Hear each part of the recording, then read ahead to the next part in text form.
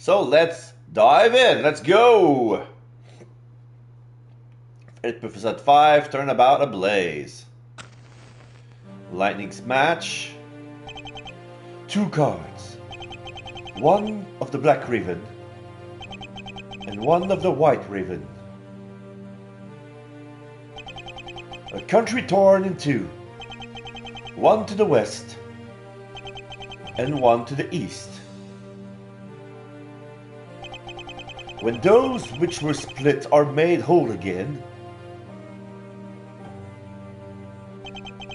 the truth will reveal itself. And then the match has been dropped. It falls. There's 2 blades ornamented in the door. So yeah, it's the Yatagarasu! The Yatagarasu is here! He set something on fire! And we see a shadow on this flag. Edgeworth is here looking at the building ablaze. You accursed the Yatagarasu! K! You!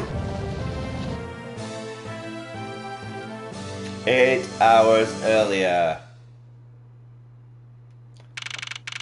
So it feels like Kate turned on us, but I believe there's more than what it seems. So now we have Edgeworth sitting on his sofa next to his office.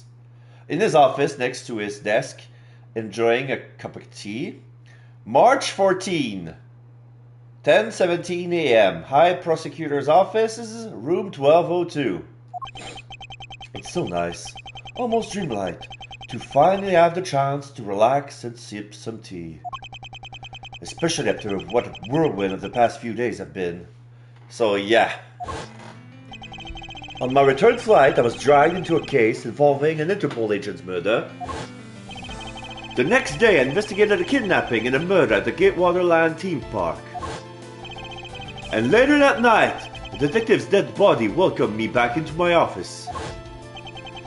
Along with a thief who was out to pilfer files related to a case from 10 years ago.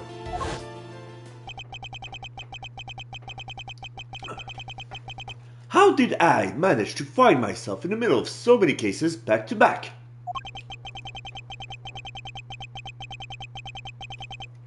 Well, at least I have today, and all I ask is that I be allowed to spend it quietly. Mr. Edgeworth! Oh, it's not the Gumshoe, it's Kay. This is big, I tell you!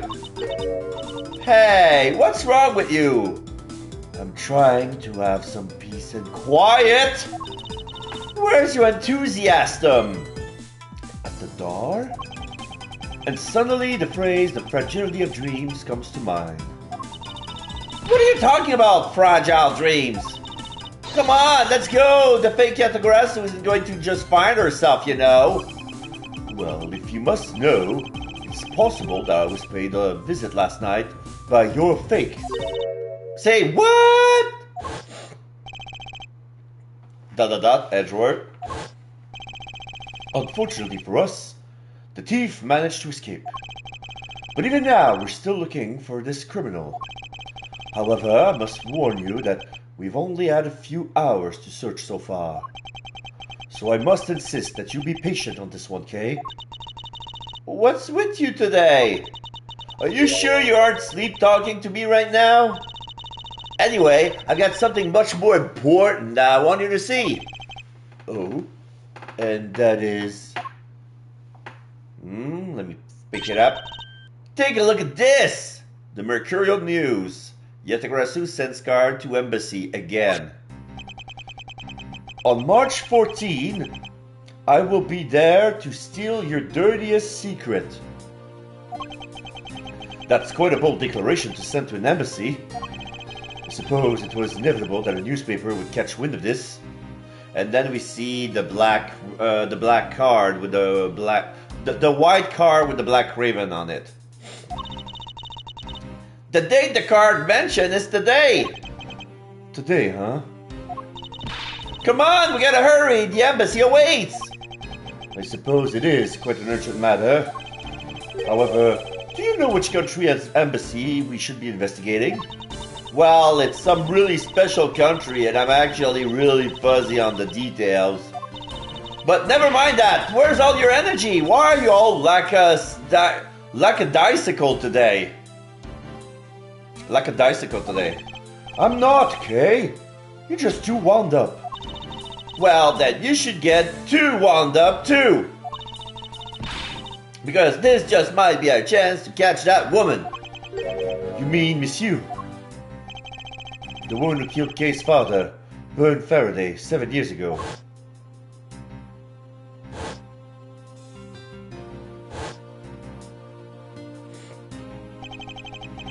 Callisto Yu. She claimed to be the great thief Yatagarasu, and then disappeared from the courtroom. Ah, she makes me so mad, the phony! Everyone knows that the real Yatagarasu would never send something like a calling card. Until the company's underhanded dealings are made public, the target is always totally unaware that the Yatagarasu has paid them a visit. That's what makes the real Yatagarasu so awesome! The Yatagarasu's calling card shown in this article looks to me as though it could be genuine. See? That's the thing. Whoever it is, that person's in the real deal, but has knowledge of the Yatagarasu. If this isn't a clue that woman's involved, then nothing is. Come on, Mr. Edgeworth. Out the door you go. Wait, there are a few preparations I must make before we go. Must call Gumshoe. There's something interesting about this card we found last night here in my office. The black one with the white raven on it. It's of a different color than the one in the article, which makes me wonder why. What's up? Any reason why you're boring a hole through the newspaper with your eyes? No reason at all. Very well, seeing as how Monsieur is also somewhat of a special nature to me, I agree that there is some merit to be found in investigating this. I knew you'd come around! March 14, 5 p.m., Theatrum Neutralis. We're already at the embassy. By the light of this night's glorious moon, we are ready! The Steel Samurai! Ready to embark on our nightly outing, Ping the Princess! This is where our tale begins. There's a baby in the cradle. Looks like a doll.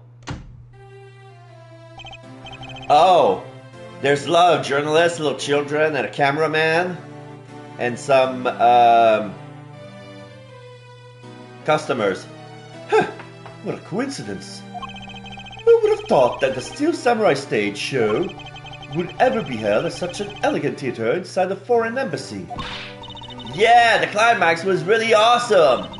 Steel Samurai Sushi Slash! I got chills down my spine when he pulled that move out. I suppose it really is more impactful to watch a show in the person than on television.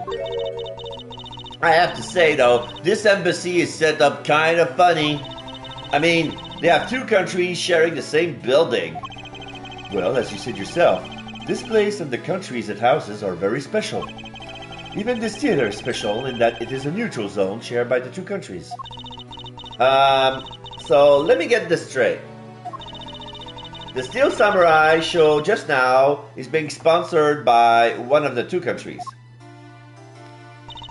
The one that's called the Kingdom of Alabast, right? And the Kingdom of Alabast flag is horizontal yellow, white, and red stripes with a laurel in the middle with a flower with 5 petals on it, with little ribbons of red and yellow all around the laurel. Yes, it would appear that the Steel Samurai is very popular in that country as well. Seems that way. But you know who I'm really into? The Jammin' Ninja. And now we see another flag. The Republic of Babal is sponsoring a Jamming Ninja stage show. And the flag of the Republic of Babal is, you know, the triangle on the side with the 2 bars on the right side, kind of like the the Russian or Eastern European flags or something like that. It's a red triangle on the left with the top white line and the bottom yellow line. And in the triangles, there are two pillars with a shield that has a butterfly on it, with something that looks like an open book, which is like the ribbons of white and yellow. That's something for fangirls like me. We've totally got to see that too, Mr. Edgeworth. The Jamming Ninja show is gonna kick the Steel Samurai show's rear end. You know, ever since I first met this girl, I've always had this inkling that what she really wants to be is not a thief, but rather a ninja. So anyway, about today's events, what's it called again? The Kingdom of Alabast versus the Republic of Babal Goodwill Jubilee. The small European countries of the Kingdom of Alabast and the Republic of Babal. These two countries used to be a single entity that was abandoned with nature, and it was called the Principality of Codopia. Ah, now we remember that that name from a previous case. So now it has 5 bars. The top and bottom are yellow. The center bar is red, and the other 2 bars are white. And now it's like a merge of the 2 flags. We see the 2 pillars wrapped in vines, and we see in the shields, held by butterflies, the 5-petal flower in the middle. And there's the book of red and yellow in the bottom. Red and yellow, Deadpool and Wolverine. There you go. So, yeah. 10 years ago, Codopia was a country and then it got split up. Just kind of like Czechoslovakia, who turned into the Czech Republic and Slovenia. ...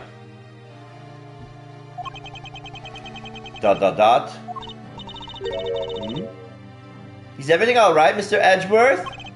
Yes, I'm alright. Moving on. Yeah, he still had memories about Codopia, the Codium Empire, the KG8 incident. After a period of civil unrest, the country split in two, though signs of their past remain. For example, the flags preserve the flower and butterfly motifs of to this day. Codopia, huh? Now we have back to the old Mercurial News headline, where the Codopian embassy staff member Manny Koshan found not guilty during the KG8 incident, the victim CCU.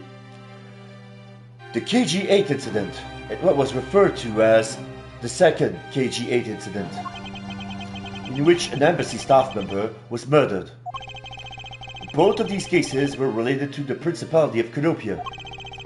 In the 7 years that have passed, the country may have split into two. However, the EDGEWORTH still sent a calling card here. What could it all mean?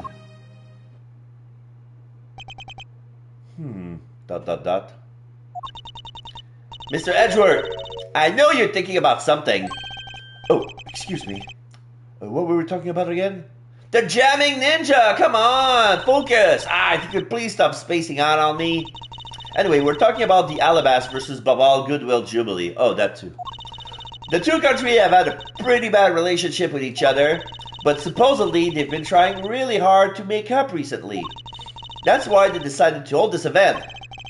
If that's the case, then why the verses? Also, both countries claim to own the real Primadox statue, a national treasure to both. They're planning to have them publicly evaluated today to see which one's the real deal. Okay, need I remind you, you take care and not succumb to your thieving desires?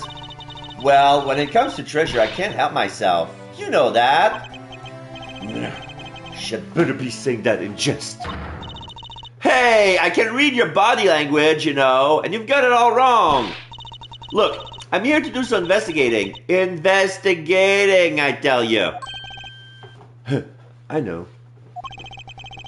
And although we don't know if the Yatagarasu will really make an appearance, I suppose we should still spend some time examining this place. Okay, now we can walk around. Who's this guy? This... Oh, this is the perfect angle. Hmm? Go, my image! Travel across the wave world and into every TV set around the globe. Oh, he's being filmed by that cameraman over there. A more honest approach to appearing on TV might serve your ambitions better. Okay, that's good. Alright, now give me a dramatic slam right there. Stop! Hey, do you mind? Get out of the way, buddy. Okay, once more. In 3, 2, 1, action. Okay. Was it my fault just now? Well, he's obviously working. I guess we should leave him alone. Here we have a news reporter. And we're here reporting live from the Theatrum Neutralis. As you can see, today's audience is full of enthusiasm. Let's see what this member of the audience has to say. Well, Okay, that was good. Let's do one more run through. Excuse me, but whether you're ready to film for real, would you mind giving me a call? I sense that she didn't hear a single word I just said. Okay, so there's a little boy watching a VCR of the Steel Samurai. There is a flat panel, a tape deck, and a row of Steel Samurai video on this table. I suppose it's so a visitor can watch an episode or two at their leisure. I guess it really is just that popular, huh? Yes, although I never thought I would see it reach this level of popularity. I wonder why they decided to call on the Steel Samurai for an event like this. I mean, it's like they intended to cut the two countries apart with a samurai sword instead. Oh.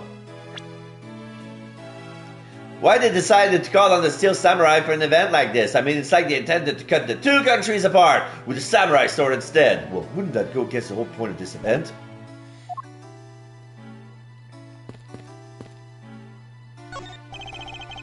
It appears that the child is watching a video from the first season of the Steel Samurai. Go, go, keep on fighting until your last breath. Okay, that's the song. Okay, how does the... Go, go, keep on fighting until your last breath. Go, go, our hero, the Steel Samurai. Completely absorbed in singing the theme song, I see. I'll let the child watch in peace. There's some flower presented by Global Studios. And there's a lot of heart next to it. These flowers were sent by Global Studios. Global Studios? Well, that's where they filmed the Steel Samurai television show. They have been producing hit after hit recently, so the studio is being remodeled. Oh, I read about that in the papers the other day. That mascot of theirs is also getting a facelift too, right? What's his name? You mean Mrs. Monkey? Yeah, I thought it was something like that. You really have a great memory. Never underestimate my power of my recollection. Okay, let's talk to Lotta Hart. Where in tarnation are they? Come on, Big Scoop. Hey, mister, out of the way. Yeah, I'm talking to you. I seem to remember this woman from somewhere. Yet my instincts are directing me not to engage in conversation with her. Perhaps it would be best if I left her alone.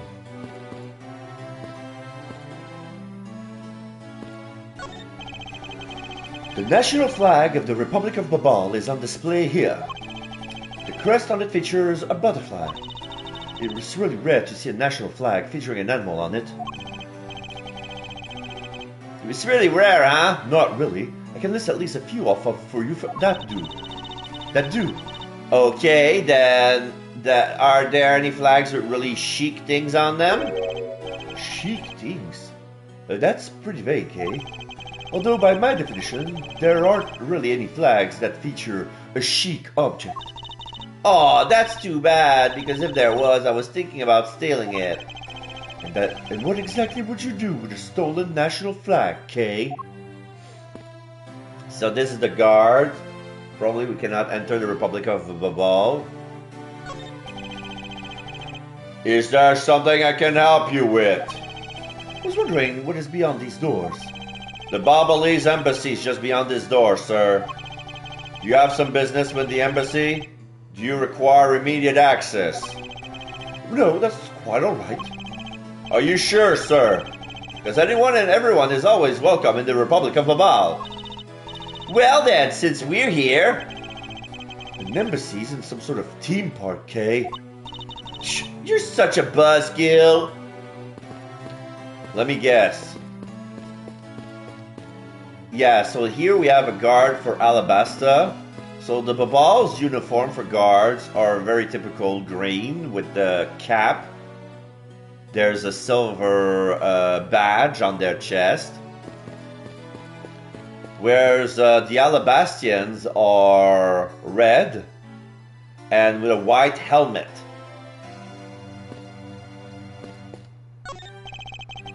The national flag of the Kingdom of Alabast is on display here.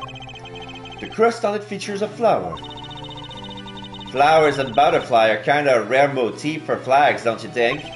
Well, when they used to be Codopia, the government used to take pride in its land. The citizens also loved the rich, bountiful nature all around them, thus the design. Hey, if the Steel Samurai got popular enough, do you think they would put him on their flag? Are you in your right mind, Kay? Or maybe the Jamming Ninja would make a better candidate. Don't make me laugh. Only a Steel Samurai deserves such an honor.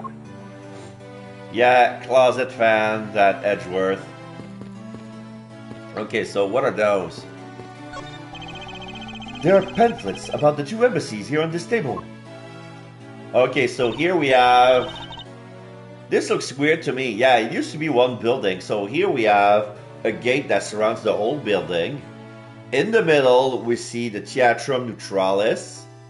And then outside, we have the yard that access the building of the Embassy of Babal on one side and the Embassy of Alabast on the other side. The building used to be one, but they seem to have built a wall between that cuts through the building. So there is no way to access the embassy from the inside. So one embassy to the other from the inside. The country split into two a few years back. They've shared the building and this ground 50-50 ever since. Oh, I guess it's because they don't have the money to build two separate ones, huh? I should think that's not the reason why, Kay. I suppose I just have myself to one of these. Embassy guide. Two countries share this building with borders. So how many buildings do you have? 5? Oh man, if I knew that would trigger something, I would have talked to everybody else. What is all the hubbub? Ah! Hey look, it's the Steel Samurai! And he's got his son, the Iron Infant, with him. Oh, he has a bent spear. Okay. Are they gonna react different if I try to... Oh, there's a bouquet that says it's a gift from the Gatewater Hotel from Alabast. So let's talk to those girls. You know, I've been a lot... Oh, okay, they're gonna blab. Yak, yak, yak, yak, yak, yak, yak.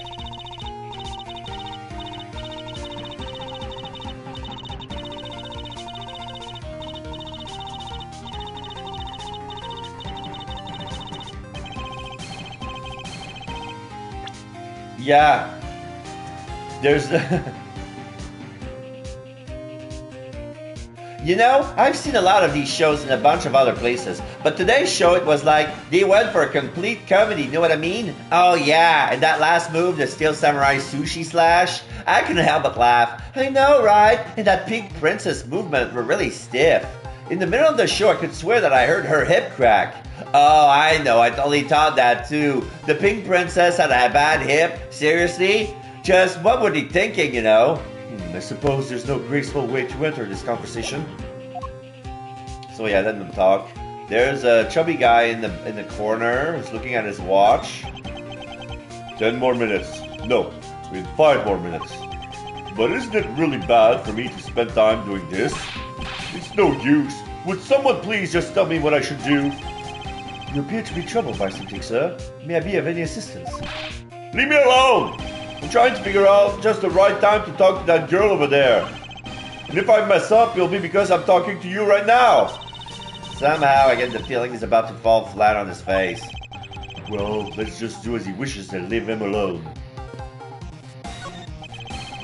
Is there something I can help you with? I was wondering what is beyond these doors. It's the Alabastian Embassy. Now, unless you have some business with the embassy... I suppose I can't really claim I have any business with the embassy right now. He put his arm in front of the door to advise us that, no, you cannot pass. Well, you don't have to be so rude about it, Mr. Guard.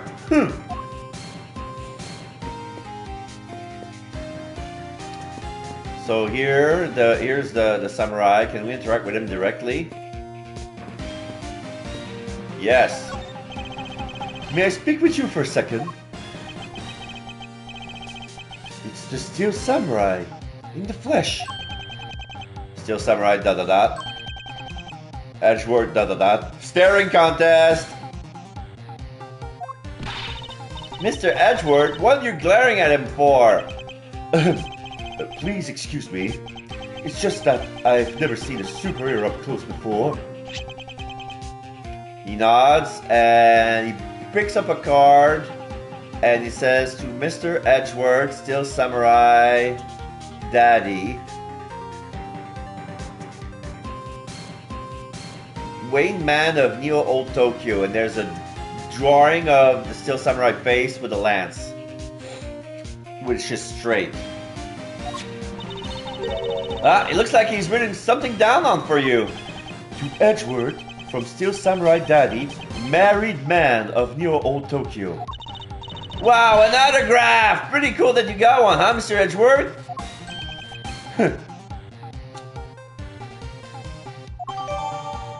And for some reason, the Steel Samurai knew his name. While he's quite famous in his way, if you know about it, but probably...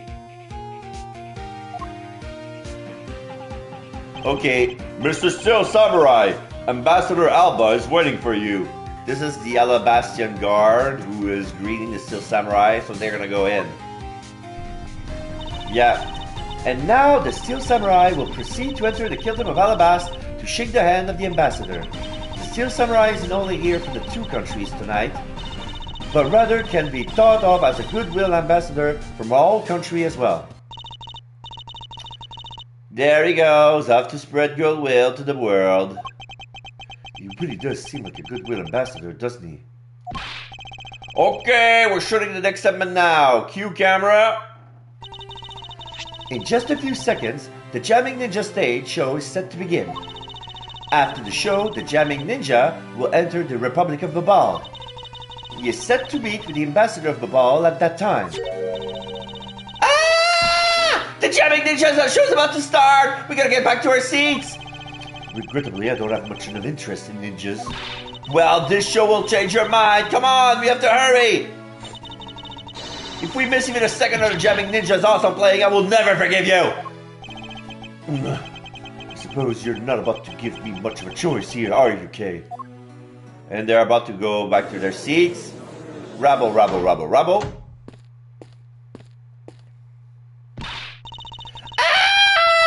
I could listen to that Ninja Mark for Death's Lullaby song all day. His superb playing and that sad melody really brought a tear to my eye. And his heart-wrenching voice. Now that's the Jamming Ninja's greatest weapon. Edgeworth, ... Those pieces of Jamming Ninja merchandise over there. I got to have them. I especially want the hair stick they're selling exclusively at this show. So yeah, there's a hair stick that she wants to put on her hair. So yeah, it's like a Jamming Ninja. Yeah, some sort of a hook for some reason. I don't know why. There's an Omega symbol as well. But yeah, they're with the color of the Jamming Ninja's guitar, red and golden and silver. They're exactly like the one the herring Princess Miss Solo wears in her hair. Anyway. Anyway? Anyway? Hold it right there, Mr. Edgeworth. Yes. You're thinking of going home, aren't you? Well, it doesn't seem likely that the EDGEWORTH will be making an appearance tonight. Most likely it was simply a prank. No way! I just know the EDGEWORTH will show. But I thought you said that the EDGEWORTH doesn't send calling cards. Yeah, I did, but I figured from the very beginning that this would wind up being a wild goose chase. But that card she said was a genuine fake calling card. A genuine fake? How does that work? Well, how can I word this?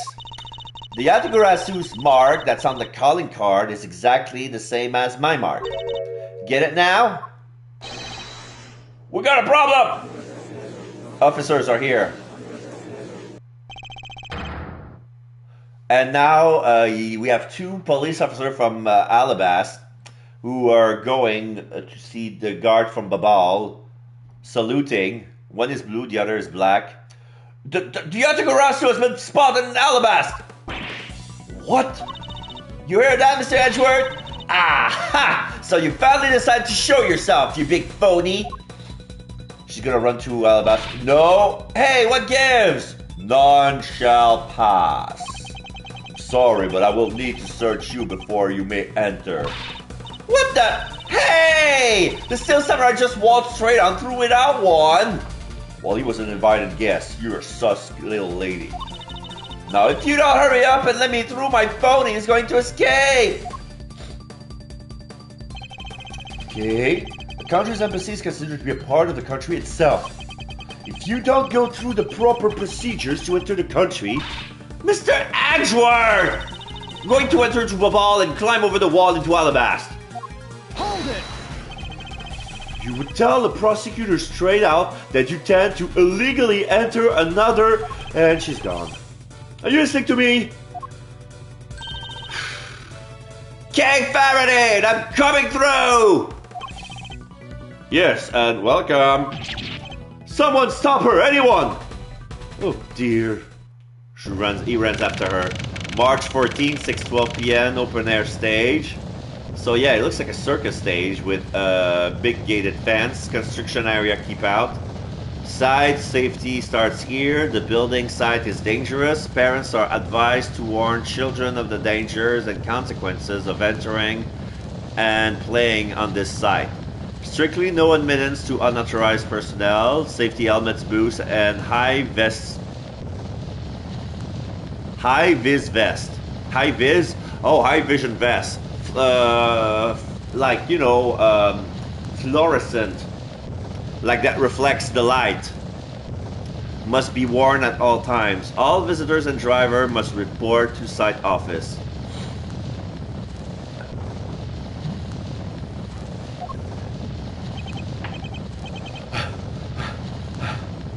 What's that sound? Is that a fire? Kay, where are you? Don't tell me you really did find some way over to that fence. It's barbed wire on the top. Ah! And then we see guards looking at shock. Fire! This is too big for us to handle! Yeah, they're panicking. So yeah, the embassy's on fire. Looks like the EDGEWORTH came to Babal too! The third floor is on fire. Or the second floor if you're in Britain. Since the second floor is kind of the first of some building. You accursed EDGEWORTH! Kay, you had better be alright, wherever you are.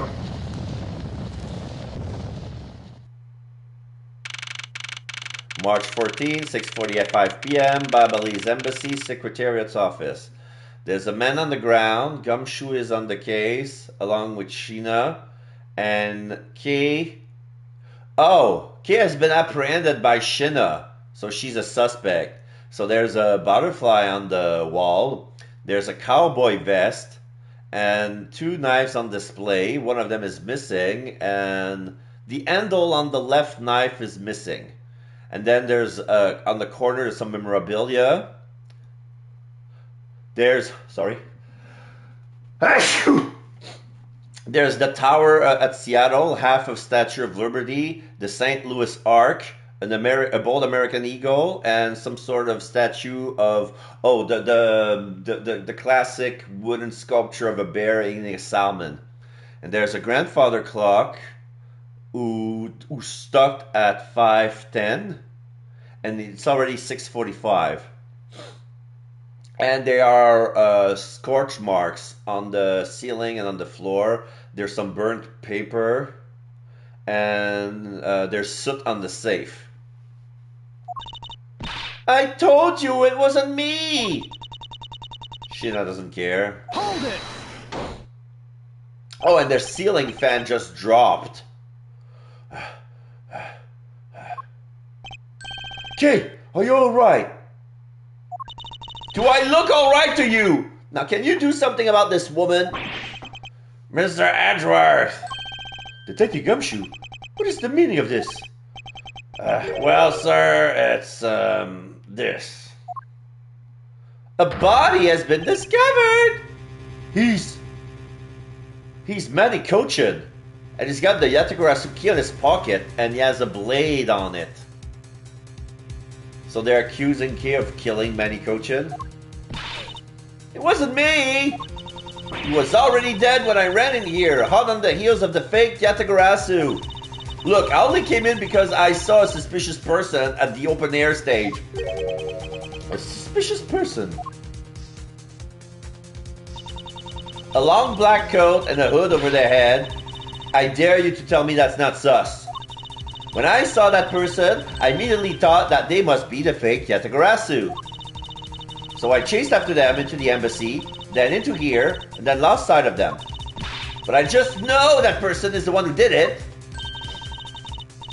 What are you so worked up over? There is no reason for you to be this loud. Correct me if I'm wrong, but you're Edward Long's secretary. Sheena, I believe your name is, correct? And if you are making an arrest, I assume you have evidence that it was Kay who committed the crime. Is that also correct?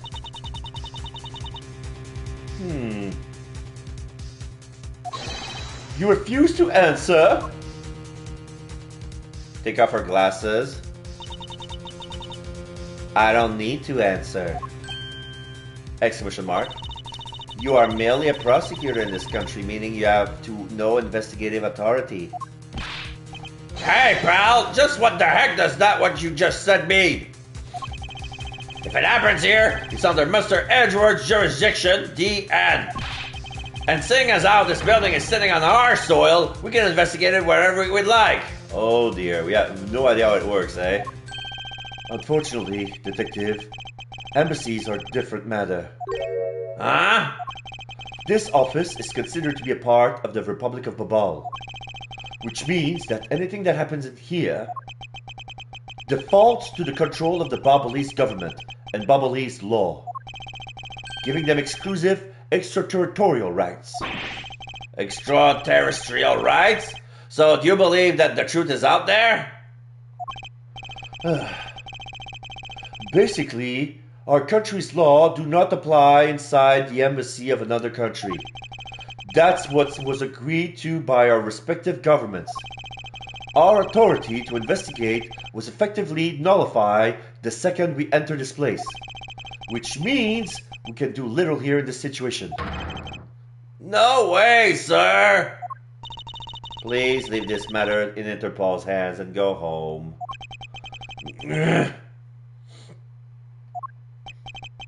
Mr. Edgeworth! Hey, you're not Mr. Edgeworth! Hold it! In that case, allow me to join your investigation. Miss Von Karma! Not a step closer, Scruffy! And then we have a guy with orange skin, with very long blonde hair like a lion's mane, and well dressed. He has black brownish pants.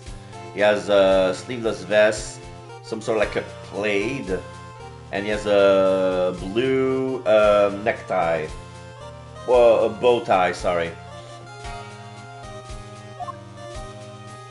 curtsy. Ambassador Palino, I truly appreciate you allowing me to join the investigation. Oh, it's really nothing. Manny was my secretariat, so of course I want to help you as much as I can. So he claps his hands together, moving his finger elegantly. He has a brooch of a butterfly. So yeah, he's Balbalese. In fact, it is a blessing that Interpol agents were able to make it so quickly. Francisca? Well, I never imagined I would meet you here of all places.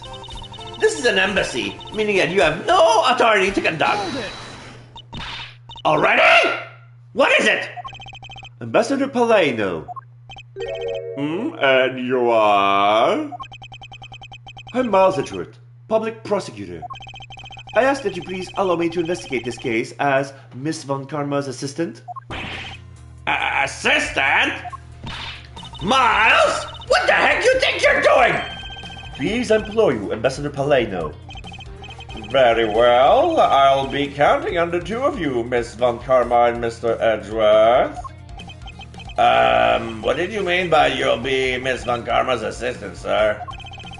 I don't exactly have a choice, do I, Detective? If I don't become Francisca's assistant, I can't participate in the investigation.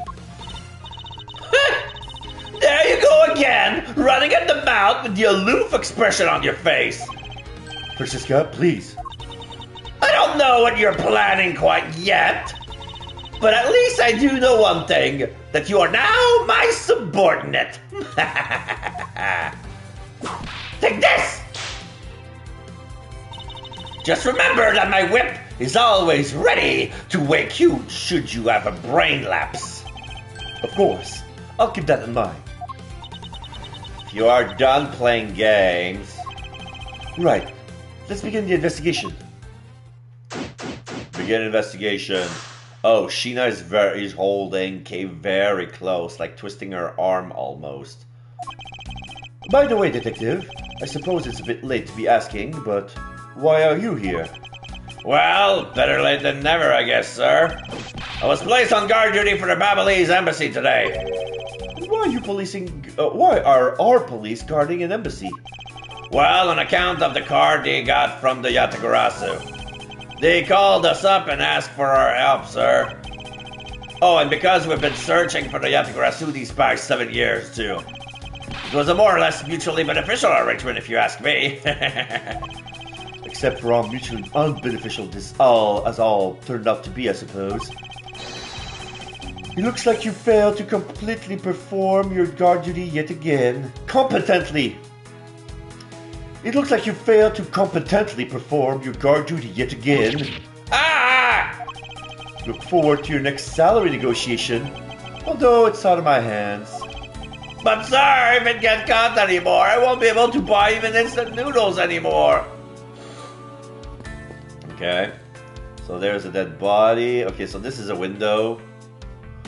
The guy stops us, like, he doesn't want us to inspect the desk. Oh, okay, because the forensics is still doing their job. Alright. So we're gonna stop from the other side.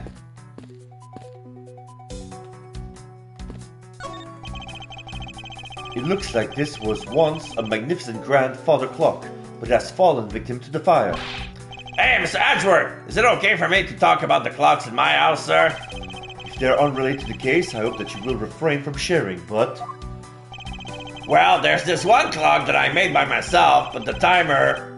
That's quite enough, Detective. The timer managed to... The timer on it manages to auto...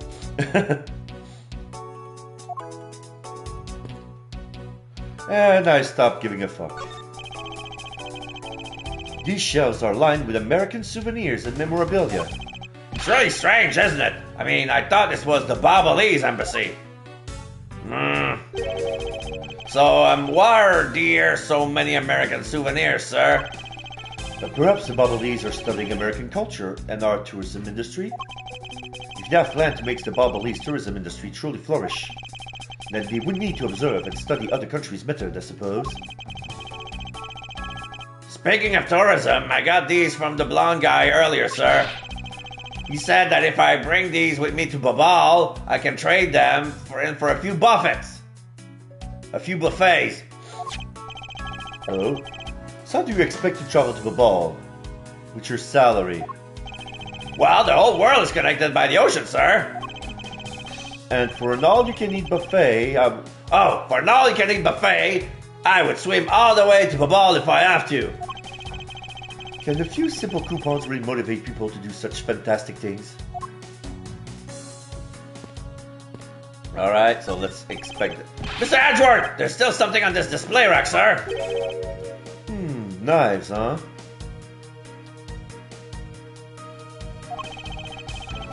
Although the blades are all that remain of them, unfortunately. Oh, the wooden handles have been burned. I guess the handles aren't gone burned off by the fire. So even the knives fell victim to the fire. Pelenos looks sad and he's sweating. Ambassador Peleno, are these knives yours? Why, yes, they are. They are a special set of ornamental knives featuring the national symbol of Babal. These butterfly-themed knives, along with Alabast's own set of knives, are comprised of 3 knives each. But I can't believe the Babalese ones have been reduced to this state. Ornamental knives, huh? There's a small release on the tying of this blade. Ambassador Peleno, what is this notch here for? Oh, that! It's a feature of these knives wherein you can freely exchange the handles on them. So that we can change how they look to fit the situation, of course. I see. So these knives were constructed so that the handles could be easily removed. So yeah, those are ornamental knives. So I think what it meant is like they are carvings that says that they came from Babal or Alabasta, and the ornamental handles can be removed, and they planned to trade with the other country as a token of reconciliation.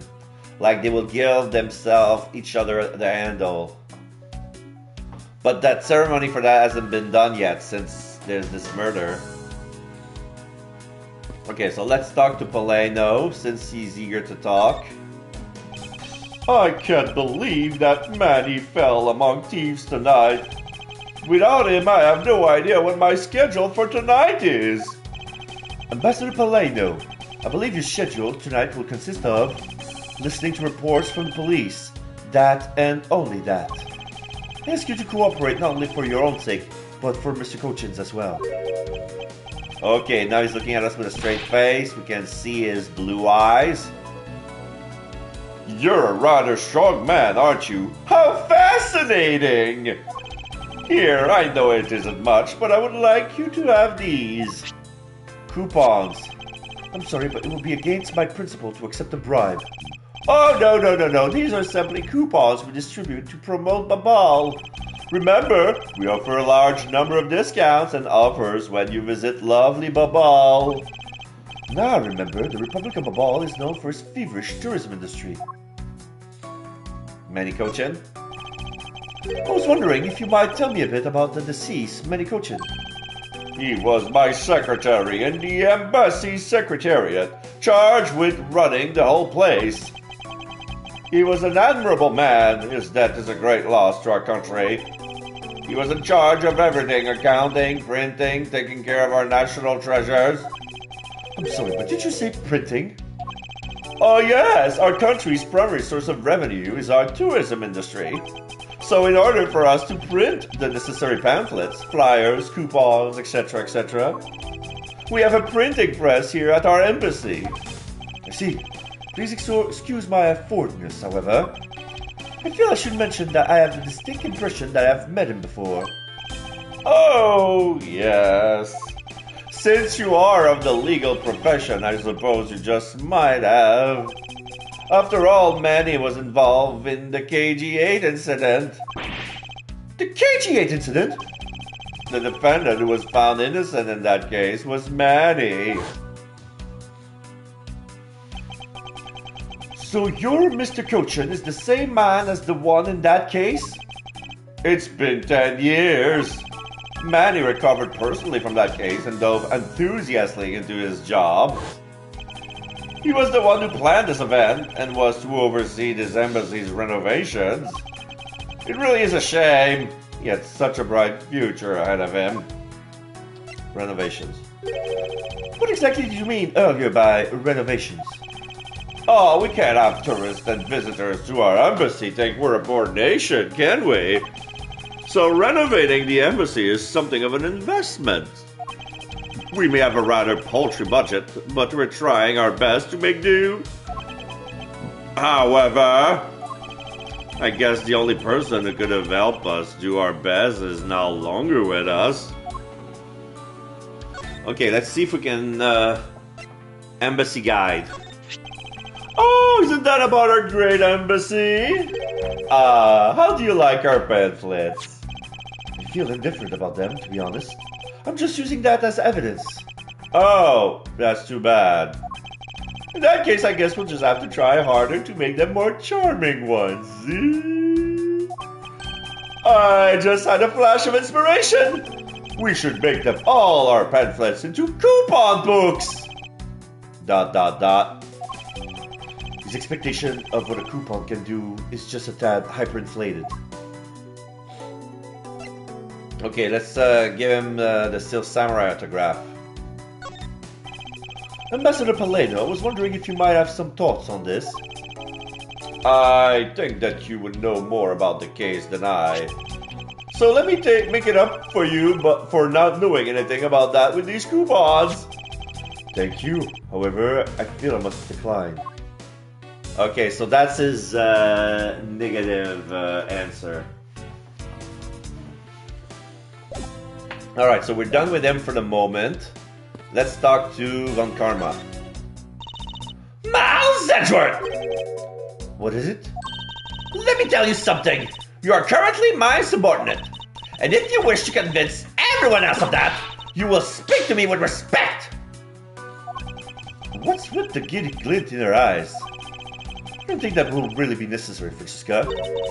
Oh, really? Well, it doesn't matter. It doesn't change the fact that you are still under me. I thought Francisca was flying around the world in pursuit of the smuggling case. So then why is she here in this embassy? Francisca's return, why is she here when she's supposed to be overseas in pursuit of a smuggling ring?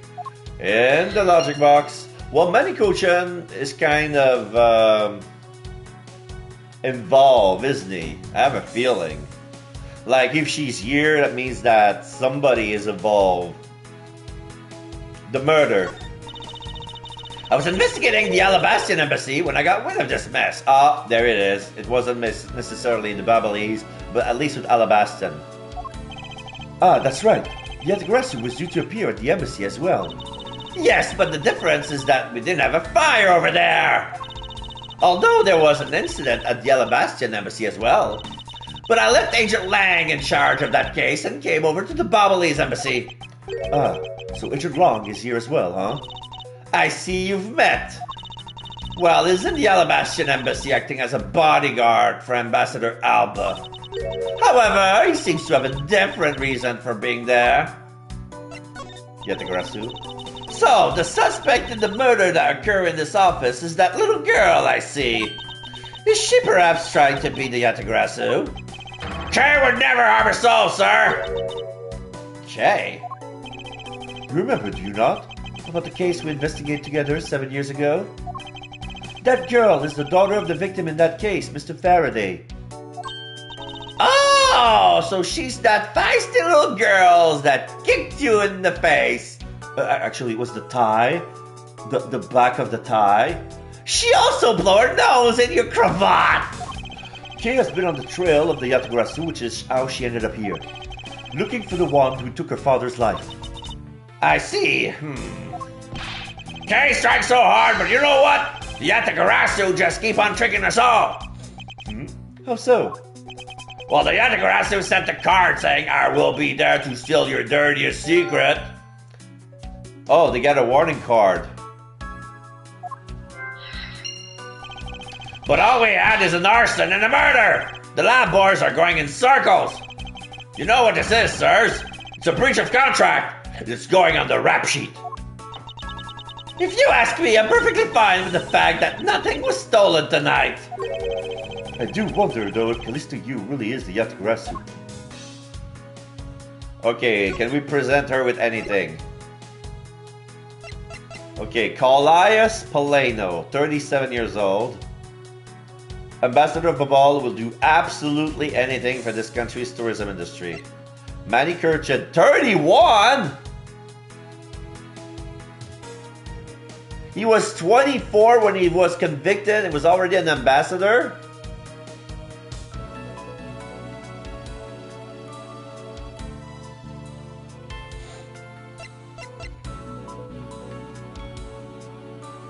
I wonder why Sheena's age is a question mark. And then we have Callisto U's face, 29. Would she be 29 now, or was she 22 at the time? Because she looks exactly the same. Well, she looks exactly the way she looked like 7 years ago. Killed K-Father, claimed to be aggressive, then made her escape. And this is Byrne, deceased, no age. Admirable prosecutor and father of K. He was killed 7 years ago by Callisto. She's 17. So back then she was 10. Young girl purporting to be the second Yatagarasu, accused of Kochan's murder. Miss Von Karma, what do you think of this piece of evidence? Well, since you asked so nicely as my subordinate, I'll answer you. However, as your superior, also make sure that my subordinates grow on the job. Therefore, please gather your own thoughts together first and then try presenting again. Simple, I don't have any thoughts about that would have sufficed. Same thing? Oh, okay, I'm gonna be condescending. Hey, look, my badge. What about your prosecutor's badge? I have one too, you know. Ah, yes, so you do. But seeing as I'm not currently a proper prosecutor, I thought of presenting a try. Is that a way for you to act towards your superiors? As if threatening a whipping is the proper way of lecturing someone. Alright, so we'll come back to her later. Because this is a national treasure. Oh! Because this is a national treasure, can I ask that you please not touch it? I'm afraid the only ones allowed to touch it are myself and the Secretariat. Hold it! But there is a possibility that this is related to the murder, wouldn't you agree? Hey, Mr. Edgeworth, why don't we give up for now? We can't force them to let us investigate it later when we have some solid proof. I suppose I don't have a choice here. This must be one of the prairie duck statues Kay was talking about earlier. Yeah, she's leaning on her long sword, pointing on the ground, both hands on the pommel.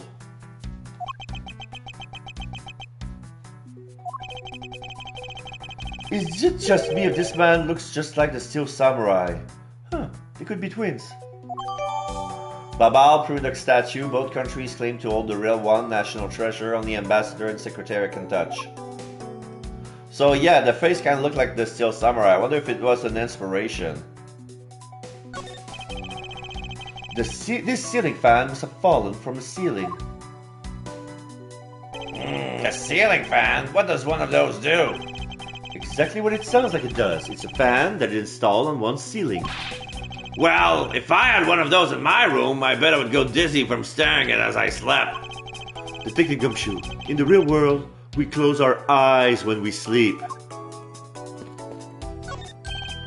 Hey, it's another butterfly! I'm a little butterfly. When I the word that the dotting is the sky. I believe it is a symbol of the Republic of Babal.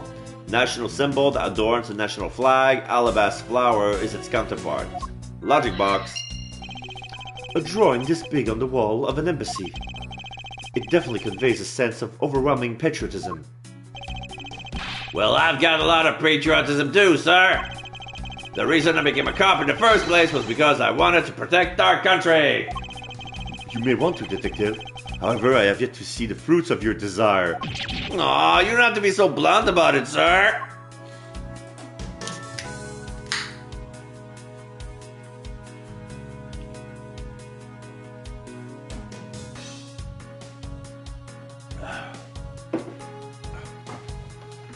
Okay, let's talk to Kay.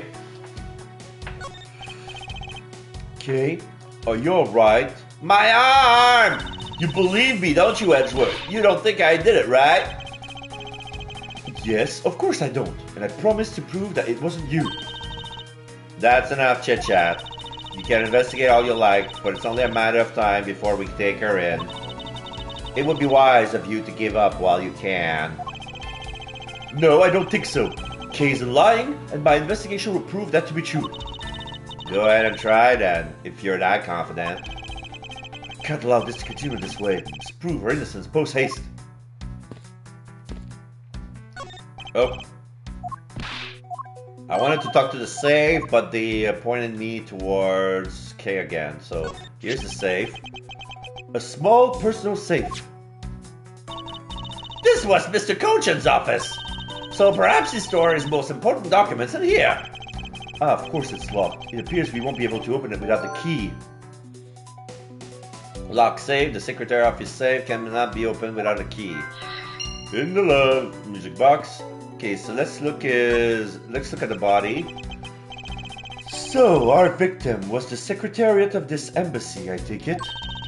Many Cochin. I heard that he was an admirable person. Very admirable. The cause of death is a stab to the base of his neck. He was lax in watching his back. We were fortunate that the fire missed our victim's body for the most part. If the fire had burned it a bit longer, it would have made identifying him a hassle. So Mr. Cochin was stabbed to death in the middle of a raging fire? What in the world happened inside this room? Nah. He was killed first, then the office was set on fire to destroy the evidence. Note on Cochin's body, cause of death, single stab to base of the neck. Body wasn't badly burned by the fire. There's some particle on his coat. I don't know what these are.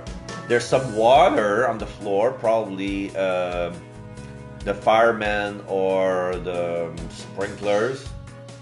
I won't rest until Inspector every suspicious looking cranny. There appears to be something in his pocket. Exclamation mark! This key! It can't be! Isn't this the Yatagarasu key that was stolen 7 years ago? What? But that's... Huh? 7 years ago. Oh! You mean that case when I was framed, sir? Yes. This is a piece of evidence that stole the life of Kay's father 7 years ago, which was then stolen by Callisto Yu. What? Mr. Faraday was skilled with the key, sir? I thought he was skilled with a knife. Ow! Scruffy, at the very least, try to remember the details of the crimes as you were suspected. Francisca, as you will recall, Detective Gunshu was not present when Miss Yu made her escape. Plus, even among law enforcement, only a few knew of the key's existence. I thought that the new rookie at the time would have been made privy to such knowledge. Oh, I feel like the victim right now, all trampled on, sir. I suppose I just have to fill you in now. The secret to this key is the little button. You flipped it, and the handle. Flip. Oh ho! Wow, that's amazing, sir. It's like some kind of magic trick. The Yatagarasu stole this from the embassy 7 years ago. It is also a knife. But the blade is clean. I knew it. Yeah. The flower design on the Yatagarasu key is that of the alabaster. This is the exact same piece of evidence that Miss Yu took with her. I remember this beautiful pattern on the blade. I remember this as well. It's a vine motif, isn't it? Yes, it looks like two interwoven vines crisscrossing down the blade. Vine, sir? Looks like a bunch of stars, if you ask me. Stars? Very thick stars?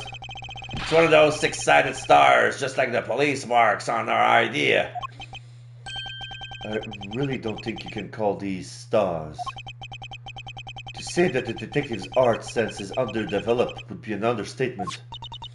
The real question is, why was the Babalese Embassy Secretariat holding this?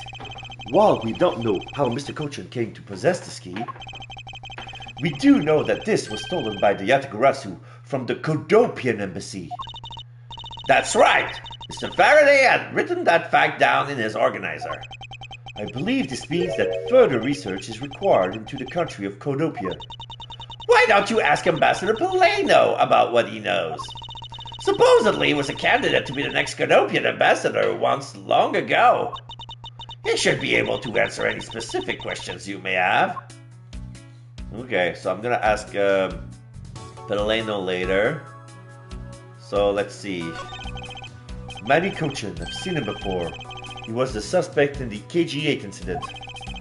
And I saw him talking with the elder sister of the victim of that case, Miss Callisto Yu.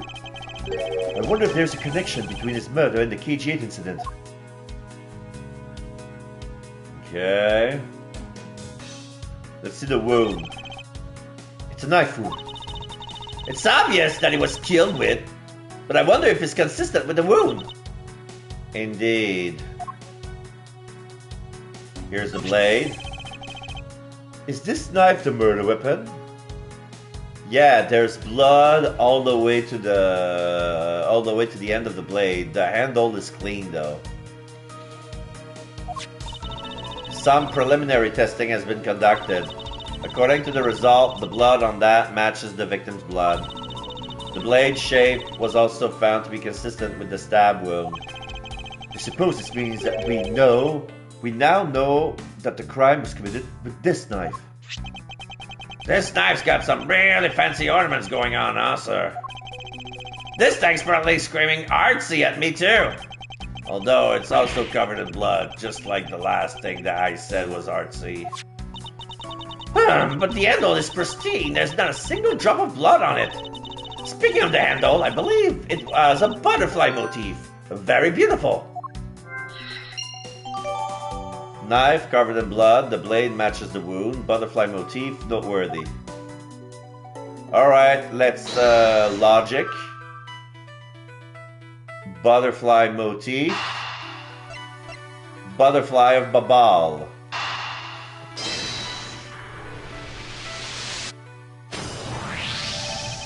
The design of the knife's handle greatly resembles the special Babalese species of butterfly.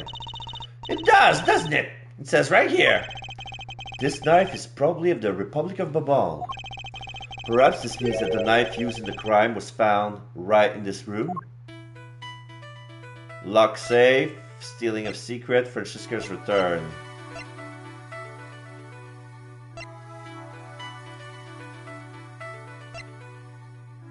Okay, I'm gonna try stealing of secret and Francisca's return, but I doubt they'll connect.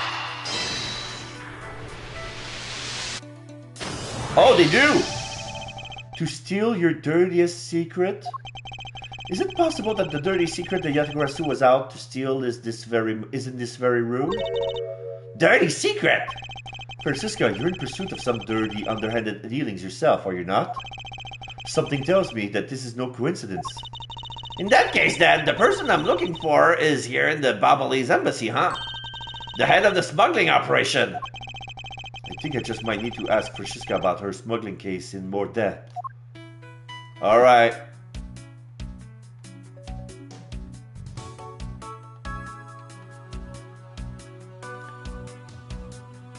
Can I investigate the water? Can I investigate the part of the desk and I can see?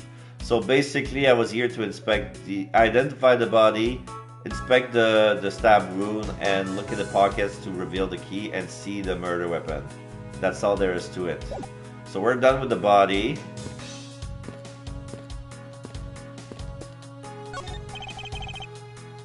That's some fireplace! You know, it really gives this place a mansion-like quality, don't you think, sir? Oh, if these are a staple in every Babalese house, then I bet Santa Claus pays them a visit too. Just how old are you again, detective?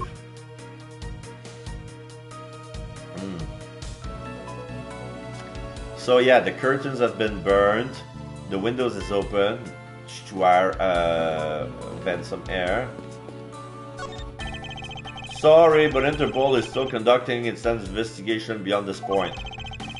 I'm a subordinate of Miss Van Karma. Is there some reason why I'm being denied access? Oh, my superior clearly stated don't you dare let anyone near the site. You got it? So if I'll let you examine the site, my superior would get really angry at me. You know, Mr. Edgeworth, I feel really bad for the guy, so why don't we do as he says? Yes. I suppose we might as well. Alright, let's go back to Von Karma. Let's talk about the smuggling. Francisca, when we last talked, you said that you were on the trail of a smuggling ring. I suppose the reason you are here right now is related to that? Yes. After analyzing the intel we've gathered from various countries, this embassy rose to the top of our list of sites to investigate. And this is what tipped us off. Oh, so there's This accounting document. So it's written in a foreign language, but it has an annotation that says 2 out of 3. So it's probably a 3-page document, and this is the middle page. It's only one page of the whole thing, so we're not sure about all the details. However, it's enough for us to grab onto the tail of the beast. For you see, this type of paper was made only in the Principality of Canopia, which means that somewhere in this country of Calabas and Babal is the head. The one pulling the strings behind the entire smuggling ring. That's Francesca for you. She's amazing, pursuing the case with all she has. Codopian paper document, according to accounting doc, Related to smuggling, proof someone in one of the countries is the ringleader. Alright, so let's talk to Paleno. Codopia. Ambassador Paleno, I was wondering if I may ask you about Canopia. Cadopia? Alright, what would you like to talk about? First, I would like to ask you about this key. What about this key? I found it sticking out of Mr. Cochin's pocket. I believe it's originally belonged to this embassy, is that correct? Upon closer inspection, it seems that this key is shaped like a butterfly. That's not all about this key. It's also capable of changing into a knife. Oh! How fascinating! Is it possible that the ambassador didn't know about the existence of this key? In its knife form, is there a flower mark at the base of the blade? I guess this knife might be from when we used to be a part of Canopia. Hold it! And how did you come to that conclusion? It has both of Conopia's national symbol, the butterfly and the flower. I suppose many used this key here at the embassy back when we were still Canopia. Key used at the embassy, this key was stolen from the Codopian embassy 7 years ago by the Yetagarasu. Ambassador Paleno, this key was stolen from the Canopian embassy 7 years ago by Callisto Yu, otherwise known as the Great Thief Yetagarasu. Really? You were not aware that Miss Yu was broken into this embassy at that time? I'm sorry, I can't be of much help. I'm not very familiar with the details, you see. I only became the ambassador after Babal became its own independent nation. But if Manny were still alive, he would probably know about what happened back then. Mr. Cochin and Miss Yu knew each other 7 years ago. But that doesn't explain why I found the Yetagarasu's key here in the present. Okay. Oh, shit. Okay. I can examine the blade. So, this is what took Mr. Coachen's life. Some of its blood is still on the blade. Yeah, I mean, the motif goes even above the blade, but it's not stained. So this is proof that the blade, the handle has been removed.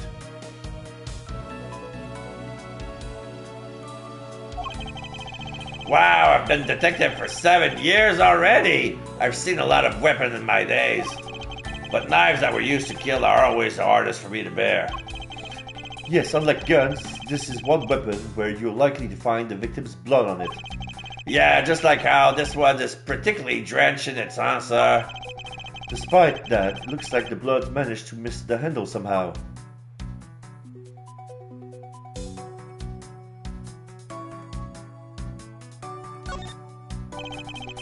There is a lot of skilled detailing on this handle. It appears that the handle of this knife is removable. I guess so people can change them whenever they feel like it. Sounds like fun, sir! I don't think people would remove the handle just for fun, Detective. Can I remove it?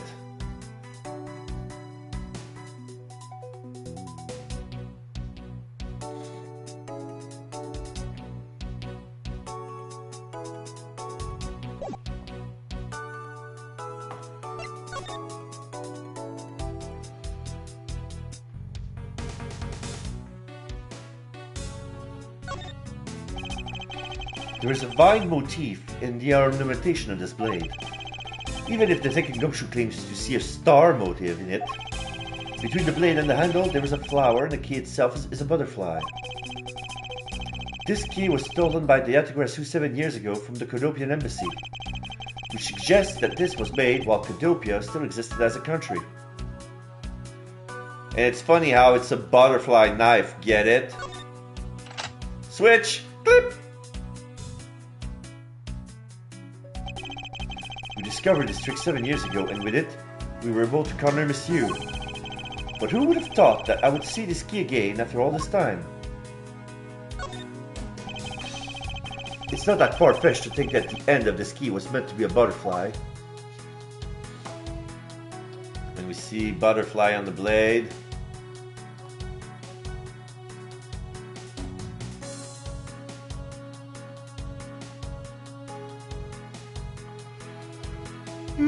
Do I need to change it back? No. Besides, it seems that I can't. No, I can't. Oh, but if I go back and present it again, it turns back into a knife. Okay.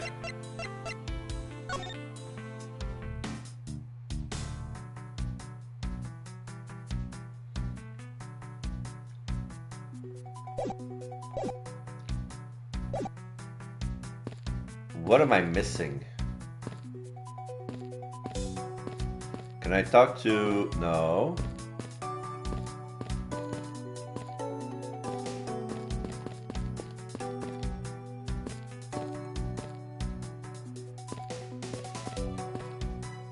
Huh? There are still some burnt objects scattered on the floor. Well, burned things get burned and then they become burnt things, you know? No, because there is no way to prove that the burned thing started out as a burned thing. What is a burnt thing, or was it not? I have no idea what's what anymore, sir. Yes, I suppose it's a bit hard for someone with a burned out light bulb to comprehend.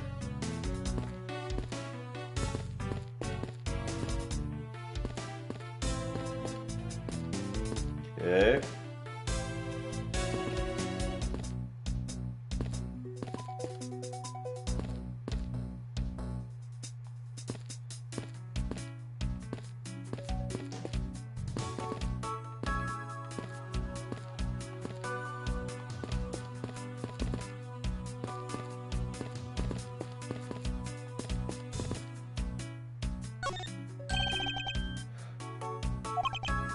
Hold it! We read that already.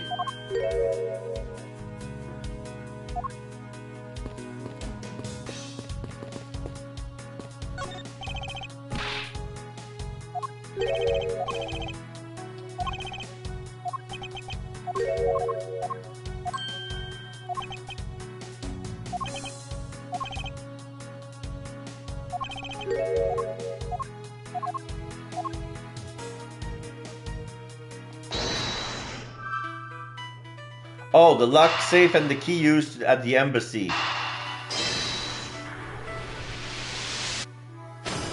Doi. We know for a fact that the Yatagarazu's key was used as this embassy. Furthermore, we found it in the victim's, Mr. Cochin's pocket. Which leads me to think that perhaps this is the key to the personal safe in this office. Good thinking, sir. Let's go try it out. It appears I was correct. The key that was left to us is in the victim's pocket. It literally turned out to be the key to the next piece of the truth. What do we have here? We have some piece of paper jammed in the bottom of the safe. It's like there's a double back.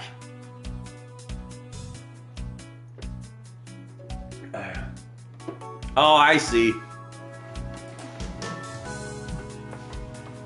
There's an indentation. I think we need to stab the Yatakarazu's knife in it to access the inside of the other secret safe.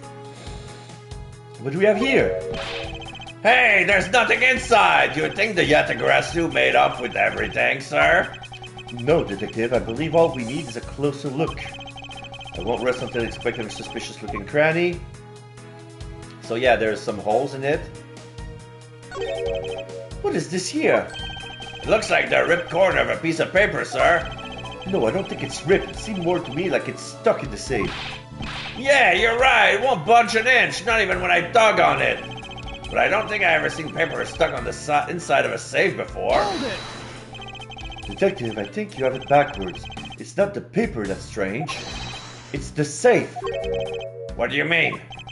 What I mean is that the secret of the safe is that It has two compartments.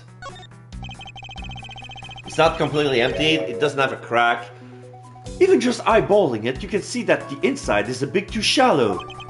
Furthermore, with the unnatural way the paper is stuck at the back of the safe, I would say that there is an extra bit of space behind the back wall of the safe. In other words, this safe has a second compartment. What? I suppose that you're correct in asserting that the paper is stuck in an unnatural manner. However, if what you say is correct and there is a second compartment, how do we go about opening the door to it then? As you can see, there is no other lock or keyhole in this site. Actually, there is one more spot of interest to me on the safe. Oh? Yes, and I believe that spot is the keyhole to our mystery second lock. The safe and its locks. Alright then, since you're so sure of yourself, show me how you deduce your answer. Okay, we're gonna deduce it. So this hole here.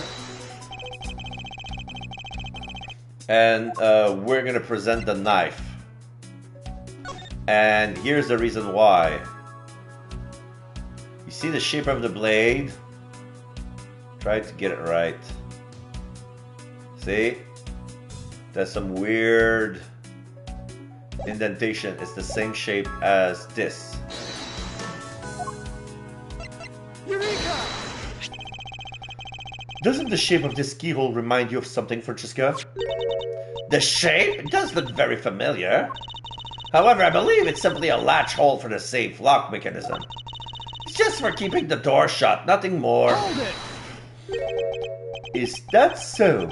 The person who used the safe, Mr. Cochin, makes sure the safe had two compartments in order to hide something. Do you honestly think someone like that would allow the keyhole to the hidden half to look so obviously like a keyhole that even the average person could figure it out? You can't be serious! Are you saying that this hole is the keyhole to the hidden compartment of the safe? That's precisely what I'm saying. Exclamation mark! And I will prove to you right now that the Yatagrass's key is the key that will open it. Objection! The Yatagrass's key? Mouse Edgeworth! This has better be a very bad joke! Sorry, but this is no joke. The Yatagrass's key is the very key that will open the second compartment of the safe. We know that this key opens the first compartment of the safe, but the keyhole you're talking about is of an entirely different shape than that of the key.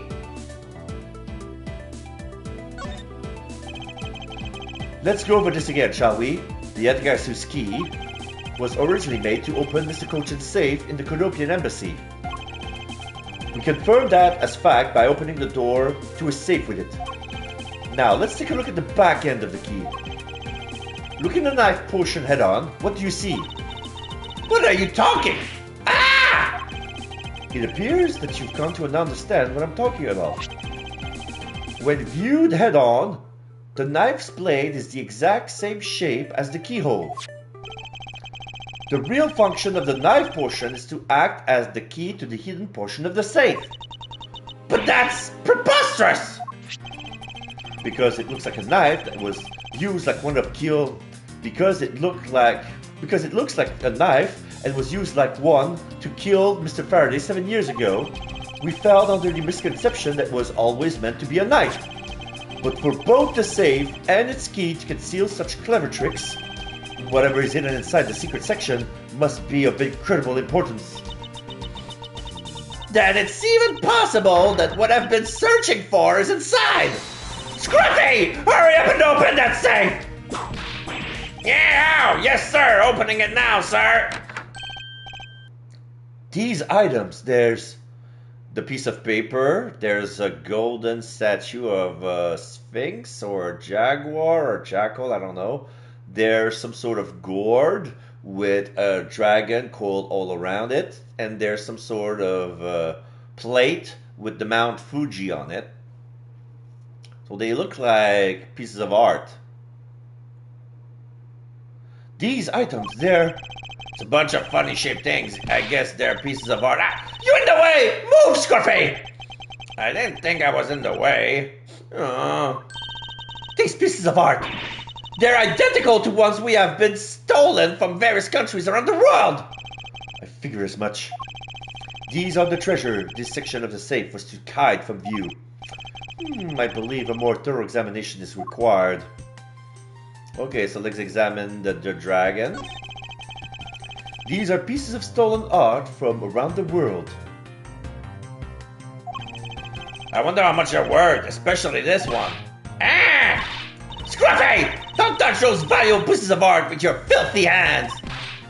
Why, do you have any idea what would happen to you if one of them were to break? Is it just me, or did she hit one of the pieces of art just now? Okay, so it doesn't matter which piece of art I select, it's going to say the same response. But then we have two pieces of paper. I guess it's the accounting document, the other 2 pages. This is the document that we thought was stock earlier. I wonder what this is about. Beats me, sir. Why don't we take a look at it first before we give up, detective? Yeah. Mr. Coach's name is written here on the last page. 1 of 3 and 3 of 3, so we have the full document. I wonder what the significance of this document is. Alright, we can deduce. 1 and 3 and number 2. Eureka! Take a good look at these documents, Francisca. It says here that there are 3 pages in total, and yet there are only 2 here. Correct. Now take a look at the smuggling activity document in your possession. Tell me, is it not possible that your page was taken from this set of 3? Well, certainly looks that way. By putting our multi-part puzzle together, we seem to have arrived at an answer. And it seems that you have now found what you were looking for. Yes, and with this, it has become crystal clear that Mr. Cochin himself was responsible for this mass smuggling of Babalese ink. Babalese ink? Babalese ink is a special product of the Republic of Babal. However, due to a special reason, only a limited volume is ever exported. Hold it! And that reason is? That's classified. It's on a need-to-know basis, and you don't need to know. In any case, it seems that the head of the smuggling ring was our victim, Mr. Manny Cochin. His base was in an embassy, thus it was hard for both our country and his to interfere, making it the ideal condition under which to run a smuggling operation. But it's so frustrating! I lost the person I was to rain judgment down upon with my whip of justice! Well, even if he is dead, we still have responsibility to look into his misdeeds. You expect me to whip a dead man? Well, I'm not interested. Francisca, you must know that Manny Cochin was the suspect in the KG8 incident. Of course I know. On top of being the head of the smuggling ring, there is the matter of what really happened in that case after that needs to be resolved. Investigation complete. Are you done investigating? ... You realize now, don't you, that this girl is the only one it could be? Now come along quietly at the Garasu, Cape Faraday. You are under arrest for the murder of Manny Cochin. Mr. Edgeworth! Please, you have to believe me. I didn't do it. I chased the fake Yatagarasu in here, and he was already... You have the right to remain silent. Anything you say can and will be used against you. Hold it! I would like to help you reduce the number of mistaken arrests Interpol makes. What is that supposed to mean? I believe I told you that Kay Faraday is not the culprit of this crime. Very well, I suppose I have no choice. I'll show you just how foolish your claims are. Why arrest Kate? Even your police confirmed that the Yatagarasu infiltrated the Babalese embassy tonight. Utilizing the confusion caused by the fire, the Yatagarasu snuck into this embassy. Furthermore, this girl claims to be the Yatagarasu. And most importantly, other than her, there was no one else in here with the body. Your reason for suspecting Kay is because you think she's the Yatagarasu? Exactly. But it isn't just me. She calls herself the Yatagarasu. Look, how many times do I have to tell you? I was only apt to capture the fake Yatagarasu. Imposter or not, matters not. The Yatagarasu is the Yatagarasu. Very well. Then I shall prove that Kay is not the Yatagarasu who killed Mr. Manny Cochin. Go ahead and try. Show me what the prosecutors of this country are made of. Right now, she made a face. The same condescending look as Callisto you, but it cannot be her because she has red eyes, but red magenta fuchsia eyes. Yeah, fuchsia. She has fuchsia eyes. And Callisto, if I recall... Well, I cannot access that here.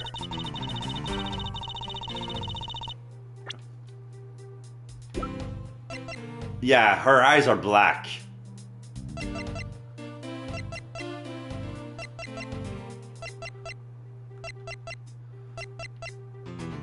However... her face is paler, but that could be makeup. The shape of the eyes are the same. The shape of the lips are the same. The shape of the nose is the same. But that can be said with almost everybody. Like, everybody has the same face. Like, even Kay has the same nose. Francesca, not really. But yeah, it's like all Asians have the same nose for some reason, which is not true. Alright, so let's press R. Even your police confirmed that the Yatagarasu infiltrated the Babalese embassy tonight.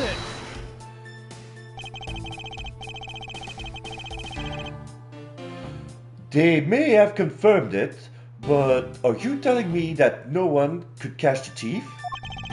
If so, you're basically admitting that the Yatagarasu who had committed murder eluded us. Of course, I chased after the Yatagarasu that entered the Babalese embassy right away. And that is also why I'm making this arrest right now. Because at the end of my long chase, there was only this girl. Gah! In any case, this is what I believe happened tonight. Utilizing the confusion caused by the fire, the Yatagarasu snuck into this embassy. Hold it! The confusion caused by the fire? Are you saying that the Yatagarasu was not the arsonist who started the fire? A suspicious person in a long coat was spotted in the area. Officers in the area claim to have seen that person start the fire. It sounds like we have a phantom in our midst. Yeah. In a way, he could be considered a phantom with the way he randomly appears. Furthermore, this girl claims to be the Yatagarasu. Hold it! Just because she calls herself that doesn't prove that she is a killer. No, but it does give her a motive. The Yatagarasu sent a card saying, "I will be here to steal your dirtiest secret." Furthermore, there are documents pertaining to some smuggling activity in this room. She obviously wanted to steal them.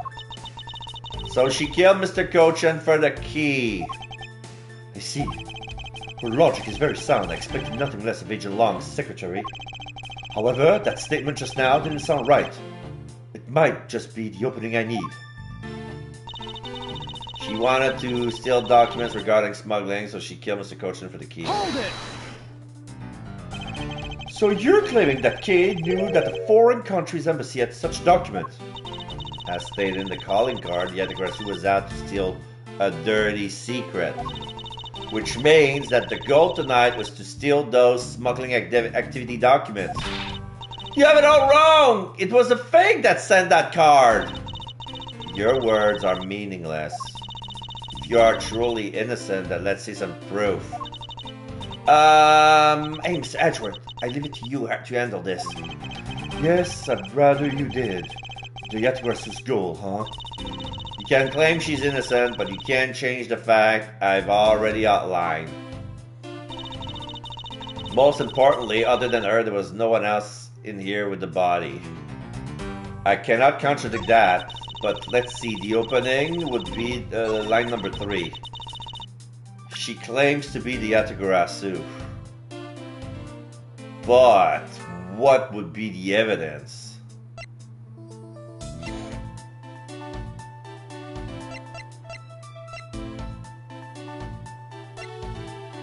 The key? Objection! No. Even you can't talk Joe you out of the contradiction that this piece of evidence points out. I guess not. I knew it. Because I don't need to talk my way out of it. But it's... I don't like to waste time delving into subjects that don't warrant a response. It appears I was mistaken.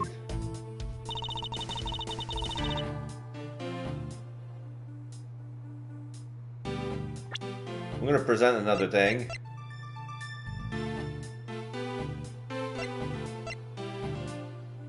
Objection! No. This piece of evidence proves that there's a glaring flaw in your logic. That piece of evidence in my testimony, actually, it proves the absence of a flaw in my logic and the presence of one in yours. I was mistaken? I'll just continue with my testimony now.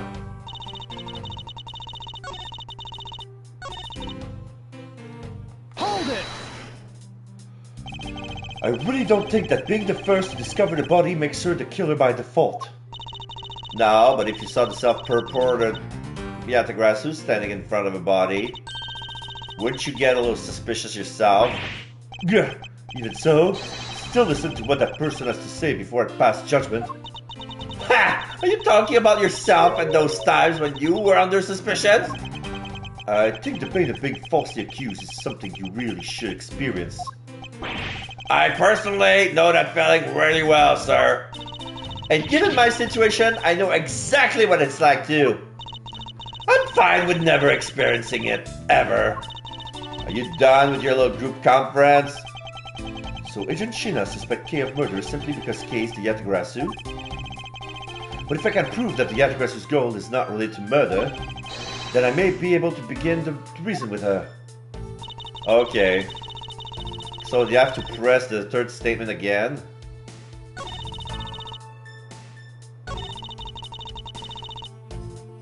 Hold it!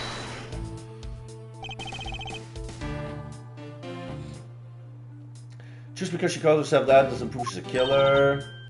No, but it gives her a motive.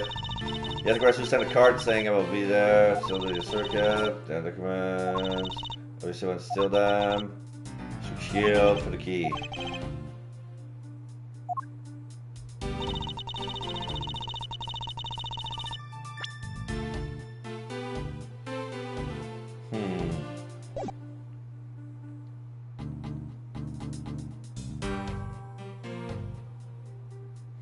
So she killed the guy for the key.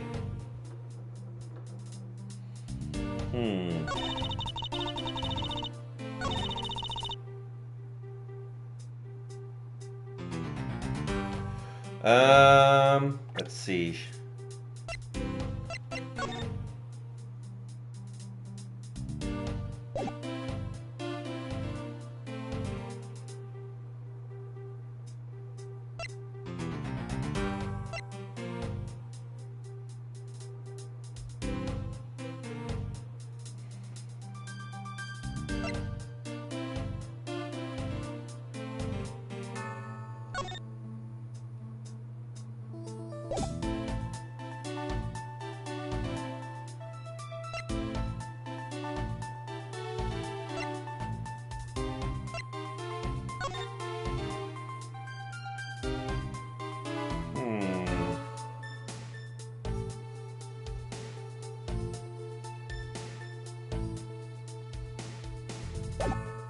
Oh wait. There's another page to the pamphlet. Both countries have Primadoc statues, which are the national treasures of each country, also possess a set of 3 finely crafted knives. Kingdom of Alabasta still produces a very luxurious Codopian paper, which is renowned for extremely high quality. Blowing Up a Ball is the sole producer of Bubbly's ink, which is made from wood crystal. It's also known to generously offer coupons.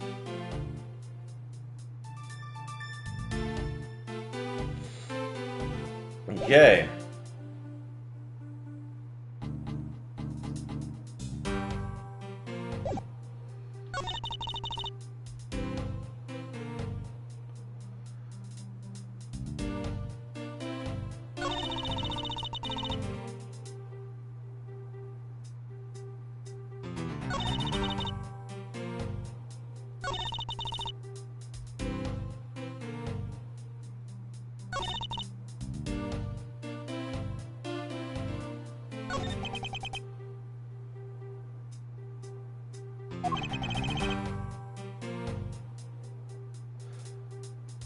Proving that the goal was not murder.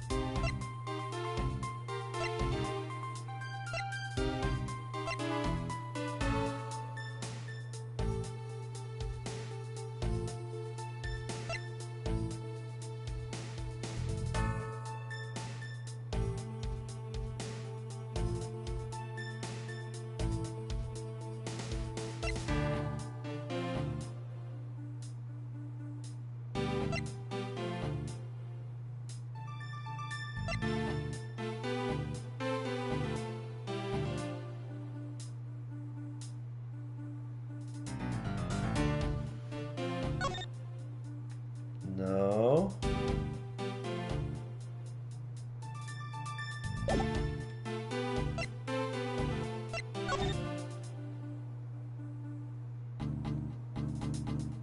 Oh yeah, we proved with the body that he was already dead before the fire. Is that gonna be it? Objection! No, maybe not here.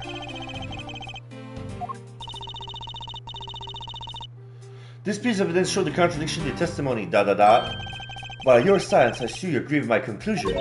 No, I just don't have a wordy response. In any case, I have some documents I need to attend to. She's ignored me. She feels that she has no need to counter my argument.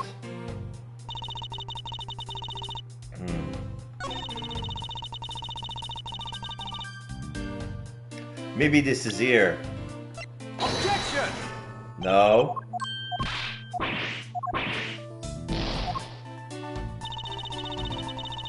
Uh...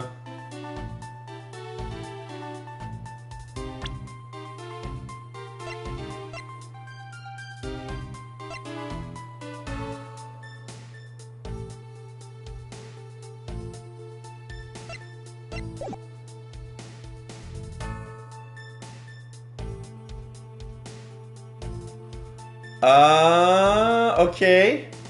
Let's try the knife. Because if the fire was caused to confuse, to wreak havoc and use confusion, there wouldn't be a handle on the blade. Is that the angle? Objection! No.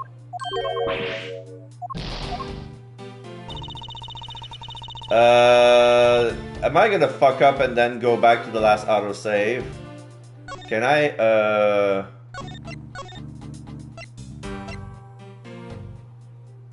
where's the last autosave?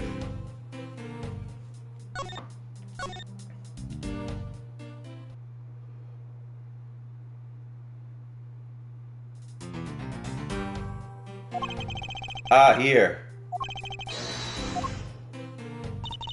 So I did some mistake. It's okay. It's better. So that autosave is fine.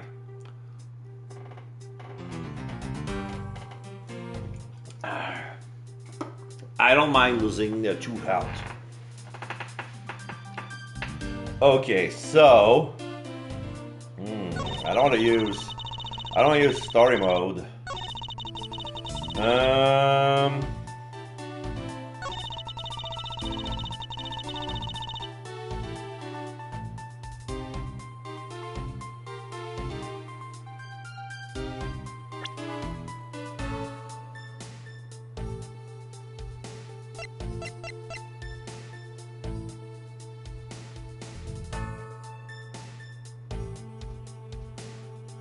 I want to try the document themselves, because they seem to... The documents point to Cochin, but we have no idea that Cochin was responsible. Okay, we're going to try this. Objection! Ah! This is it. Agent Shinna, I regret to inform you, but there is a flaw in your logic. Oh? Even if you claim that she is the killer and the Yatagarasu, I am certain that securing the smuggling documents is not the motive behind the murder. The key to the safe in this room was found on Mr. Cochin's body. Furthermore, the Yatagarasu would not be so stupid as to leave without the documents. Exclamation mark. By the simple fact that the documents were still in the safe when we looked, it's obvious that the killer's target was not the safe at all. Hold that. Then perhaps she didn't know that Mr. Cochin had the key on him. Objection! If that's the case, then why would she have needed to kill him? Because I can't think of no reason for her to kill him and she had not known that fact. Hold that. Need? Reason? All of this is simply our conjecturing after the fact. It's entirely possible that she accidentally killed him when she was sneaking in. Exclamation mark.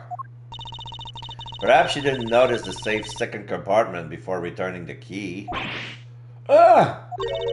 But the fact still remains that Mr. Cochin was stabbed to death. Objection! But you have no definite proof that it was Kay who committed the act. Hold that. Actually, I do. I saw her holding the knife she used on the victim with my own eyes. What? Allow me to tell you a bit more about the evidence that will put her away behind bars. Definite evidence. The knife wound on the body is consistent with the blade of the knife. The knife with the butterfly handle is the murder weapon which the killer was holding.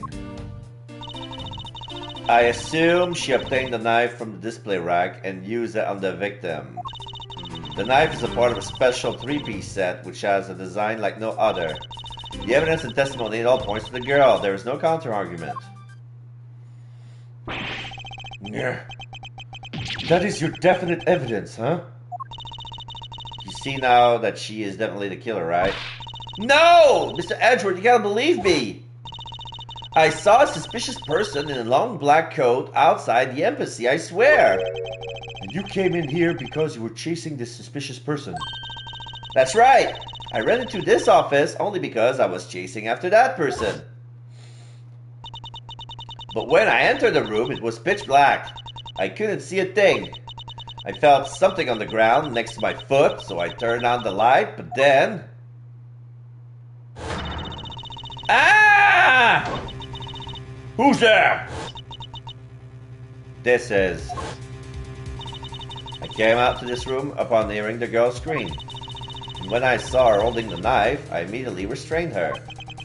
So the object Kate found by her feet down the floor was the murder weapon?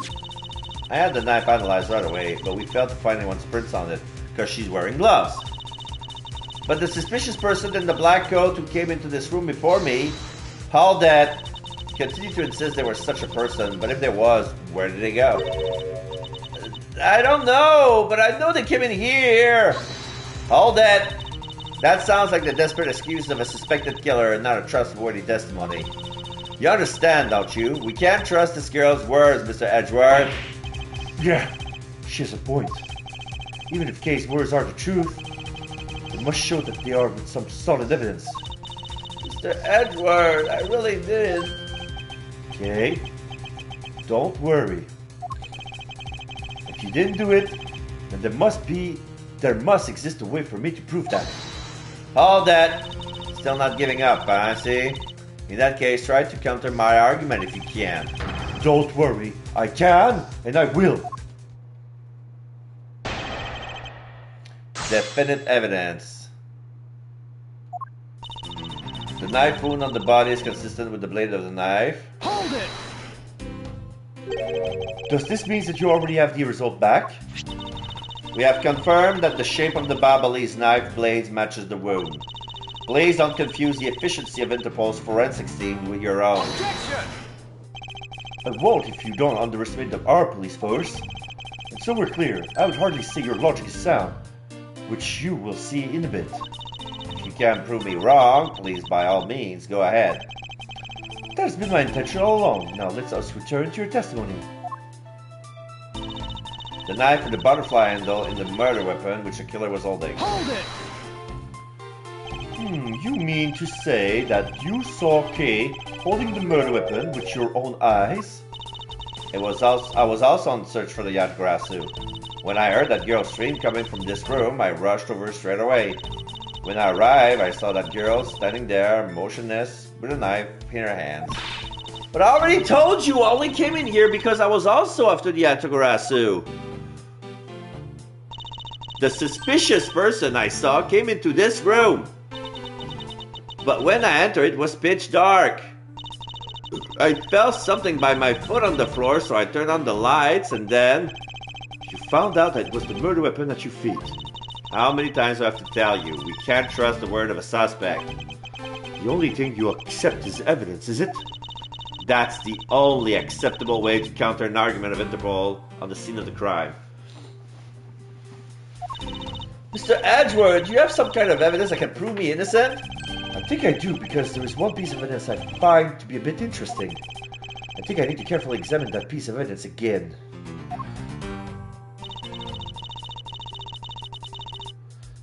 I guess it's here. Can I examine it? It says I looked over it. Yeah, I can only check the handle and the knife, but I cannot. If the handle is to be easily removed, they won't allow me to remove it to check, because I need to check the inside of the blade for a special marking. I'm going to present it in any case. Objection! No.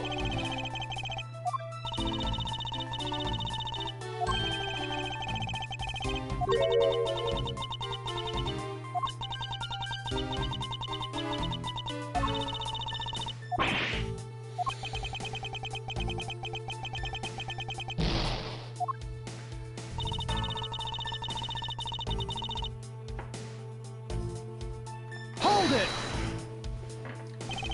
I ask that you please refrain from speculation. It's a sound hypothesis derived from the evidence. There's no room for debate. Hold it! Hold it! Mouse Edgeworth! Know that an ungraceful loss will not be tolerated, my subordinate. Now rebut our hypothesis with factual logic. Otherwise, what was your investigation for? Yes, you are correct. Thank you. Heh! Helping a subordinate out with advice is the job of any good supervisor. She seems to be rather enjoying herself, but she is correct nonetheless. Agent Shina, please continue with your testimony. The knife is part of a special three-piece set which are designed like no other. Hold it! About the three-piece set, is there really no other like it? Well, let's ask Ambassador Palino for more details, shall we?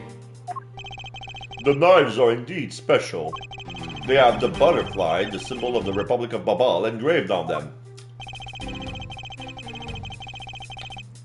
And because there are only 3 of them in the world, they are very, very valuable.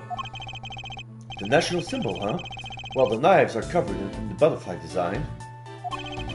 Along with the Alabastian set, our respective countries only have 3 knives each. I see. Are you satisfied now? If so, let's continue. The evidence and testimony all points to the girl. Hold it! No.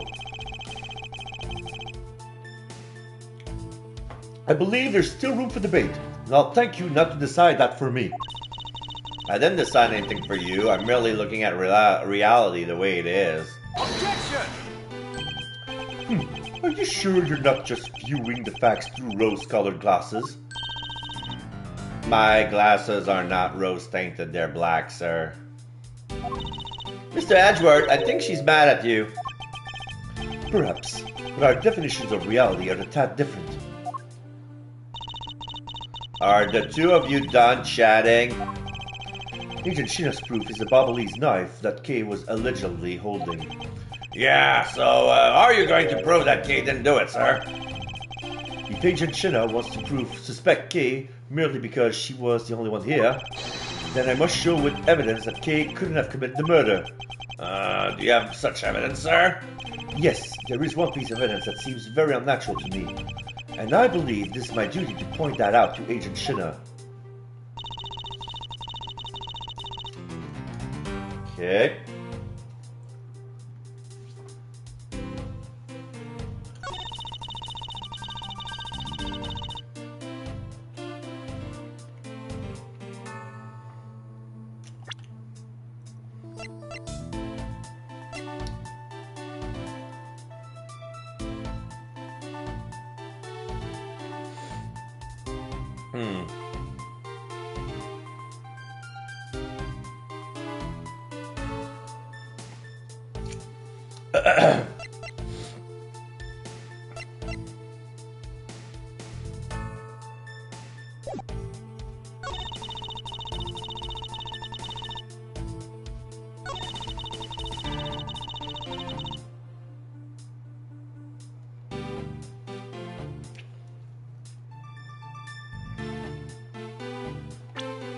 Still gonna present it. Objection! No.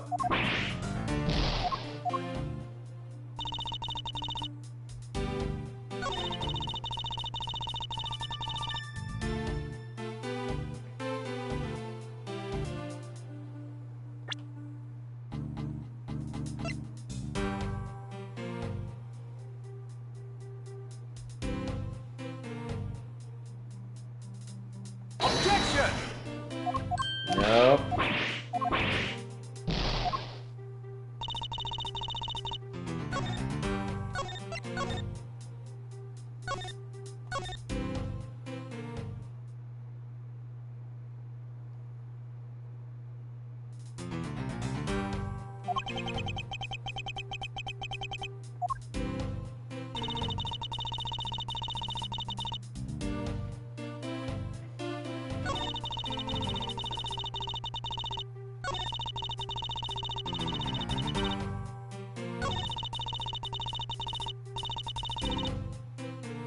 Hold it!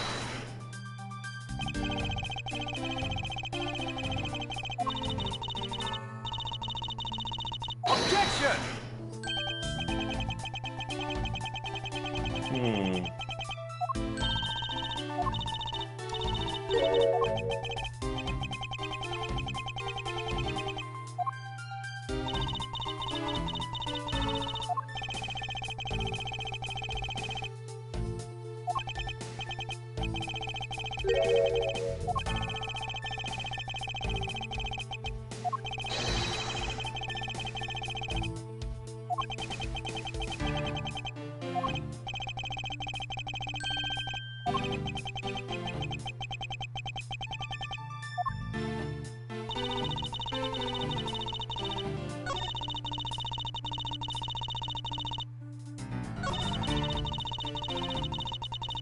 She wasn't really holding it. She said in her testimony that the knife was by her foot, so she never saw her holding the blade.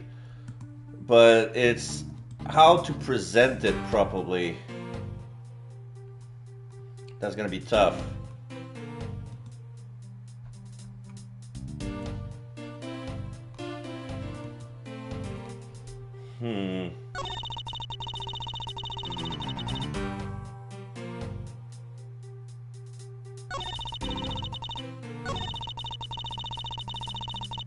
Hold it!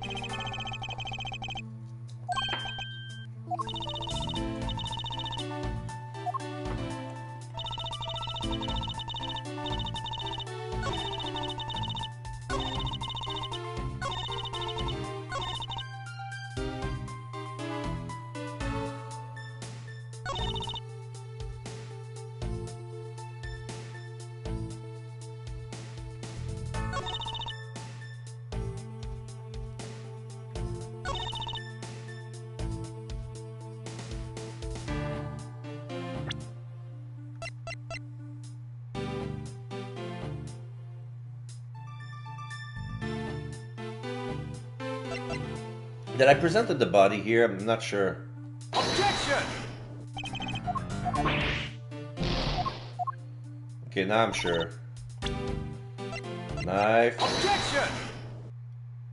Wait, I thought I already did.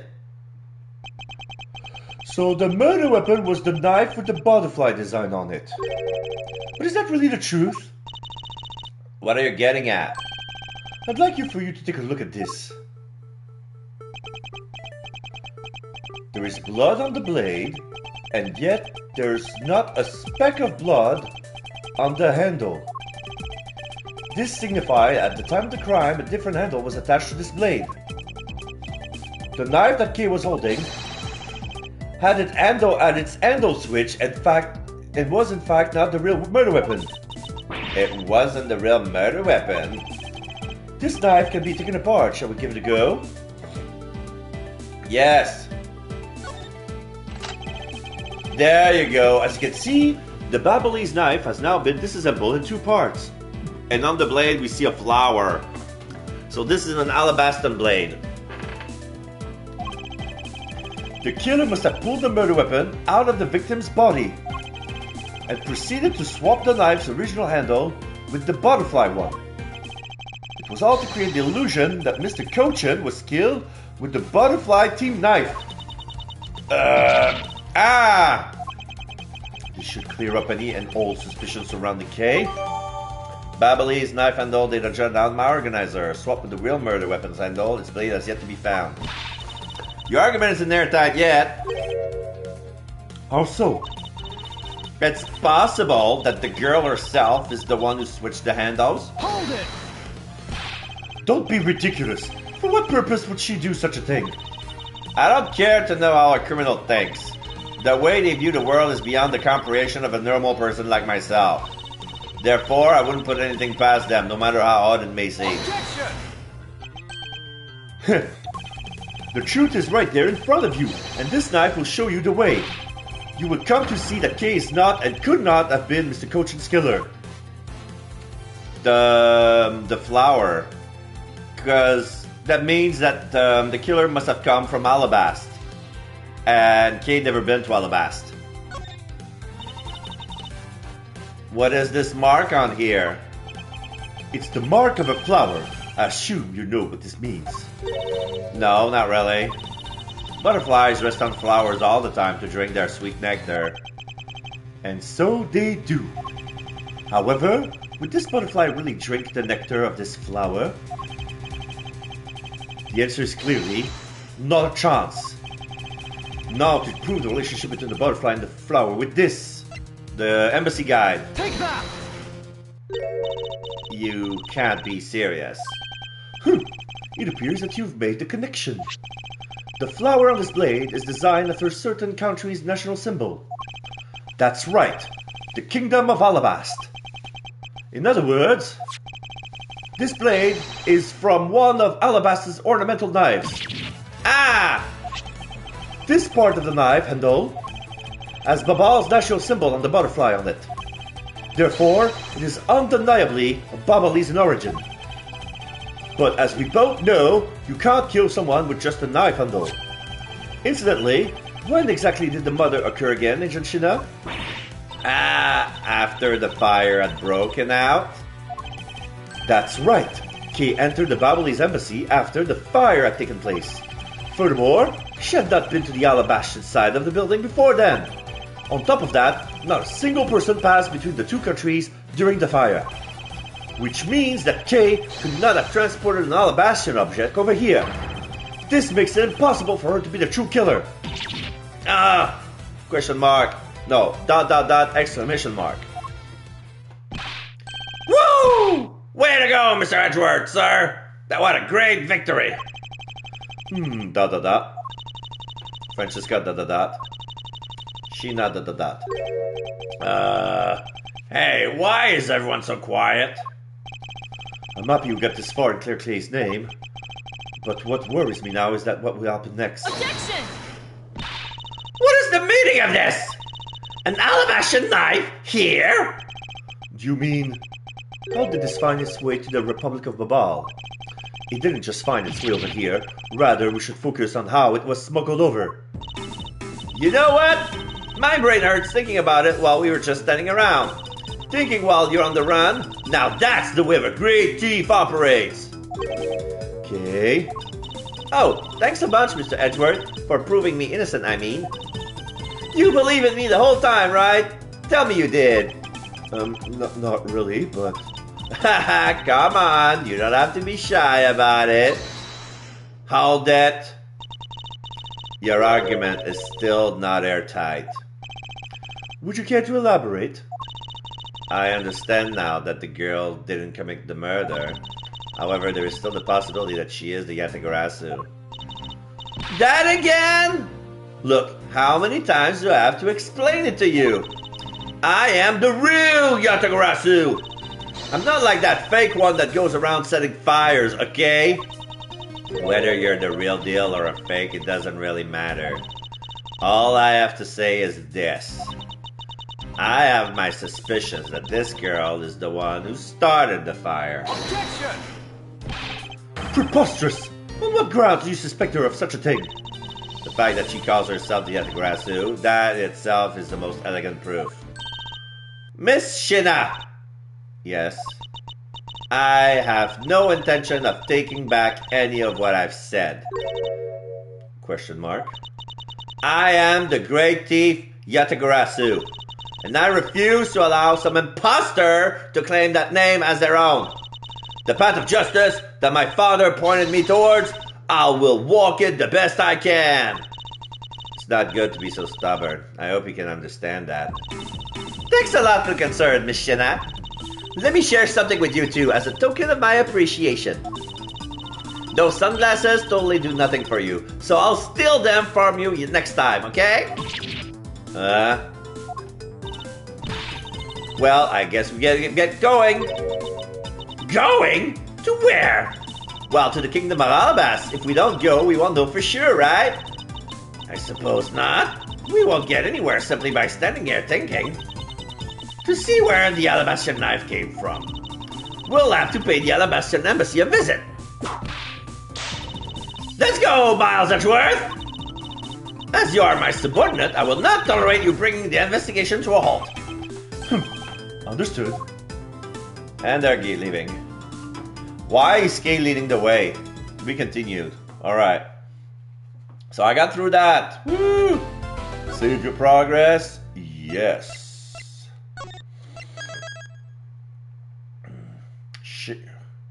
Shilong Lang pushes back. This is the name of the small chapter. March 14th, 7:44 p.m. Theatrum Neutralis lobby. Oh, Lang is here. It is 99 officers. Count off! 1, 1, 1, 1, 1, 1, 1, 1. 1, 1. That's dead. Shifu! 99 call out. So all 99 members are most likely here and accounted for, sir. Hey, you. Yeah, you, the second number one from my right. Yes, sir? Here. Birthday present for you. What? You remember? Aw, shoot. Shifu, I didn't know that you do all of our birthdays. What a kind heart you have, Shifu. You are more of a man than will ever be, sir. I'm really sorry, but it's not my birthday.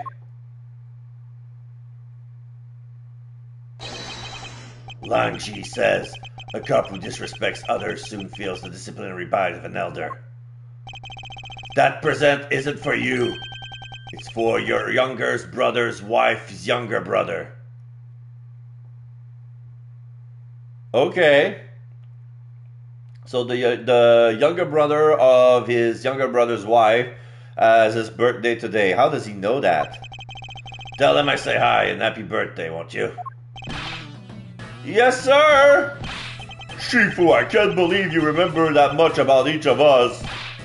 Shifu, I'm so moved that I can't stop crying. Rubble, rubble, rubble. Everybody salute. Oh, 7. Should probably leave them to their alone time. Alright, meeting's over. Everyone, head for your posts. Dismissed! Sir!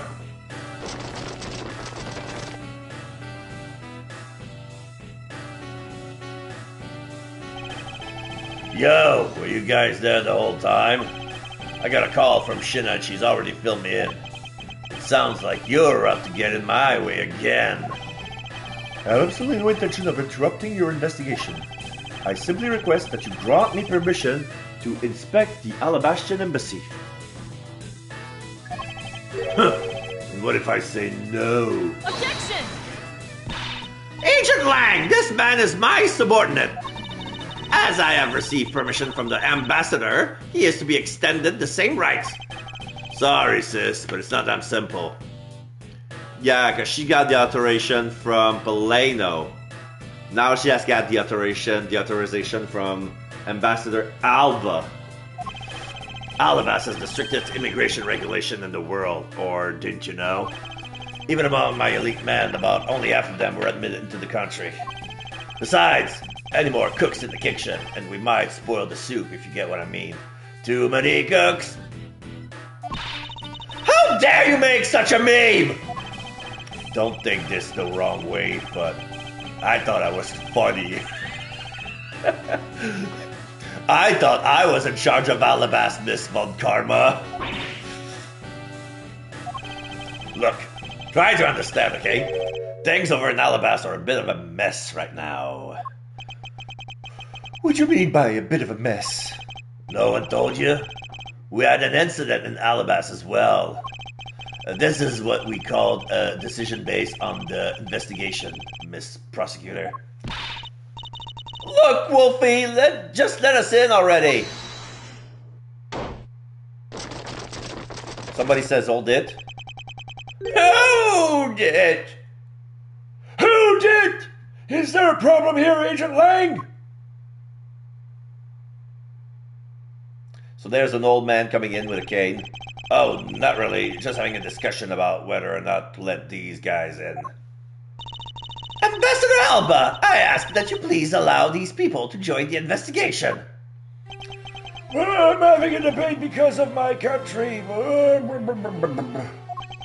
I'm terribly sorry for placing you good people in that kind of situation.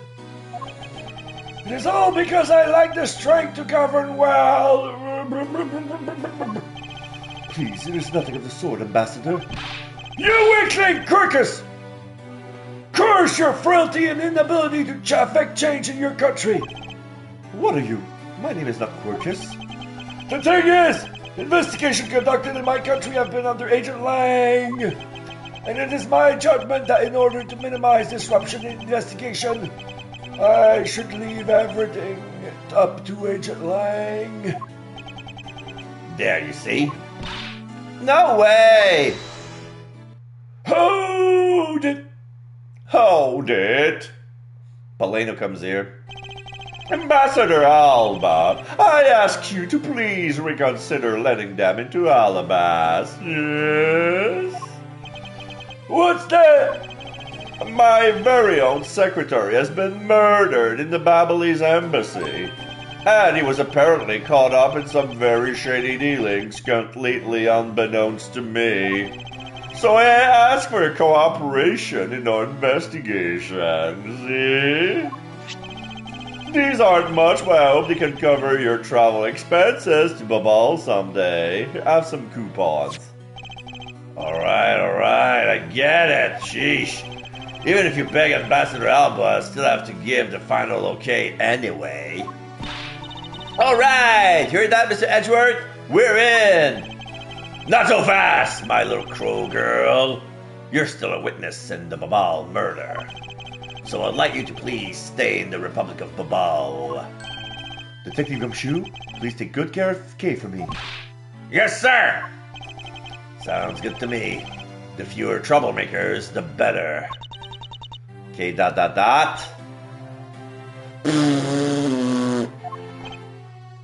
Gumshoe. Yeah, what she said. Sunglasses.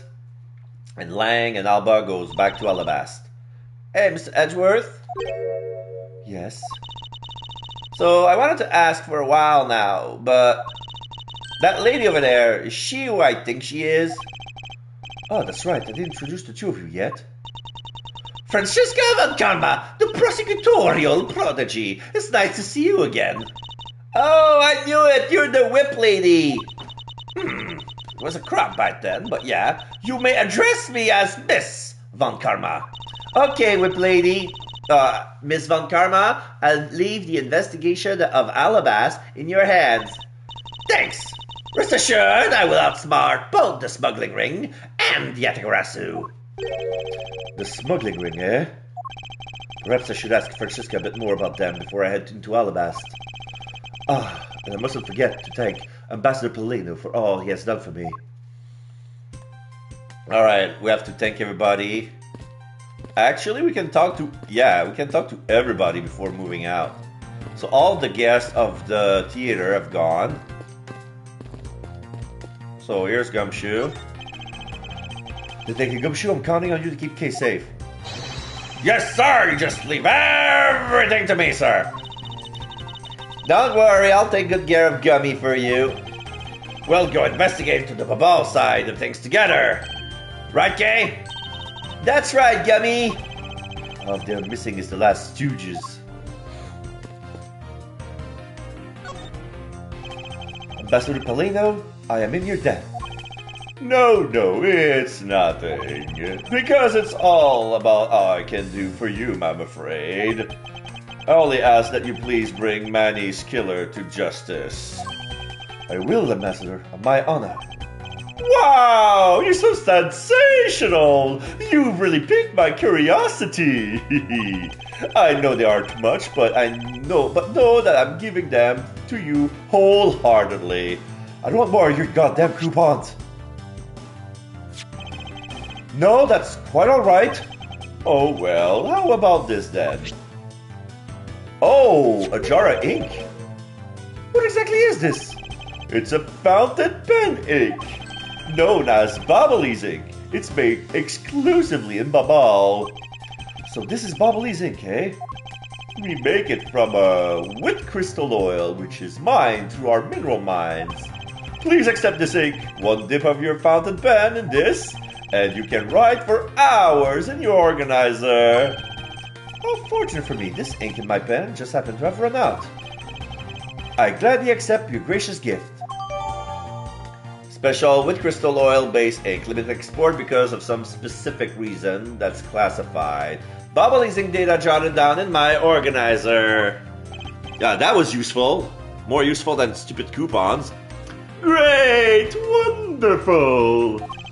I guarantee to you that writing with our ink is an unforgettable experience. And since we don't export it, if you run out, you're always welcome to come and visit our fair nation. Ah, see, that's how it goes. Talk about cornering the customer along with the market. Huh. Alright, let's go talk to Francesca. You've made so much progress in your investigation in such a short period of time. Kudos. It's truly amazing. Agent Hicks, whose help I had requested, was cut down before he completed his task.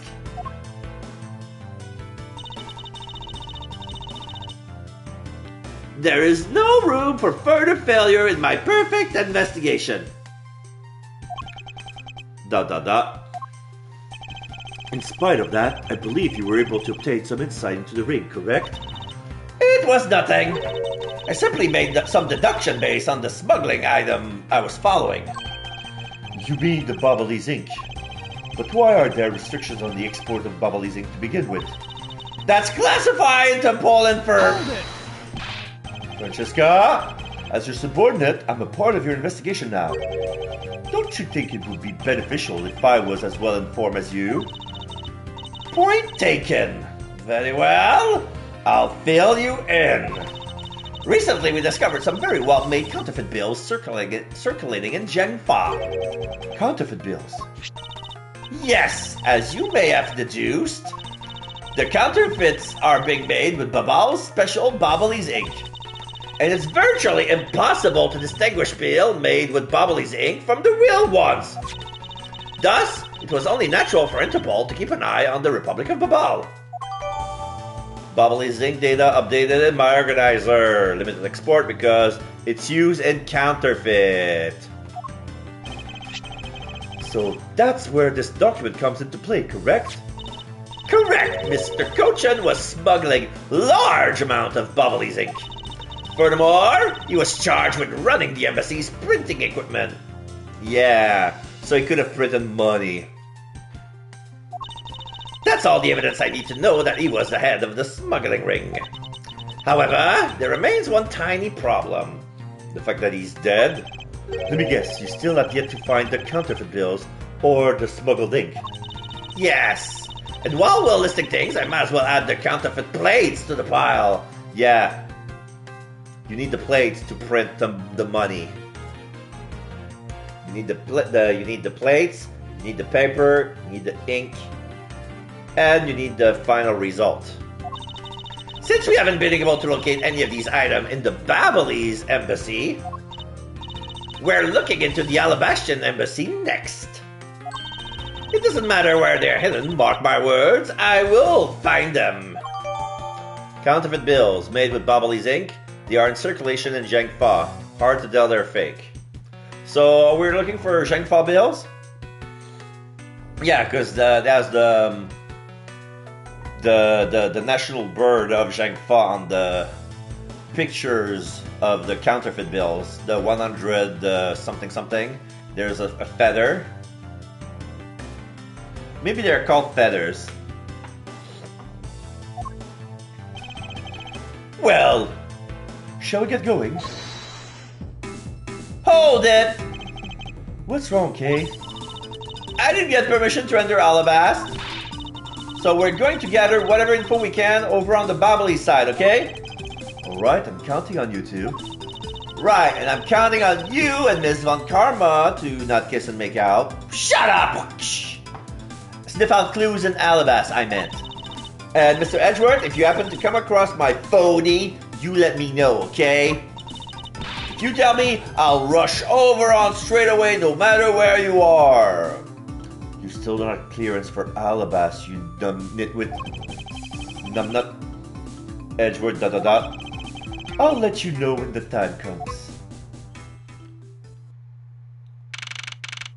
March 14, 817, Alabastian Embassy, Ambassador's Office. Oh, there's another body there as well. Looks like a Mask the Mask. And there's the Steel Samurai right here. There's the spear that's been bent. There's a sword. There's a crossbow. And they have their own 3 blades. There's a picture of the Steel Samurai with Alba. Yeah, and they have their own statue. The ceiling fan is still on the floor. It's not a mess like on the other side. The rooms look the same. They're mirrored to each other. Whoa! The Steel Samurai just bumped into him, just like that.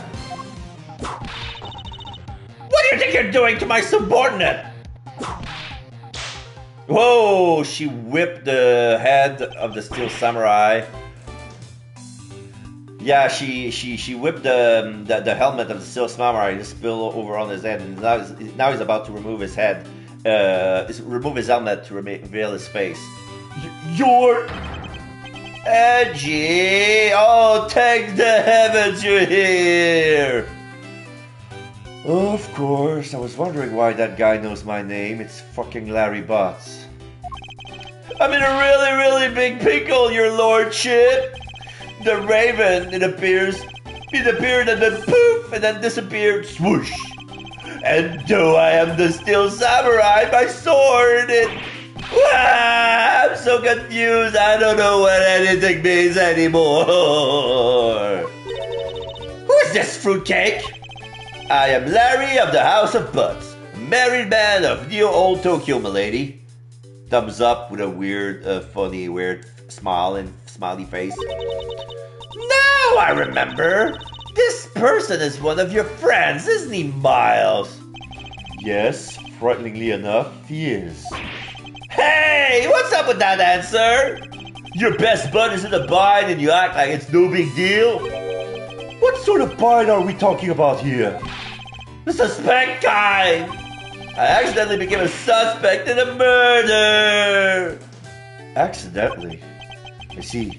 That is quite the bind. Now that we're in the least bit surprised. Yes, I pretty much expected this news. From the instant I saw this unlucky face.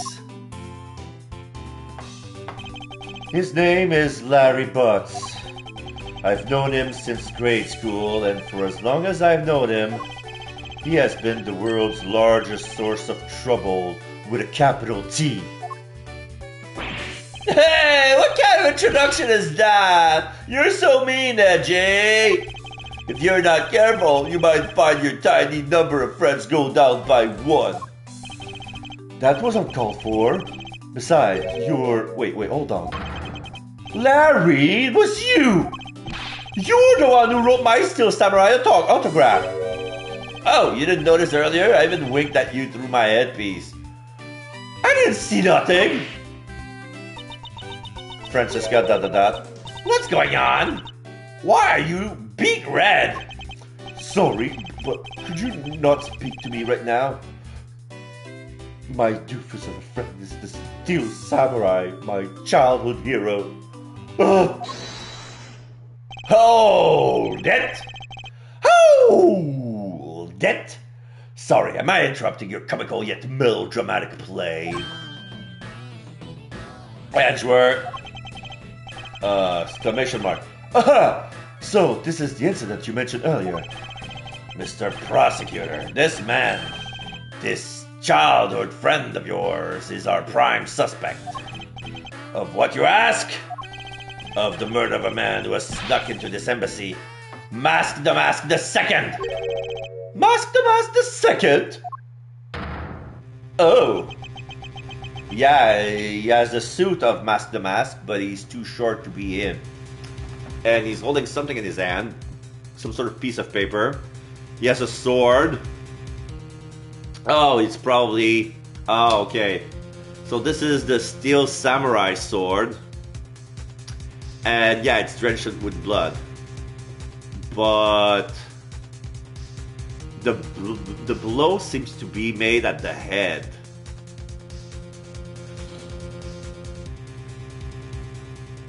Quercus Alba. Ah, okay. When Alba was yelling at Quercus, he was yelling at himself. I see. ... Only Larry would get himself in yet another mess as fine as this. When it smelled like the bots... No. If something smells bad, it's usually the butts. Something like that. No matter what the facts seems to say, Larry is not the time to commit murder. Still, it's a rather daunting stroke of misfortune as struck. I have to prove that Larry Botts is innocent of all wrongdoing. Shifu, we have identified the victim. Good work. I'll take that report now. Agent Long, would you mind if I took a peek at this as well? What did I tell you earlier, Mr. Prosecutor? Don't get in my way! There's only enough flesh here to feed one wolf, and that one is me! So no, you may not take a peek. But Agent Long... Hold it! Detective Bad is here. I'm bringing one of my lollipop. Agent Lang, will you allow an investigator such as myself to take a look? Yes, of course. You let the detective see the file. The MIB goes towards Bad. You're Detective Bad.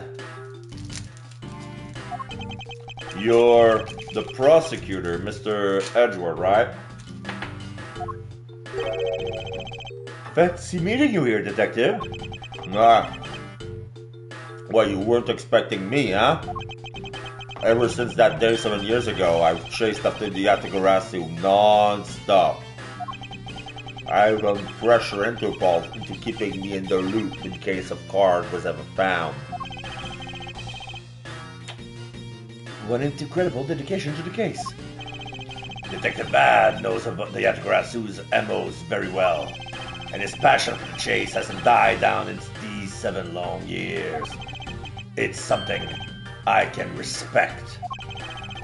But, Detective Bad, I must ask, are you going to make an ally out of this prosecutor?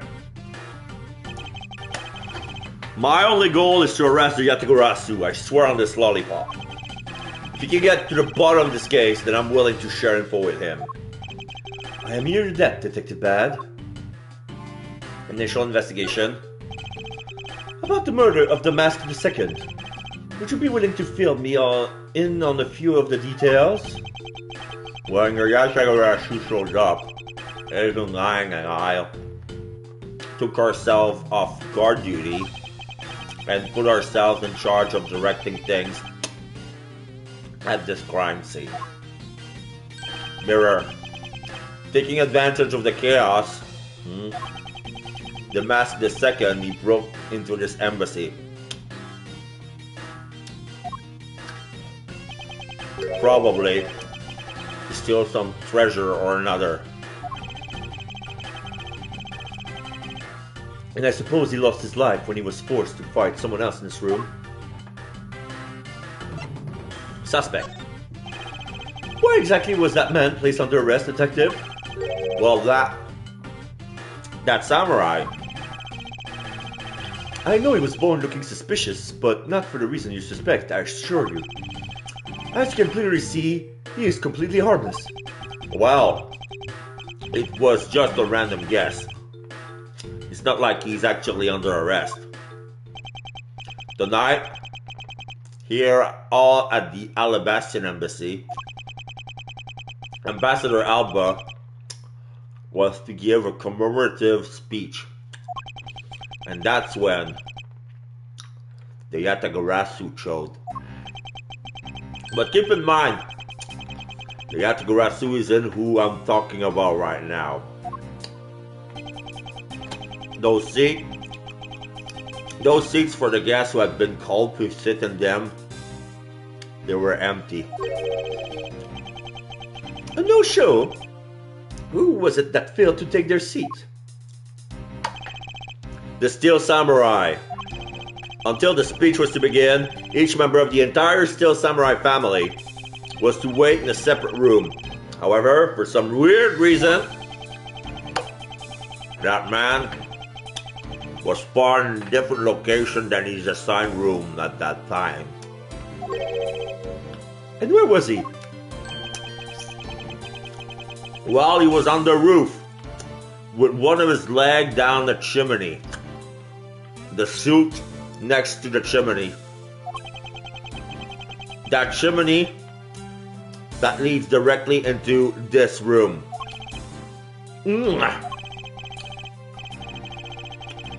Larry Butts, you've really outdone yourself this time. What were you thinking? In any case, I believe it's high time for me to start my investigation. Begin investigation on the Bastion Embassy Ambassador's office. Okay, let's start with the door. Grandfather clock. There were a grandfather clock just like this one earlier in the Babalese embassy. You know, symmetry is a fine thing, but their interior design really suffers for it. Really? I think this clock actually fits the decor of this room quite well. I suppose the wood that suits the all-natural atmosphere of this room. It's designed that the material it's made of strikes a good balance with the plants. Hey, you two! Now's not the time to be talking about interior decorating, you know. Hurry up and save me! Be quiet! This is all part of my elite investigation. All you need to do is be quiet and watch. Actually, I do believe Larry has a point for once. I just realized, like, there's a lot of green. There's a lot of plants. There's some little shrubs over here. And this looks like a bonsai that's been trimmed to look like Ambassador Alba's face. So now, of course, I'm talking to Larry if I want to interact with the plant. Larry, there are a few things I need to ask you about. Hey, how about that? I've got a few things I've got to ask you too. What is it? Well, it's like, both you and him. How is it that the two of you always manage to have some cute, hot girl by your side? You know who I'm talking about. Francie, how about that promise you made to me? Promise? What promise? Well, the one where you said you would model for my next book, Francie's Whippity Whip Trip. I made that promise to Maurice LeBlanc. What was his name? Maurice LeBlanc? Wait. What was the last name? Donim. I made that promise to Maurice Donim, not the Steel Samurai. Yow! I made no such promise. Ever since grade school, we had a certain saying about Larry. When something smells, it's usually the butts. One needs to look no further for this man to find the king of troublemakers. Steel Samurai? As I recall, aren't you calling yourself Maurice Donim now? Oh, they changed how they pronounce it. They changed Donim. Before it was D-A-U-X to make a dough. Now it's like D-O-U instead. Maurice Donim now. That's, oh, okay. Oh, you got it wrong. Aren't you calling yourself Maurice Donim now? That's Donim. Maurice Donim. D-E-A-U-X-N-I-M. Get that straight in your head, Edgy. Ow! Don't talk back to my assistant like that. If I remember, you're that rude, pale imitation of a real artist. No. You got it all wrong. I gave up on that whole Maurice business. Besides, when Bangelina left me and my heart in pieces, that's when Mindy walked into my life. She's been so good to me that I wanted to help her in some way. And I figured I could through the Steel Samurai outfit. Your inane blathering makes less and less sense each time we meet. I believe he's saying that he picked up this part-time job as the Steel Samurai so that he may attempt to capture the heart of the actress who plays the Pink Princess. You got it. I knew you know what I meant, Edgy. Not really. It's not so much as I understood, but a simple deduction based on your usual modus operandi, Larry. Time of the murder. Larry, I would like you to confess right now to everything you did tonight. Confess? Hey, don't tell me you suspect me too. Nonsense. I don't believe you have the mental acuity needed to plan and execute a murder. However, we are talking about you here, so I find it hard to believe that nothing happened. For past experience has taught me that you are always at the center of some insane event. Angie, how can you be so mean, stabbing me with your words like that? Unfortunately, I don't have the time to search out for a key to unlock your heart this time. So I suggest that you cooperate and tell me what you know. Okay, I get it. Okay, so don't take the time to search out a key to unlock your heart. That's a reference to I don't have a Nagatama to play with your Cyclops. So please just be truthful to me and cut the bullshit. Just stop Frenzy from whipping me from behind. So I guess you know what I did, right, Angie? I can't even begin to imagine. However, I imagine that whatever you were up to was probably beyond my imagination. So you will tell me what exactly you did, Larry. No, not yet, Edgy. It'll take more than that to loosen my lips. Ah, a lot more! Confess! Now! No! Confess! Now! Oh!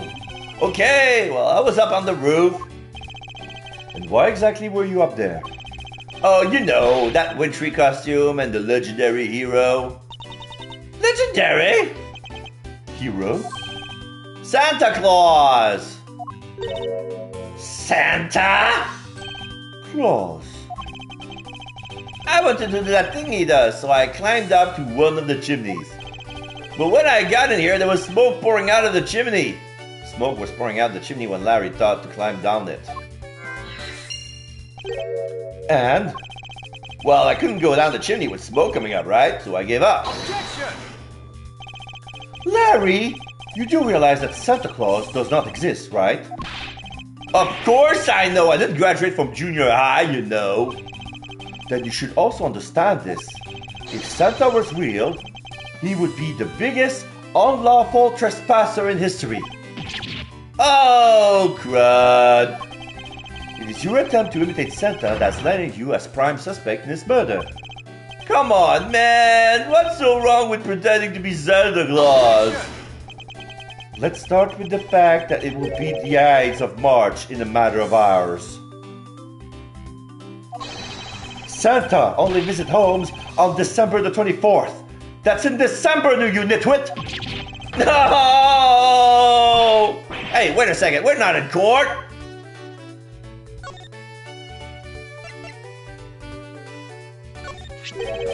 Oh, hey, it's the Steel Samurai.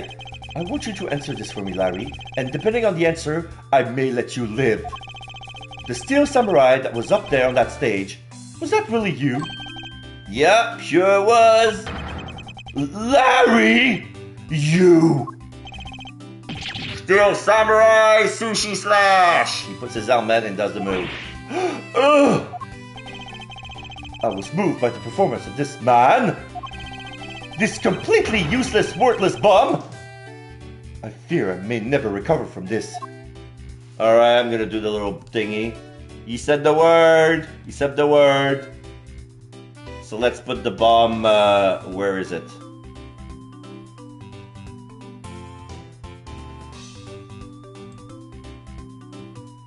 There you go, here's the bomb.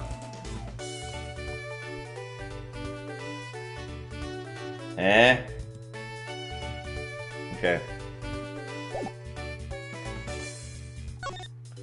Okay, what else? Oh no, I think we need to keep exploring the room. What is that plant supposed to be? Francisca, can't you see that it's supposed to be a likeness of Ambassador Alba? Mouse Edgeworth! As a subordinate, you have a lot of nerve telling me what to think. I look forward to your salary assessment next month. You are deluding yourself if you think you have any control over that.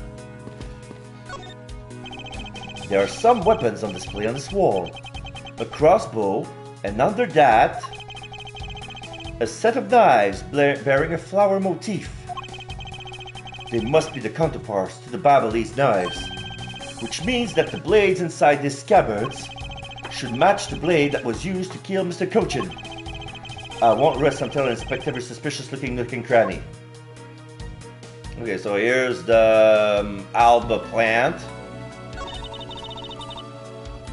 What is that plant supposed to be? Oh, it does the same thing.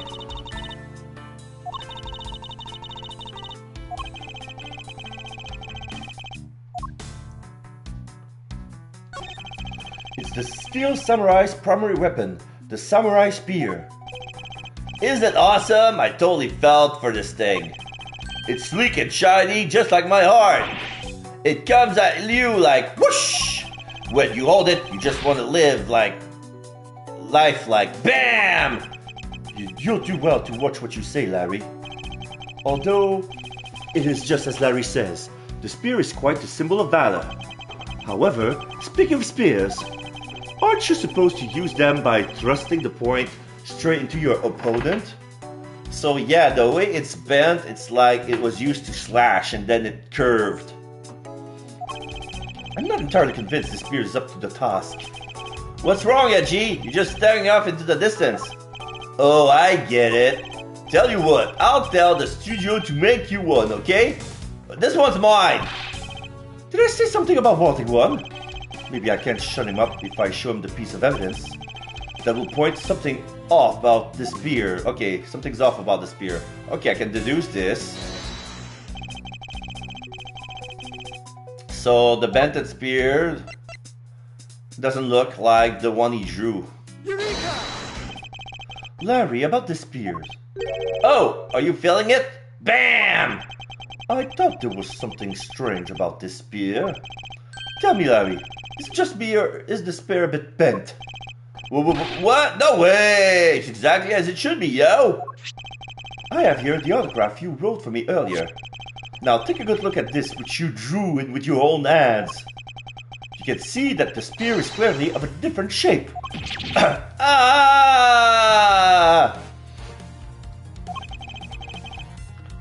What do you have to say to that? I'm sorry!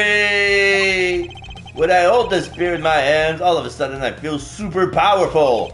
And then, during practice, I was spinning it around and around, and BAM! It hit the wall! Hold it! You unbelievable! This is an embassy! But I've always been like that, ever since I was a kid. One time, on an overnight field trip, I bought a fake sword and played with it late at night. I'm just a useless, hot-blooded man! Larry, clarify that for me, will you? Okay, so it was some field trip and I began to shadow fight with myself. Not that! I meant what you said earlier about spinning the spear and hitting the wall. Oh, that! Oh, it's no biggie. It's not like I left a hole or anything. That's not what I'm asking, Larry. The samurai spear is made of metal. I somehow doubt that the move as simple as spinning it around would cause it to bend. Man, Edgy, you're so naive. What? Where did that come from? Well, you keep calling it the samurai spear. But it's not real. You can't really fight someone with this. Because it's hollow on the inside. You could hit it against practically anything and it would bend. Is that so?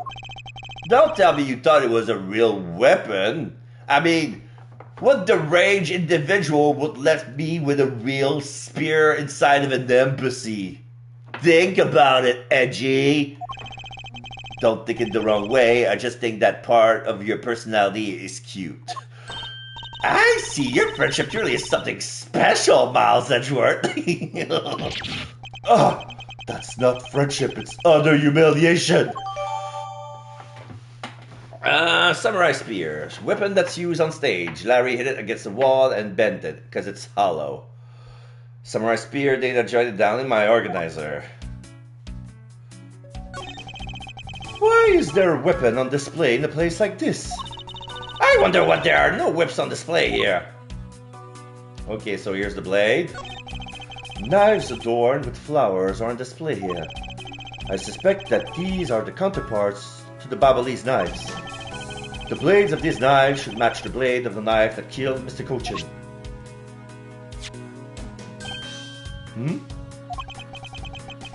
One of the knives is missing its blade. Well, yeah. Let's see if the two pieces, the blade and the handle, feed each other. Well, yeah. It would appear that they fit together quite well, almost seamlessly. Then this means that an alabaster knife did find its way into Babal. One of the handle was also a little bit dirty, and one of its petal fell off. But how?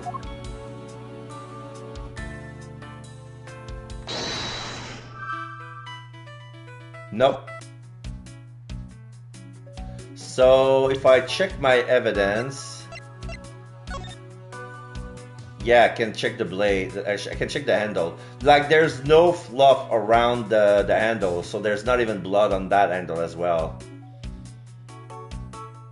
It's just a stem and a flower.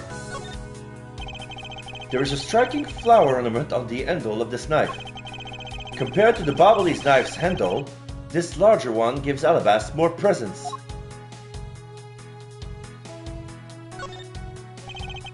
The handle of this knife was made to be removable.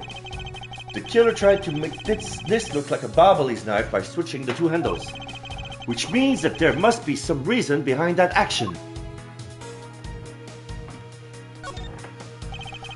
There is quite a bit of a Mr. Cochin's blood on this blade.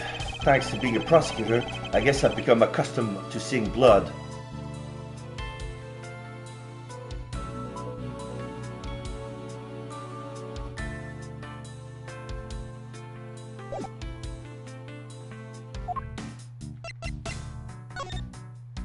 So this is the Babalese blade handle.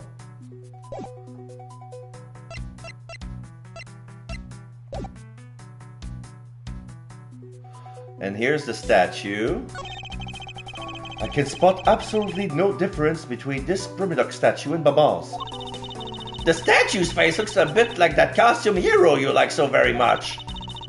I only wonder why you Americans have such an affinity for this kind of face. The statue wasn't made by an American, you know. At least I don't suppose so.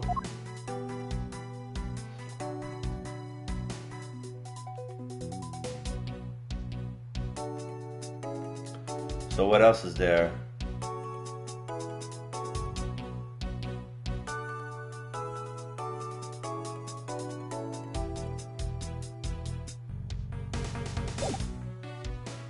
So that's all we can inspect here. Let's go talk direct to the... There was the exact same statue sitting in that Babalese officer we examined. It's the Primadoc statue. It was the national treasure of the Principality of Canopia.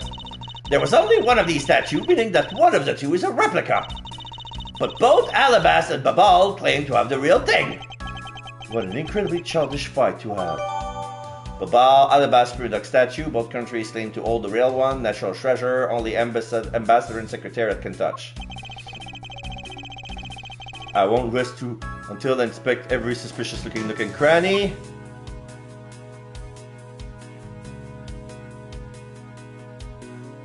So here we have another angle. Here we have the flower. The counterpart of the Babalese butterfly is the Alabastian flower. The butterfly and the flower, they're both lovely things. But can't we interpret this to mean that Alabast provides honey to Babal? Francesca, can't you come up with a more meaningful, profound comment? Very well then, let's hear what sort of profound comment you can come up with, Miles Edgeworth. Well, flowers cannot survive without the butterflies that spread their pollen. And butterflies cannot live without the nectar that flowers provide. If either one of them were to disappear from the equation, neither would survive. How's that, Miss Von Karma? Your explanation took so long that I nearly fell asleep. Well, let's continue the investigation, shall we? Francesco, why can't you just admit at something there? It's a Peridoc statue. There was one of these on the Babalese side as well. I heard it's very valuable and made of pure gold. It was their national treasure of Canopia. There was only one of these statues, meaning that one of the two is a replica. Okay, we, Both Alabast and Babald claim to have the real thing and won't budge from their claim. An incredibly shining fact to have. Okay, so that didn't change.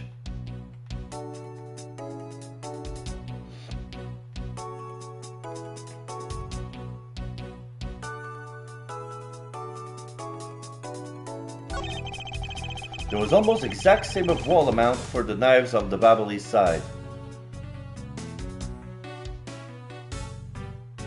The wall mount. But I can't see any of the details from this distance.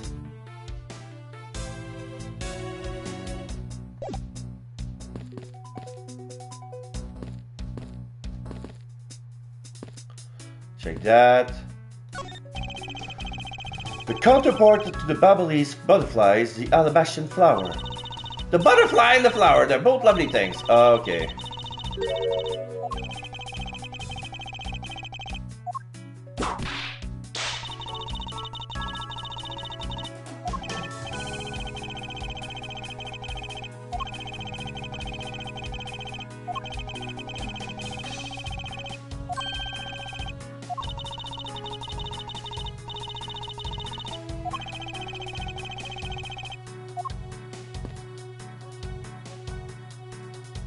Can talk to Francesca. I examined the statue.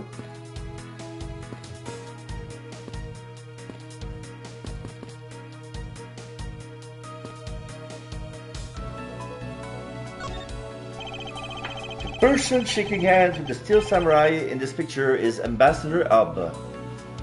Oh.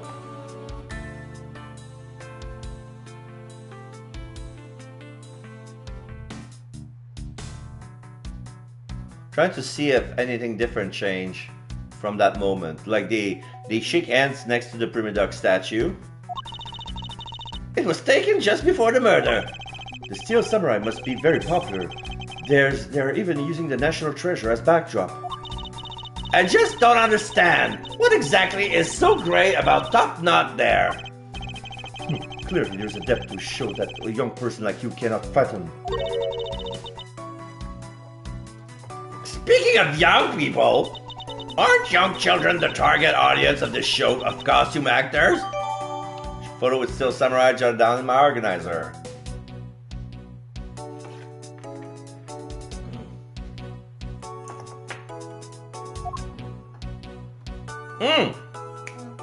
I get it now.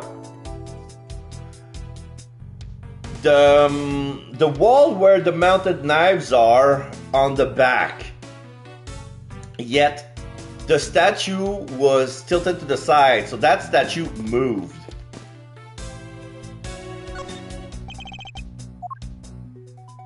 Yes, I can deduce it. So I'm gonna compare this statue with the photo. Eureka! Look at this photo and tell me what you find odd about the scene, Miss Von Karma. The apparent joy of the ambassador's face as he shakes that Top Knot's hand? That's not it. Trying to point out that the statue in the photo is facing a different way. You're right! This statue is a national treasure.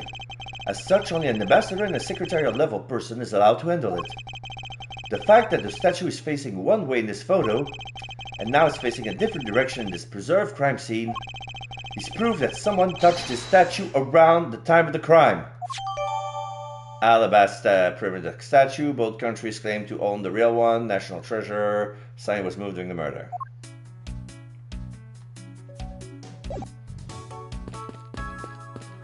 So here's the fire. It's a fireplace, and by the looks of it, I don't think it's been used recently. Yes, I can't say that I see anything unusual about it. Well, there's a testimony that proves otherwise.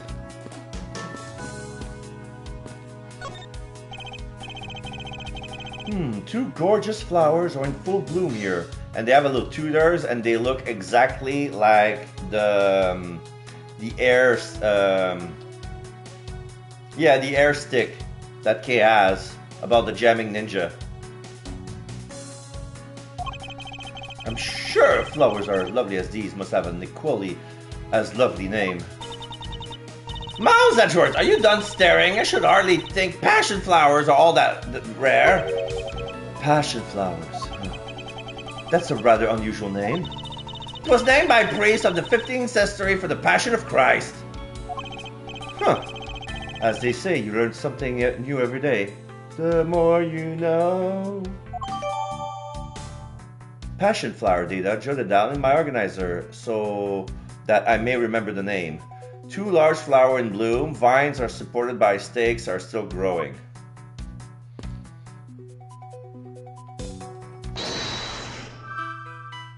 Nope. This must be Ambassador Zalba's desk. His notebook is open on his desk. He must have been in the middle of some important work. Sapling growth long. It finally sprouted today. Funny, doesn't look like important work to me.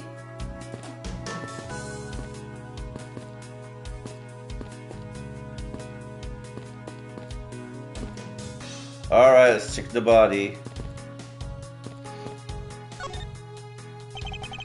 So this is the victim, Mask the Mask the Second. What is with this gaudy outfit? You don't know about Mask the Mask? A few months ago, this thief caused a lot of havoc on the populace. So, this thief is separate from the Yatagarasu? I thought they were for a while, because their MO and targets were different. The mask likes high-value trinkets and jewels, and being gaudy is his signature. Gumshoe was in charge of that investigation, so he would know more about the mask. That's alright. All I probably hear are tales of his failure anyway. You haven't changed a bit, I see. In any case, let's get started there, shall we? I won't rest until I inspect every suspicious-looking nook and cranny. Okay. So here we have the hat. There is not a single shred of fashion sense in the mask's costume. Well, at least I can appreciate the great effort he must have put into making it. You two don't know? You can buy this costume almost anywhere now. It's been sold? Since when? Well, since around New Year's, the streets are practically flooded with them. Turns out, the mask is a lot more popular than I thought it would be. I can't believe that foolish fool would dress in fool's clothing to act foolishly. We got your point about three foolishes back, Francesca.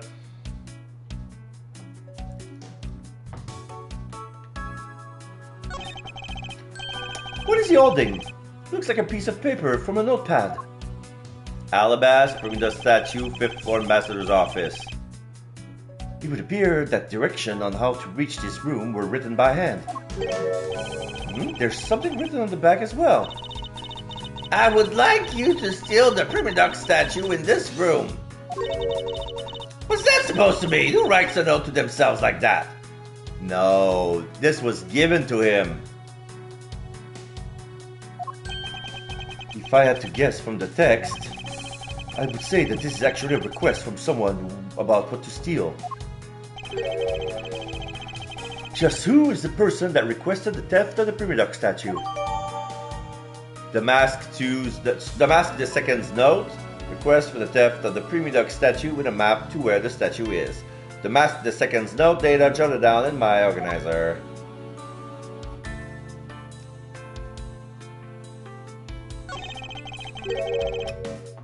I thought that the Mask had quizzed the business. Well, this guy, he's just a copycat using the name. A phony successor, I quote. He's just another petty thief. His real identity is an out-of-work guy by the name of Casino. Oh. Casino. It's Casino. Goes by the name of Casino. He's 29, and he's wanted on larceny charges. From his clothes and what he was carrying, we determined that this guy is the real Damask II. The cause of death appears to be the loss of blood from the back of his head. It seems that he was struck with something very hard. In other words, he was bludgeoned to death. Bludgeoned? Like with a blunt object. So the sword could not have been the murder weapon.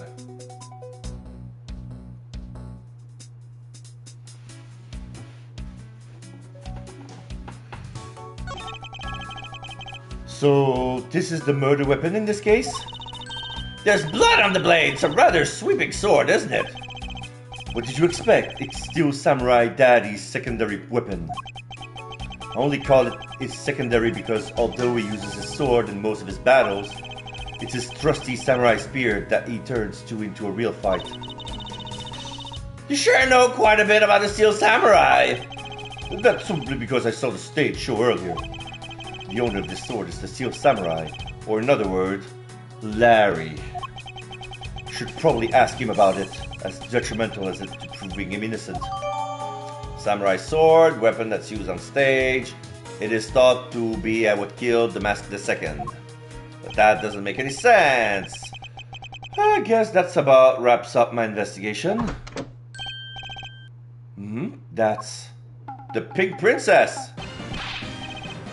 Yo, Pink Princess, how you feeling? Still filling in? Still feeling ill? ...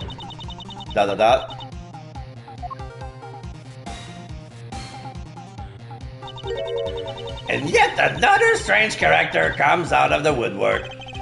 And so the Pink Princess also comes to pay the Alabastian Embassy a visit. I believe I may need to speak with her as well. Oh, I want to talk to, Okay, I can talk to the Steel Samurai about the murder weapon. Larry, about the samurai sword that was used as the murder weapon. Oh, that. Well, I shook hands with the ambassador in this room, you know. Yes, apparently you did. And, well, I totally forgot about it and left it behind when I left afterwards. You want to talk about shock? I was the one most shocked of all when I heard it killed someone. I was shocked! Foolish fool, looking especially foolish for foolishly stating such a foolish excuse. You forgot to take something that big with you? Who would have believed such a tale? Hold it! No, I would. That totally tracks with Larry. Sorry, Miss Von Karma, but I believe him. Because if anyone could forget something like that, it would be Larry. Edgy! Oh, you believe me? I just knew that our friendship is something special. Anyway, even if Larry had simply forgotten the sword and left it behind, that in no way clears his name. Which means that I will have to prove his innocence from a different angle.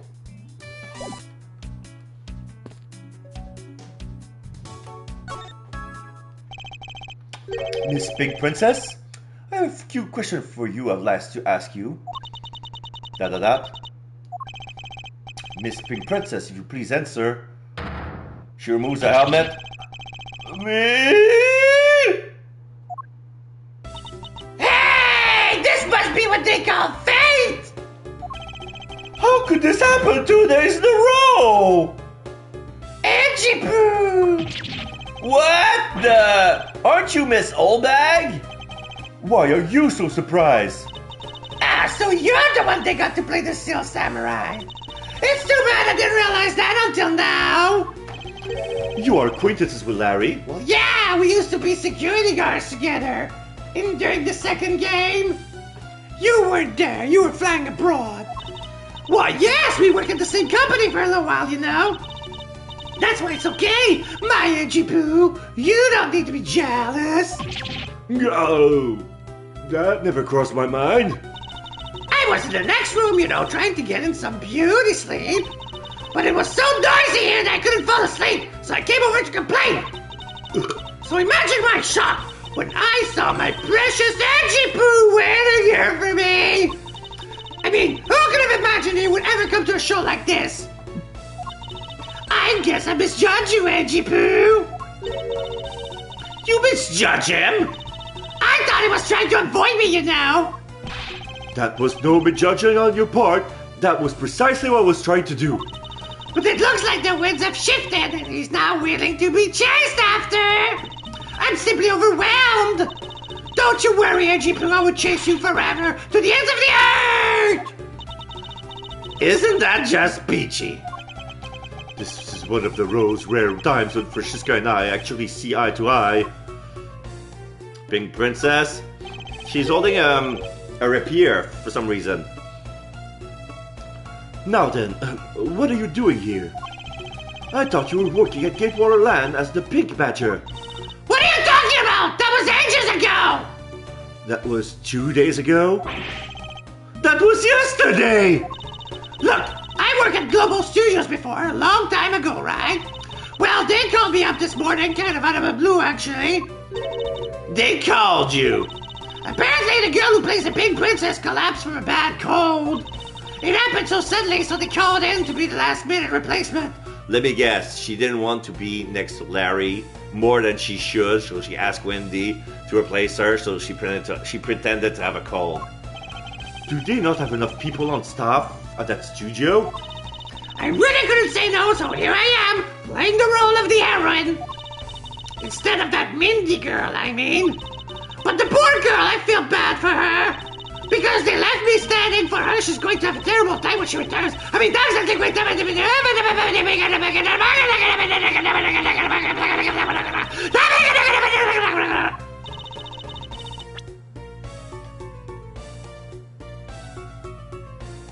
It's not exactly great at reading that strange font they use. Plus, I was called in to be a standing at the very last second, so I tripped over all the most important lines. I threw that ragdoll instead of the shuriken, hit the Steel Samurai instead of the enemy, and the audience was in an uproar. But as an avant-garde actress, they will forgive me because I tell you, they're really such a bunch of simpletons.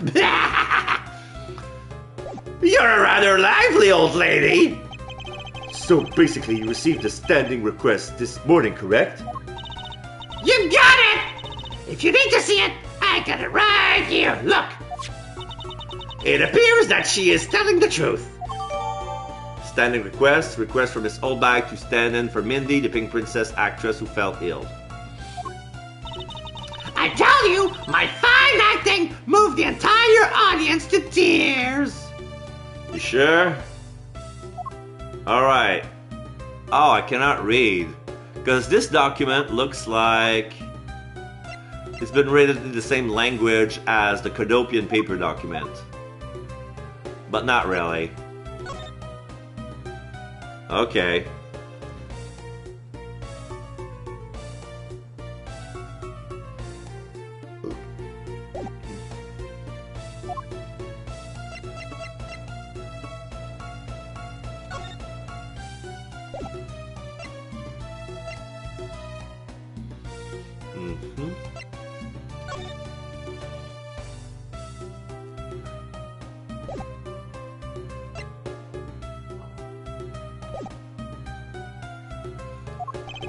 Yes, tears of laughter as I recall. But being famous is its problem too, you know. Here, take a look at this. Question mark? It's a letter from a stalker. Wendy, I'll be descending on you from above tonight. Sign your lovely night. Oh dear. I think the penmanship is similar to Larry's autograph. I was just taking my break when I found this stuck under the door to my room. Honestly, we really have to watch out for these kind of things. Look at what it says!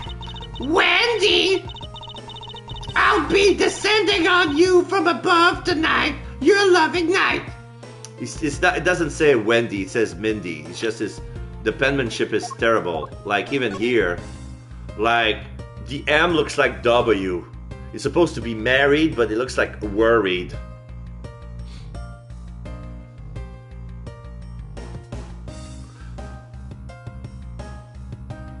Yeah, even the Edgeworth looks like Edge North.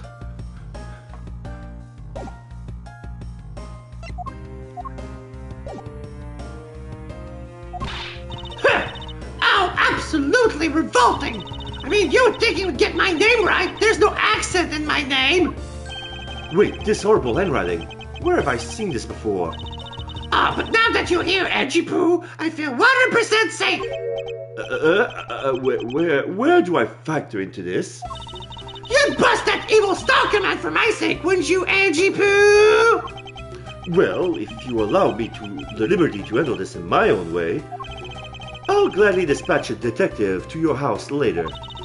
Oh, come on, Edgy Poo! Stop being so dismissive and playing hard to get! Letter from a stalker data jotting down my organizer. As mistake from bad penmanship.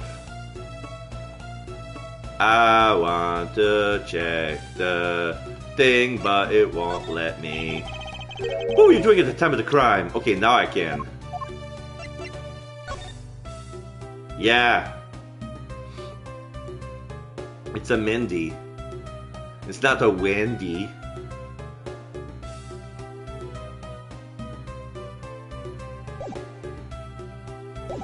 What were you doing at the time of the crime? What crime?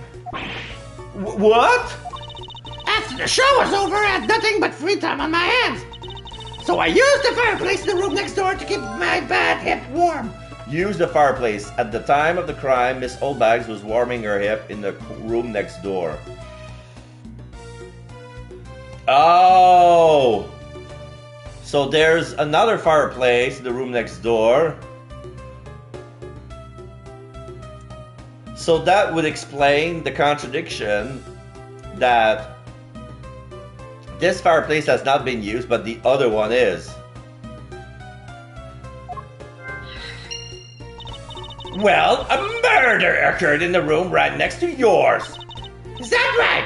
Oh, Edgy Poo, I'm so scared. Hold me, caress me. Hold it! If you could please not cling on to my personage.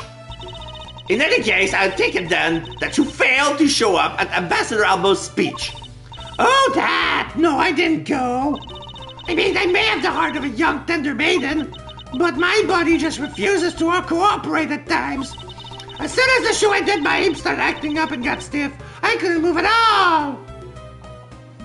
Yeah, I think the fans said that they heard a crack. They heard the hip crack during on stage. Can you provide proof of your condition? Oh, you just go out ahead and ask the doctors in the infirmary. They're the ones who carried me from the theater all the way to this embassy. I have to admit, the thought of her not being able to leave that room is rather pleasant. Prosecutor Von Carbom, I've bought the police dog as requested, sir.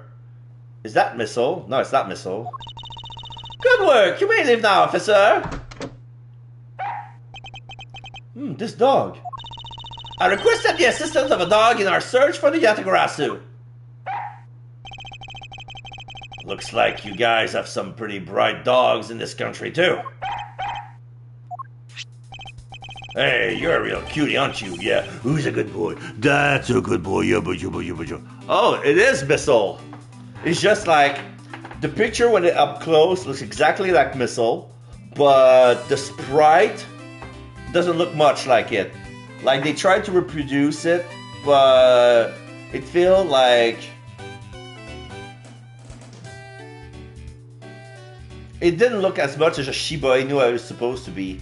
But wasn't Missile a Pomeranian? Oh no, wait, the Pomeranian is in Ghost Trick. My bad. Hey, that's the police dog Gumshoe's been taken care of. I think his name is Missile. Yeah. They have the same name. What a fitting name for a police dog that dashes out in front and attacks. That action alone isn't exactly what's going to solve the case for us, you know. Now, Missile, I want you to find some clues. Go! Yeah, checks the fireplace. Found something. Good dog! You really are quite bright, aren't you? Unlike a certain someone I know. Now, what do we have here? What is this? Looks like a small hot dog, but... Yeah, it's a samurai dog. Because there's a brand. Like the bread has been branded with the face of the Steel Samurai on it. And it has chopped onions, some lettuce, and mustard. Oh! Wait, Francisca, isn't that an official samurai dog? Grrr! Mine! Mine! Oh no, bad Missile! Bad! He ate it. I wonder if it's alright for him to eat that. Well, as long as it's not chocolate in it. It's just a meat substance snack featuring the Steel Samurai. I'm sure it'll be fine. That's quite a bit of information you gathered there in a simple quick glance. We should really be focusing on why there was a samurai dog here in the first place. Looks like that snack wasn't all that Missile found. What do we have here? Looks like a shirt. It appears to be a lady's undershirt. I wonder if Ambassador's album might have an interest in cross-dressing. I somehow doubt that. It doesn't look like the shirt would even fit him. This is the shirt that belongs to Wendy, I'm pretty sure. A samurai dog and a lady's undershirt. What are these two items doing in a room like this? Given the circumstances, the lady's undershirt could only belong to one person. I suppose I should just get this over with and ask the owner of said undershirt about it. Lady's undershirt found in office fireplace. Only one person in there who would own such a shirt. Okay, let's go with the logic. Smoke from the chimney. Fireplace to use.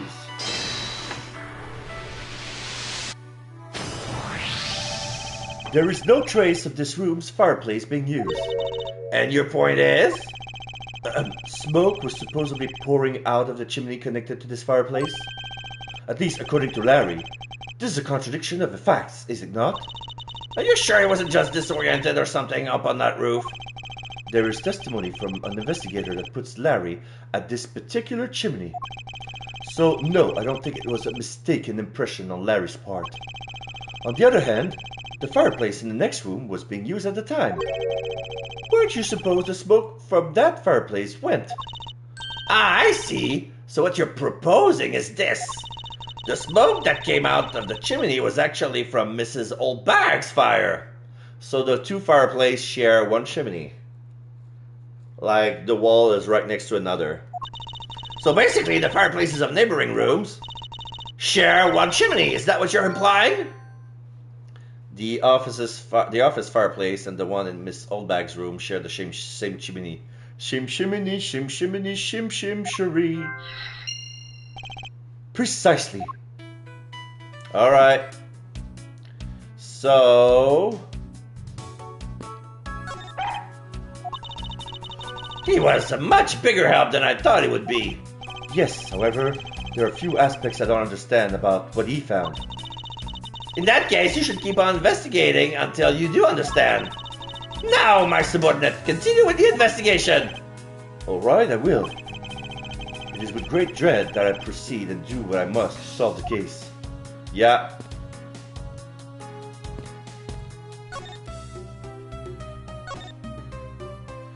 Let's present the lady's undershirt.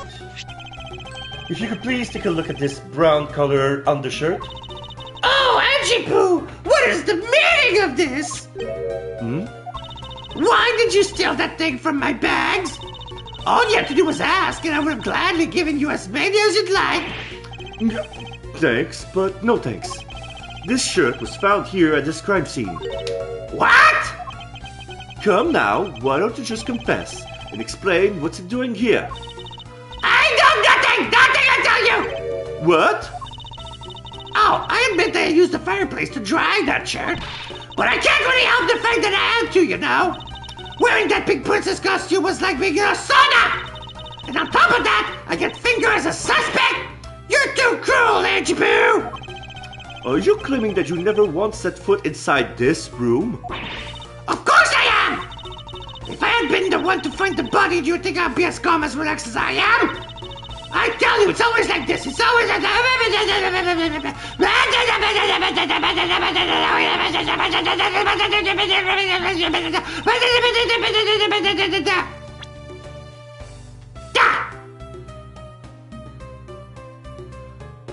It's always my fault for some reason or another. That weekly tabloid article is missing. Oh, the camera is missing. That lawyer always makes sure it's my fault they're missing. Speaking of missing, there's the murder of my husband. Can you believe when we got married he said, I guess I'm stuck marrying you? What kind of way to propose is that?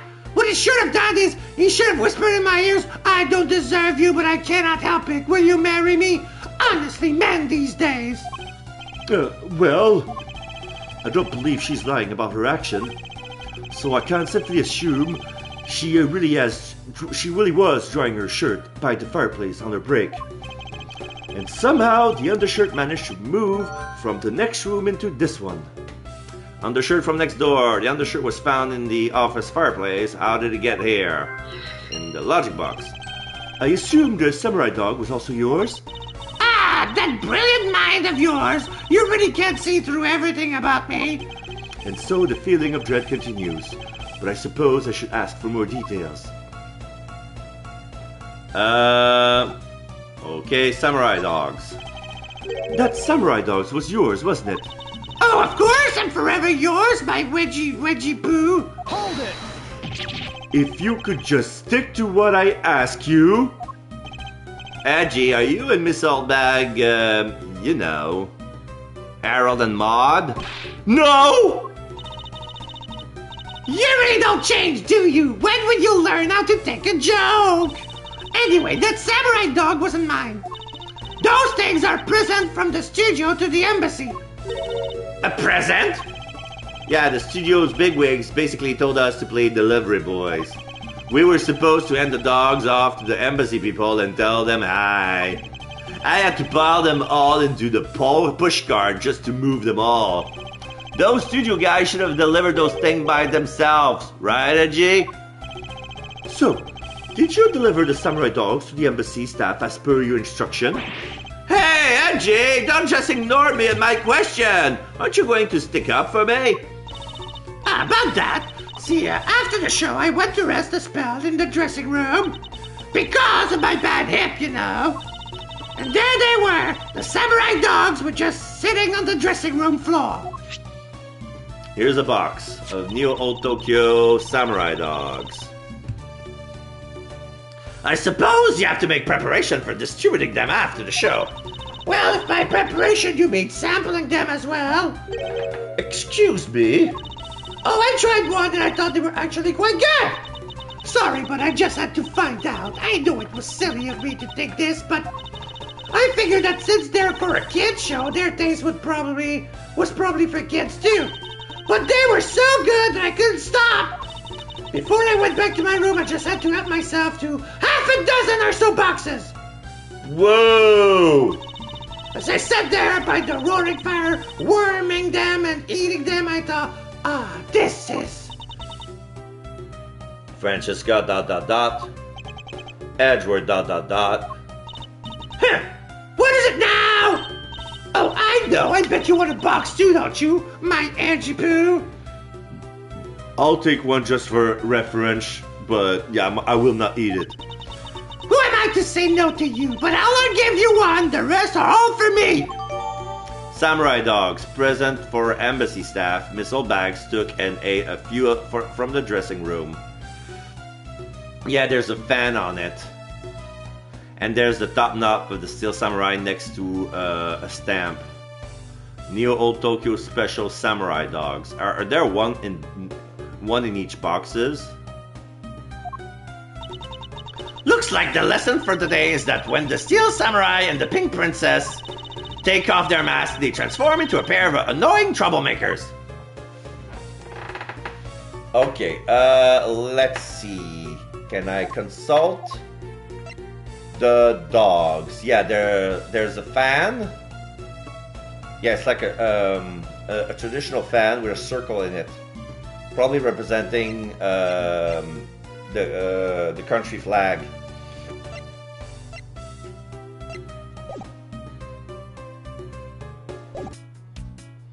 Okay. I'm gonna present the letter from a stalker to Larry. Larry, I wonder if you might know what this is. Nope, not a clue. Did they even look at it?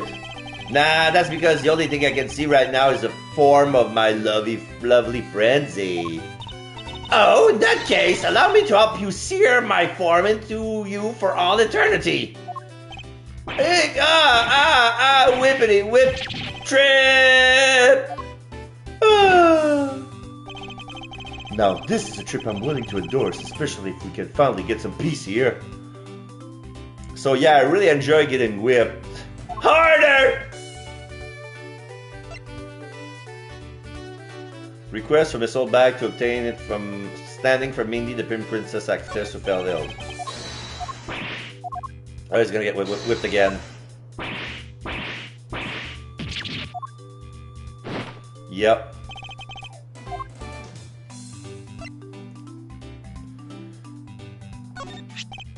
Hey, that's an official Steel Samurai weapon! Huh? What, you want me to do it? Oh, you have no idea how many fans ask that of me. What are you prattling on about? Steel Samurai Sushi Slash! How was that? I bet it sent shivers up your spine. Dot. Ah! I let myself get caught up in being a spectator. How could I fail myself?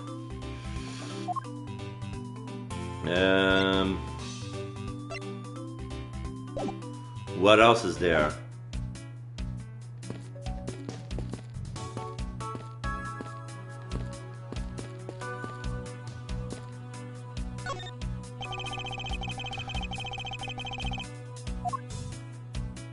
Okay, I already checked. Oh, yeah, there's this.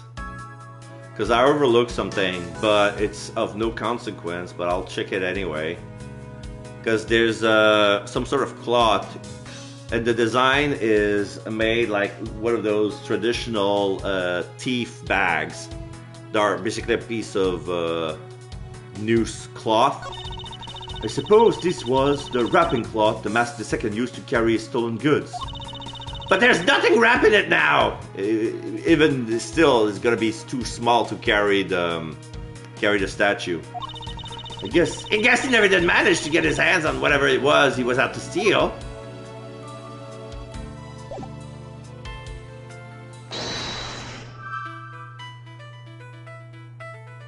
Undershirt from next door, shared chimney.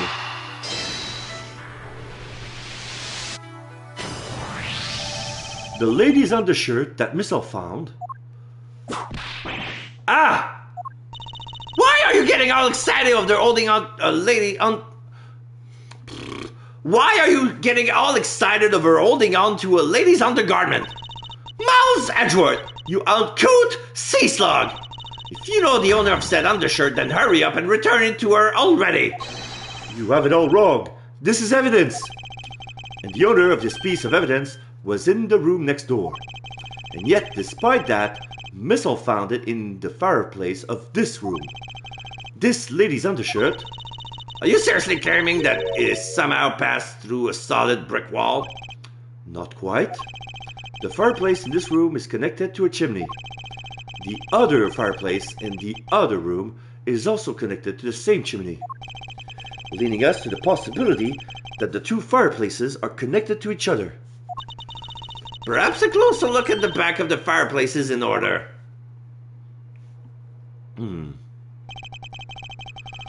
There is an X on the back wall of the fireplace.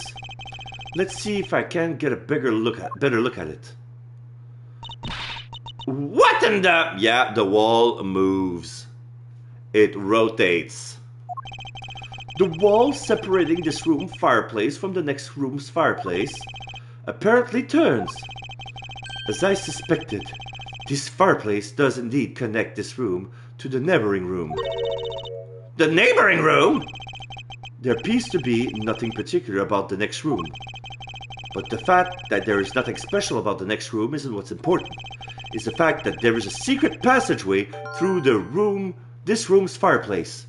Ambassador Alba's office, fireplace connected to the neighboring room's fireplace in the logic box. So that means that if the rooms is symmetrical, the Bobbly's fireplace does basically the same thing, and that's how the killer escaped the room without being noticed. So the killer would be on the room next to this one.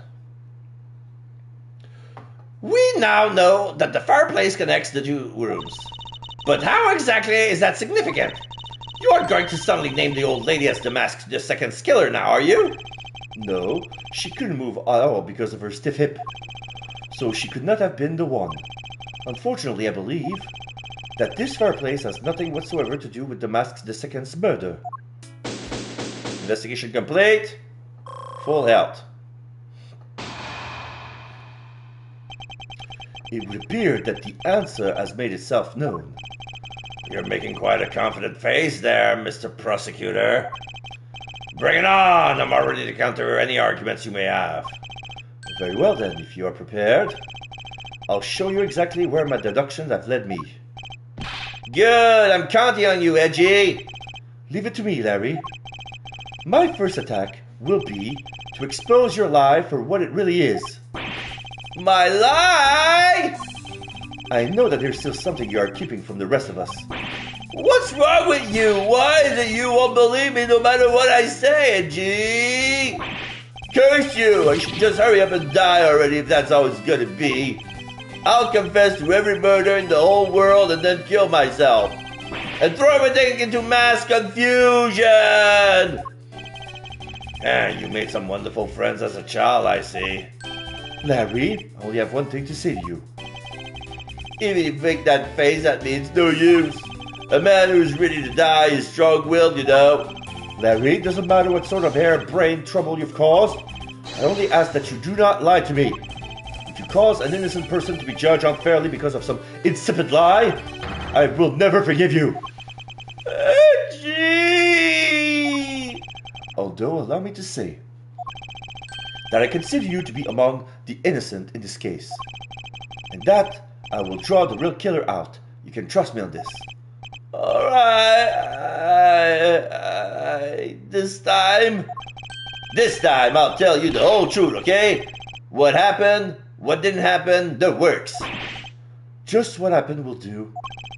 Now then, if you would please testify as to what you did up on the roof tonight. Oh my god, I'm facing with the stupid face of Larry Butts.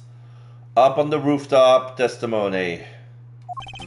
After the show, I left the pushcart in the rose garden and came into the embassy. Then they took a picture of me shaking hands with the ambassador. After that, and until my next appearance, I had some free time, so I wandered around. That's when I spotted a chimney. A chimney like that is a rare thing, you know. So then, I wanted to play Santa and decided to give it a try. Larry, I thought I just finished telling you to not lie anymore. But it's kinda ultra embarrassing. And what exactly is so ultra embarrassing that you can't tell me? Edgy, man. I just said it was embarrassing, so of course I can't just blurt it out. So you're just gonna have to reason out of me. Mr. Superior, I command you to hurry up and expose this man's lie. I have every intention to, for I'm not about to let us waste time on such a trifling matter. Rebuttal. After the show, I left the Busch Garden, the Rose Garden, and came to the embassy. Hold it! You left the pushcart? Could you please clarify that statement for me? Yeah, so the wheels on the pushcarts got covered in dirt from the Rose Garden. It would made a mess of the floor inside, so Ambassador Alba said to just leave it. Well, it would be rather impolite to dirty another country's embassy. Come to think of it, I recall seeing the Pink Princess on my way into the embassy. And what was she doing? Nothing in particular, because she was being carried by some dogs on a stretcher. She must have been incapacitated by the pain of her bad hip that she suffered during the show. So I came into the embassy, right? And then they took a picture of me shaking hands with the ambassador. Hold it! So you shook hands with the ambassador of the Kingdom of Alabast, did you? Yeah, can you believe it? I did something really cool for a change. But honestly speaking, there's nothing interesting about shaking some guy's hand. Hey there, you disrespecting another country in their very own embassy? As someone with roots in this country, I'm feeling nothing but incredible shame at this second. Agreed. I apologize for his inconsiderate words. Now, Larry, please continue. What is with all of you? You keep saying that kind of thing and I'll tell you only lies. You're already telling us nothing but lies. Let it go and move on. Alright already, you don't need to glare at me like that, Edgy. After that, and only until my next appearance, I had some free time, so I wandered around. Hold it! Larry, I want you to listen very carefully and take this to heart. The whole point of your life is to cause misery and pain to everyone you encounter. I know, I get it. I'm totally the bad guy again. Hold it.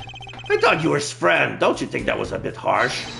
Lang Ji says true friends are bosom friends. Yeah. If you are in trouble, call on your bosom friend, whose shoulder you can truly cry on. Hey, bosom buddy, I hope you're listening carefully to my testimony. Does it cross your pea-side brain that the Agent Long is only out to arrest you, Larry? Now then, you were wandering around inside the embassy, and then what happened? That's when I spotted the chimney. A chimney like this is a rare thing, you know? Hold it! I should hardly think that chimney are that rare. Agreed, especially since they are traditional features of American houses. Plus, many grand buildings have been larger and fancier chimneys. Yeah, but the kind of chimney I'm talking about is the really romantic type. A romantic chimney? It might sound kind of silly, but women seems to really enjoy them. And I just had a good feeling about that chimney. So then I wanted... Can we send him off a cliff? Later. Right now he's been accused of murder. Yeah, Larry Butts strikes again.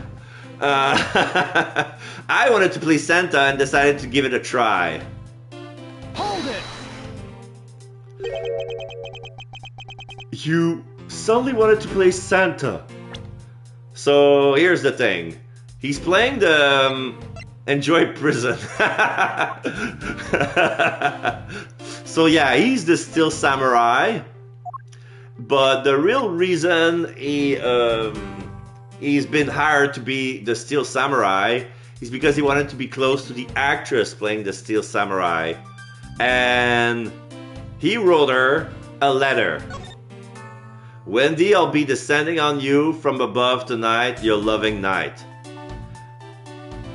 So it's not about pretending to be Santa Claus. He just wanted to make a romantic gesture and descend down the chimney. I don't know if it has something to do with the fact that Christmas is a romantic holiday in Japan. But here's what he didn't know. Mindy felt ill. I don't know if it's real or not, or she felt like, okay, I got to get away from this guy because this guy is a pain in the ass, so I'm going to pretend to be sick.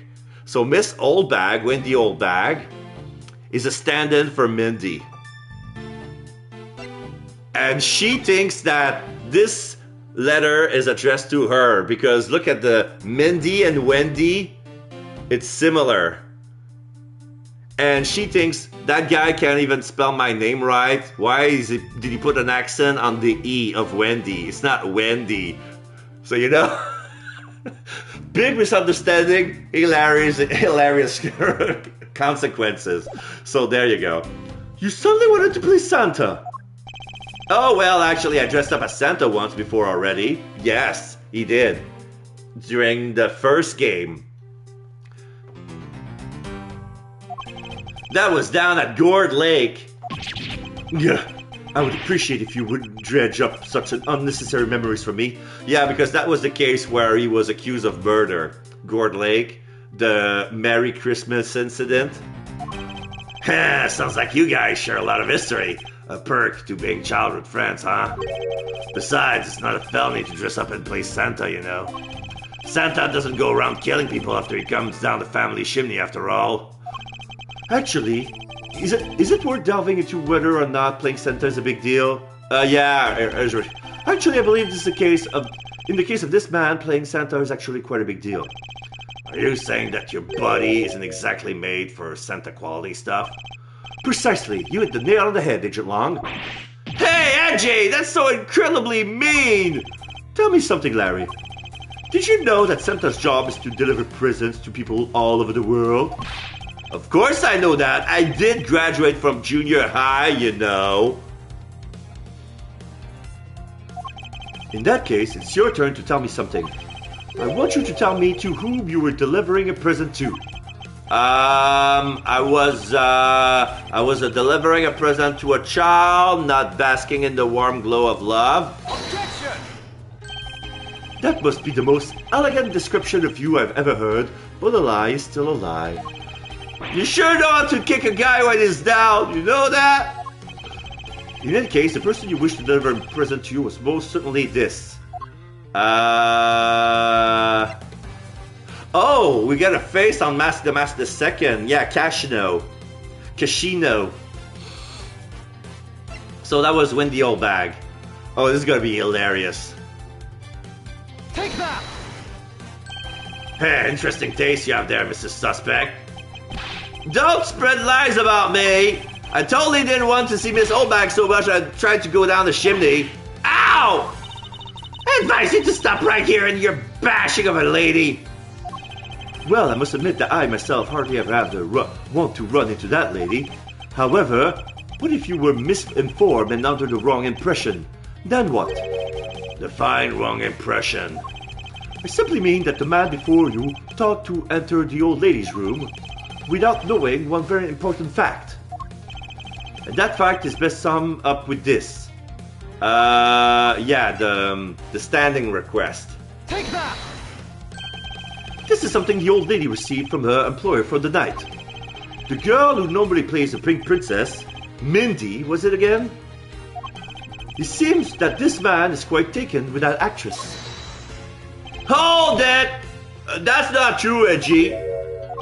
She's the one with the hots for me. I just know it. I can feel her sexy beam piercing my heart when she's watching me. Sexy beam, I tell you! Ow! You filthy, despicable, inconsiderate, fickle, idiotic, cowardly apparition of a man! You haven't matured at all since we last met. Hey, Mr. Prosecutor. Yes? This guy has got bigger problems than just getting involved in murders, I take it. I suppose you could put it that way. Hey, what the heck, man? I don't get you guys at all. Why do you all have to make me out to be some sort of bad guy? To return to the original topic, I propose that at least this much has been made clear. Without any knowledge that Miss Mindy had fallen ill, Larry tried to make his way into the Pink Princess's room. That much we know for sure.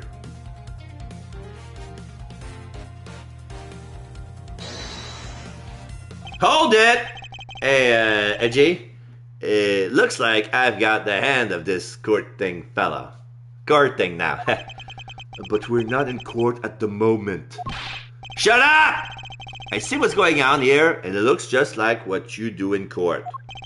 I guess old boy here still has something he would like to say. Lang Ji says, until the root of the tongue dries, one never knows the whole truth. You shouldn't form conclusion until everything is out in the open, which is why I'll listen.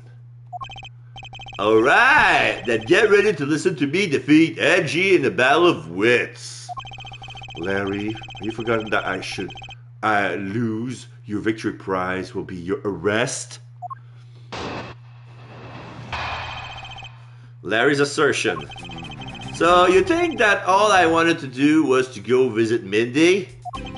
Well, I dressed up as Santa and climbed up to the chimney, but the smoke was really thick. It was a case of mistaken identity, and that mistake made me late for the speech. Then, to top it all off, I became a suspect in a murder. That's what you really meant. Why would I ever put myself through so much humiliation on purpose? ...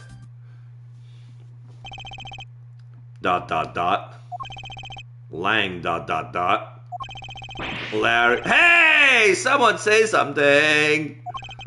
Larry, are you seriously trying to submit this, not as a confession, but as a testimony? So what if I am? Is there something wrong with that? My claim is a claim, claiming my claim. Do you have a problem with that? So it was you! You're my stalker! But I should warn you, it doesn't matter what kind of flattery you throw at me. I'm the devoted type of woman who's wholly focused on one man. As long as Ichibu is alive, I can just drop in unfaithful. No, I can't go earlier. I'm so inspired. As long as Anjipu is alive, I can just drop him and be unfaithful. No, I can't. Although earlier, I was tempted just a teeny-weeny beatsy bit by that wolf man. But that was just a test of my love for my dear Anjipu, which I passed with flying colors. But from now on, I will stay completely true to my beloved Anjipu for the rest of eternity. I swear it. Oh, I'm so inspired. Ow. You're such a inconsiderate, cowardly, idiotic, and all-around, completely worthless man. I thought I heard something ominous just now, but perhaps it was just my imagination. I believe there is nothing further for me to prove at this point. What do you mean? Of course you still got something to prove. You still have to show some proof that I was trying to meet up with Mindy. Proof, you say? Remember, Edgy, everything is evidence in court, right? You mean evidence is everything in court, Larry? Everything is evidence in court. But I do understand your point. Yeah, see, I'm totally a pro at this now. Very well. If you wish to see the evidence, then let me show you the last piece of evidence you'll ever wish to see. Okay, rebuttal.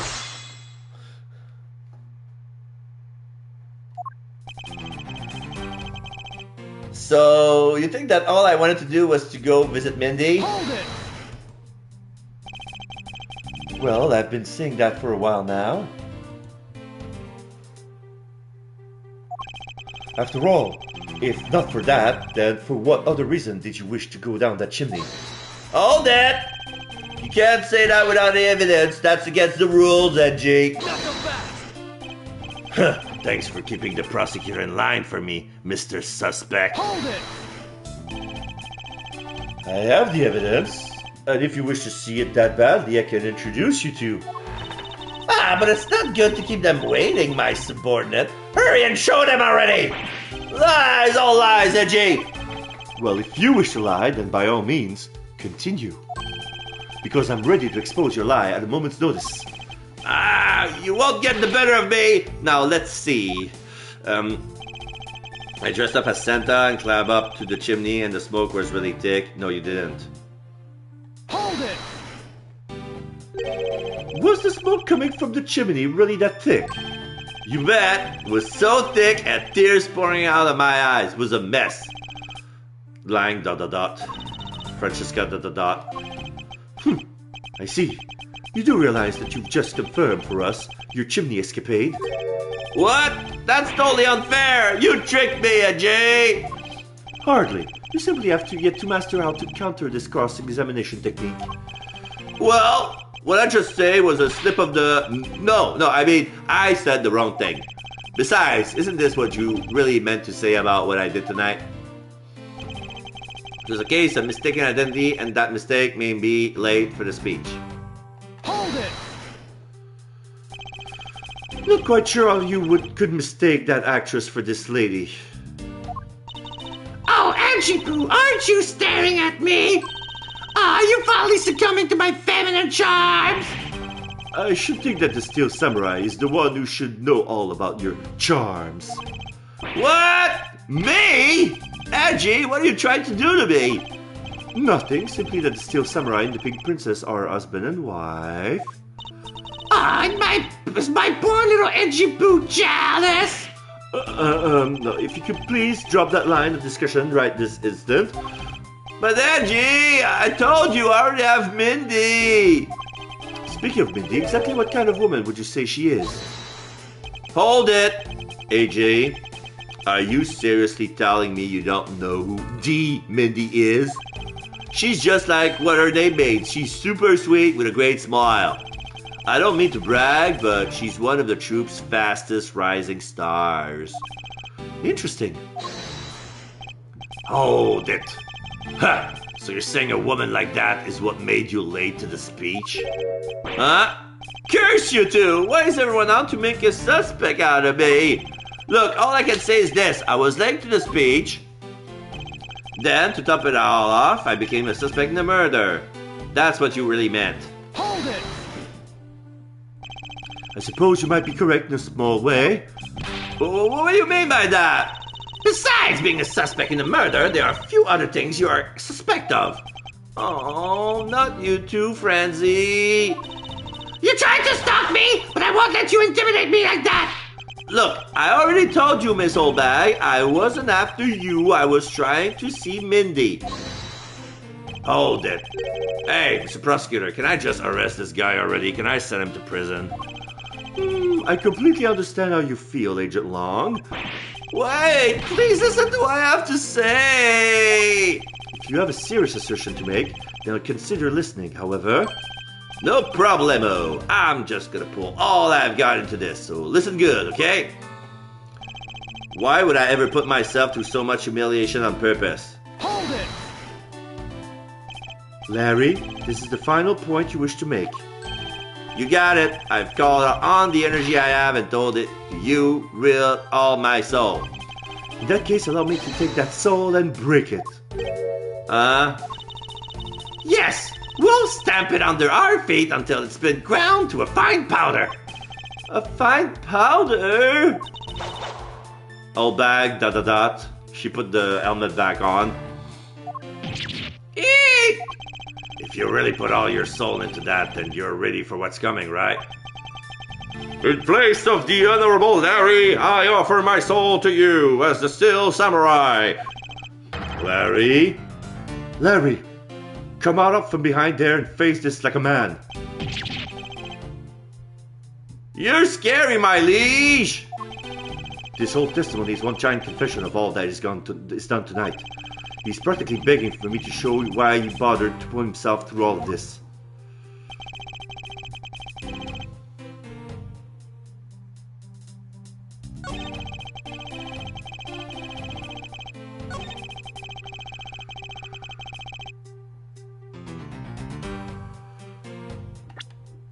Okay. Should I go with the letter? Objection! Oh, wrong statement. Larry, prepare to be buried down under by this piece of evidence. You know, Edgy, you're actually a really good guy at heart. I can't believe you do such a great thing for Roxana and I. What are you going on about? What are you going on about? I thought you just said that you were going to bury us down under.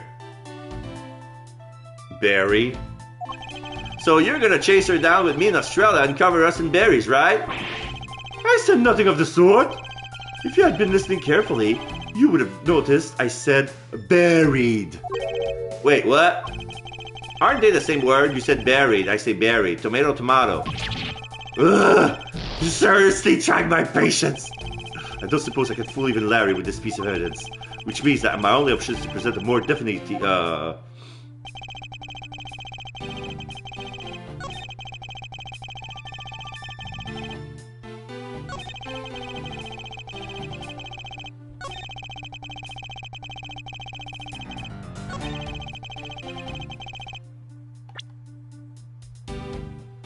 Enjoy jail, Larry. Yeah.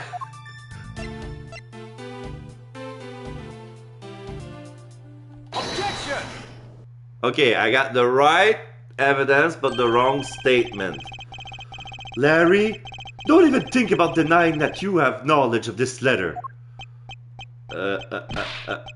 Hey! Why are you showing that thing to me? Wendy, I'll be descending on you from above tonight. Sign, your loving knight. Well, isn't that just romantic? But you weren't able to descend on her from above, were you, Mr. Loving Knight? You're being just so much of an idiot, yeah. Ah! I have no idea what you're talking about. I don't remember a thing. Objection! I was framed. I need a lawyer. Give me Phoenix Wright. Where is Phoenix Wright? You can pretend to be ignorant all you'd like, but it's written right here. This letter proves that you were not out to meet the old lady, but rather that you were attempting to pay Miss Mindy a visit. What part of this letter showed that the person Larry sent to me was Mindy? Here. Take that! Larry, I suggest you take up penmanship lesson. That is, if you never wish to experience this level of embarrassment ever again. Okay, can we at least give him percussive maintenance until he gets his brain back? Yeah. So far he's been whipped a lot by Francesca. And he reached a point where he kind of enjoyed it and he fainted from pleasure. He's been whipped to submission. What the heck? What are you talking about? Speak English! You wrote Mindy so sloppily but then became Wendy to the average eye. I beat him up a lot until he becomes smart. Yeah. Hey, stop picking on me. It's so embarrassing! There. Isn't that what childhood friends are for? They're the best, aren't they? For punching! But that will have to wait until we're off this crime scene. Angie, save me from the scary man! Sure, if you're willing to make amends. Whip him more, please. Where is the whipping person? He's next. She's in the room. She's in the room. If you're willing to make amends, starting with your incredibly embarrassing mistake. That wasn't me! Come again? It's a fake! Someone's out to get me, so they made that fake letter to set me up. Ow! Accept the defeat graciously! But you guys are being so mean. Hold it! Penmanship analysis. What's that? No matter who, all people have certain unique features to their handwriting. There she is. There, yeah. Ergo, all we have to do is compare the handwriting in this letter to a sample of yours. And we'll know soon enough who it was that sent this letter. I'll never write another thing in my life. Hold it! Tisk, tisk, tisk. It's no use, Mr. Loving Knight.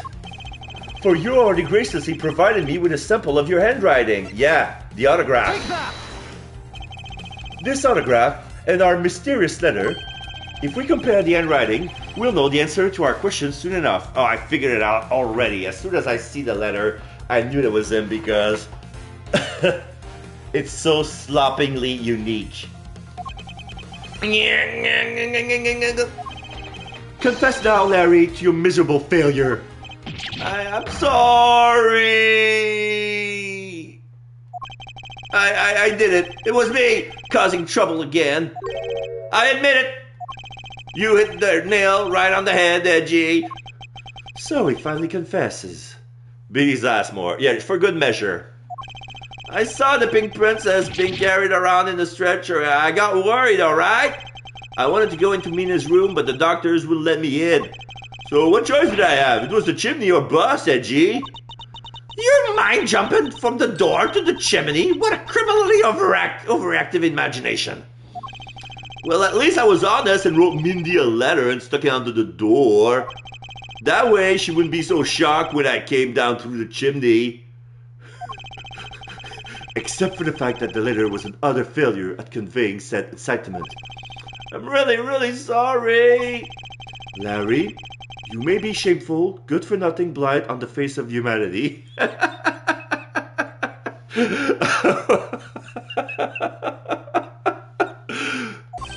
However, I always knew you weren't the killer. I told you to trust me, because at the very least, I can attest to that about you. Edgy, you're... Ah! We've lost a lot of valuable time because of you! Ow! In any case, I believe we can say that we now know exactly what happened. Mr. Larry Butts sought to climb down the chimney, not for access to the crime scene, but to enter the room of the elderly lady next door. Hold it. Great job, Mr. Prosecutor. Although I still find it a bit unbelievable that the two of you are friends. ... But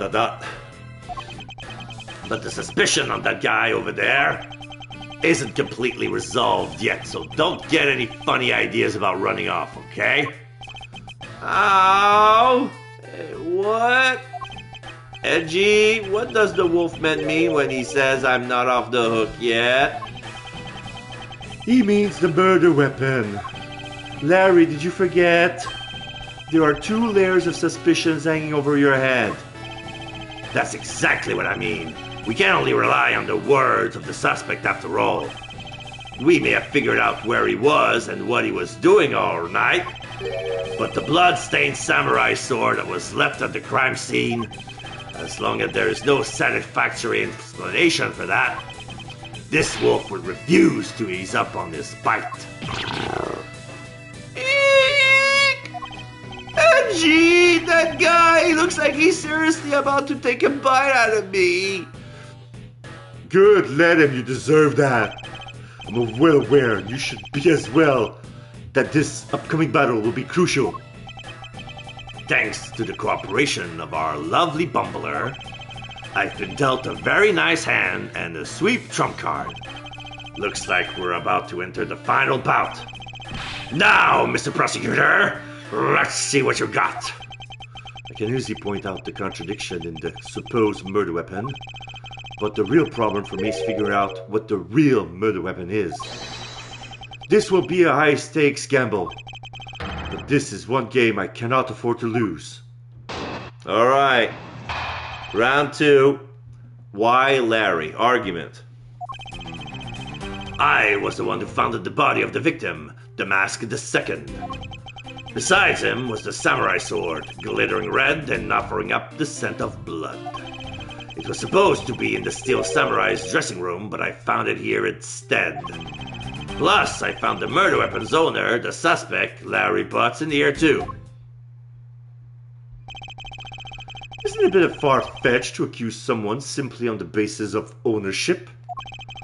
But this owner wanted to sneak onto the crime scene. I think that's plenty to go on, don't you? Hold it! If you are alluding to this reason for being by the chimney, we already established that. Not so fast! Hold on there, Mr. Prosecutor. You two are longtime friends, right? Who's to say you didn't fabricate the evidence to give him an alibi? Please!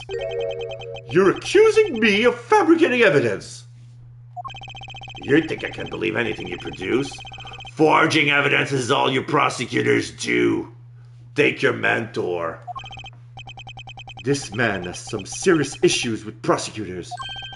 But come on, I can't think of something as complicated as that, right, Edgy? I'm too dumb to commit murder. You said so yourself. Larry, I can agree because I know you and your personality well. However, Agent Long knows nothing about you, or me for that matter.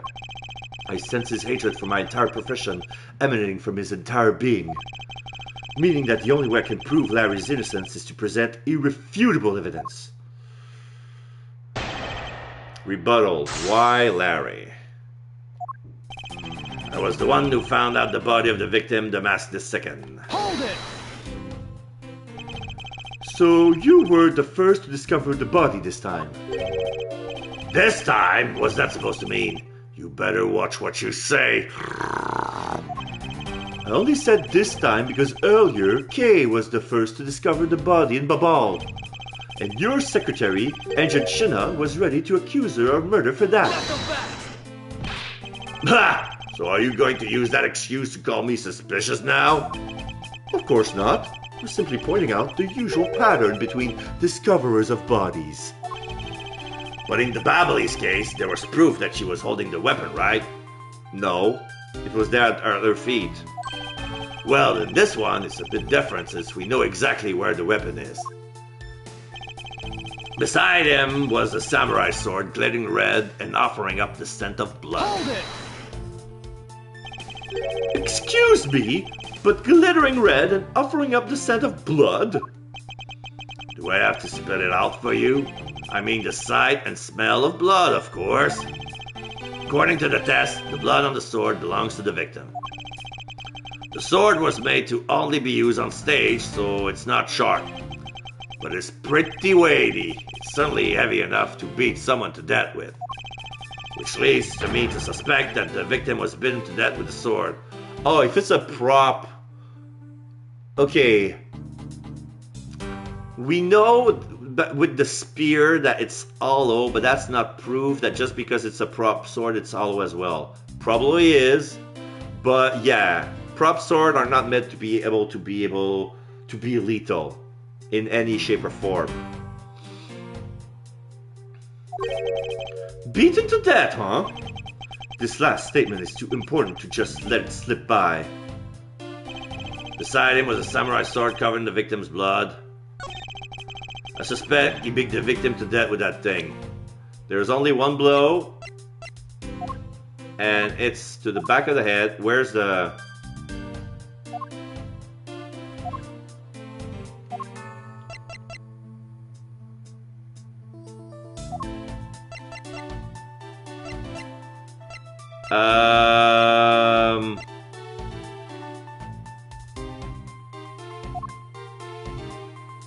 I got Medicoshan's body, but I do not have the Mask the Second's body. Which sucks.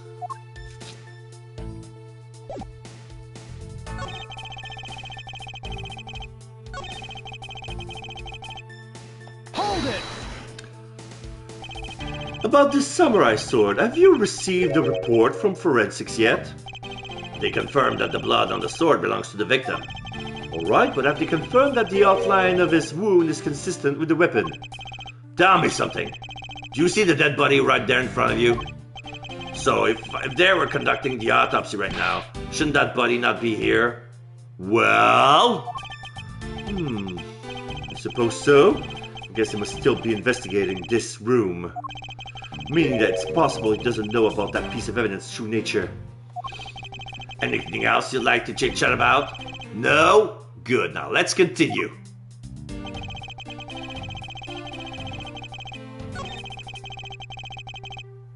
Okay, I'm gonna try to present the spear. I know it doesn't make sense the way I said it, because it says it's a prop weapon that's used on stage. Weapon that's used on stage. Okay, that tracks. Objection! And it worked. Okay. Do you know what this is, Agent Long? It's a long spear, right? We used to use those a lot in my country a long time ago. Piercing, mowing people down, spears are the weapon of heroes throughout history.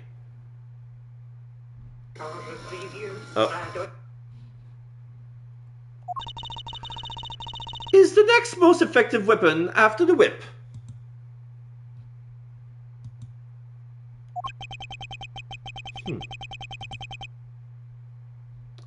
I think the whip is in a slightly different category. So what's your point? Are you going to tell me that the spear is the real weapon? No.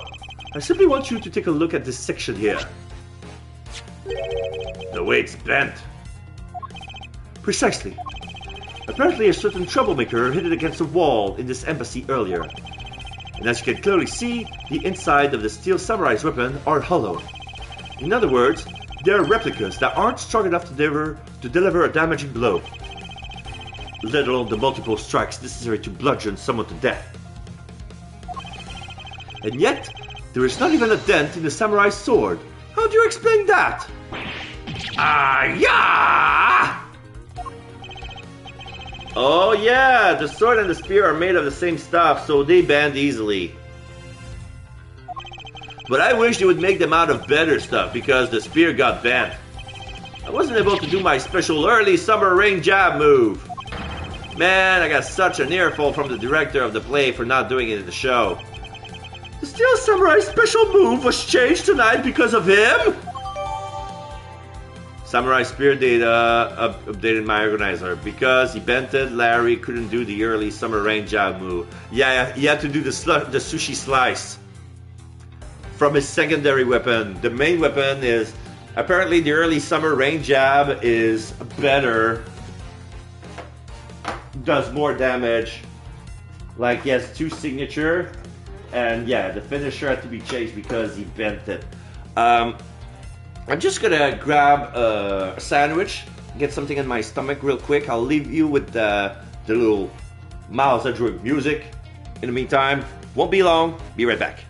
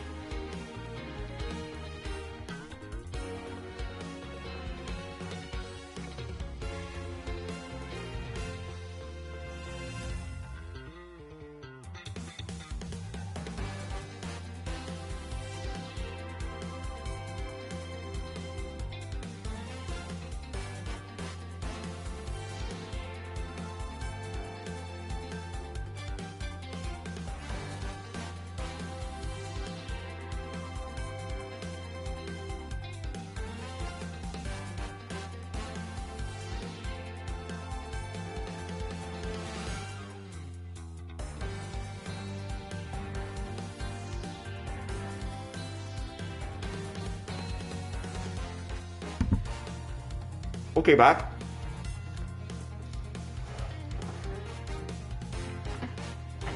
I went to the bathroom while I re-eating my sandwiches at the same time. When I got back, they were just perfectly hot. A little bit too hot, but it's okay. Ow! No, I didn't burn myself. I'm just doing Larry. That's more than enough of your whiny whimpering. Now, back on the topic of the spear. Yes, let's return to the real topic of discussion. This is where the real gamble begins. I don't have a real strategy per se. So all I can do for now is let the chips fall where they may. Using guesswork and taking risks in place of real logic is hardly the Von Karma way, Miles Edgeworth. It's neither smart nor very clever. Miss Von Karma, as you know, unlike your father, I am not a genius prosecutor. Plus, I doubt his record of a 40-year win streak will ever be broken.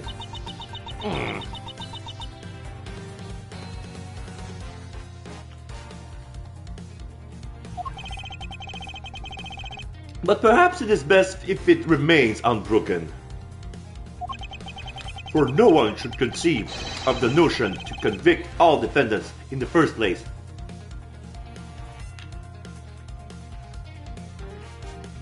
Objection! What a foolishly foolish statement from a foolish fool who hates to lose. It's the job of a prosecutor to make sure all defendants are found guilty in court. There's nothing more important in this world than a perfect victory. Hold it! That may be your opinion. However, I don't believe that's all we are. Lang is listening, and he's not believing his ears. Like what? As a prosecutor, what I pursue is not the perfect victory, but the perfect truth. And if that means that the bridge I must cross will crumble beneath my feet, then let it crumble as I walk on towards the truth. You're good at keeping me entertained, Mr. Prosecutor. But you know, humans are delicate creatures. The slightest bump and we expire. I'd like you to consider, if you will, the possibility that the sword was used in such a way that the attack killed the masked second without bending it. ... So, what do you think of my hypothetical scenario? I think you know what to do here, right? And what you need. Of course. What I need is evidence even he can't refute. This is it. It's time to bring this to a close. Why Larry Part 2? It's possible to use a samurai sword to kill someone. And under these circumstances, it's the only logical conclusion. We searched the embassy top to bottom, but the victim's blood is only on that weapon. So isn't it only natural that suspicion will fall into the owner of said weapon?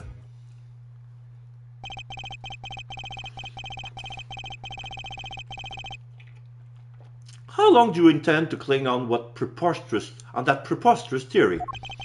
As long as I want, because we examined every corner within the walls of this embassy. There's no stone we left unturned. And we have managed to come up with only one logical conclusion. That the only place inside this embassy with the victim's blood is on this sword. Hold it! You left no stone unturned. Is that a fact? Knuckle back! If you've got something to say, then say it in the only way I respect, Mr. Prosecutor. Yes, of course. In that case, allow me to make it all crystal clear for you.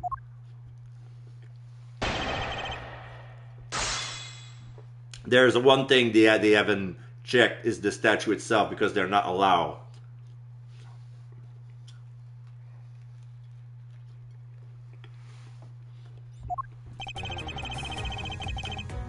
It's possible to use a samurai sword to kill someone. Hold it! May I inquire as to how are you able to make such a claim, Agent Long? Lang Ji says, capable of miracles beyond comprehension, and Mr. Creator is man. Rather than man, is Agent Long's quotes that are getting increasingly incomprehensible. The human body is a mysterious thing, even with a toy-like sword. It's easy to kill a man if you just hit just the right spot. Which is why I think it's possible to kill with this thing without leaving it dead. Hold it! But we can only be sure one way or the other by seeing if the wound matches the sword. I know that. But as long as it's a possibility, I can proclaim it as much as I'd like. Under these circumstances, it's the only logical conclusion. Hold it! But you must know that your conclusion is wrong. Given the circumstances I'm in, the only person I can trust are my subordinates. Because they're a much more trustworthy bunch than your prosecutors will ever be. Hold it! And you call yourself a professional. Knuckle back! still don't see, do you, Mr. Prosecutor? You have to earn my trust. And the only way to do that is to show me proof of another possible murder weapon. Another possible murder weapon? In this room, there is only one other thing left. This is going to be a gamble, but I can't withdraw from the game now. You're not going to get me to trust you by the power of your glare alone, you know. Plus, I have other reasons as to why I think the samurai sword is the murder weapon.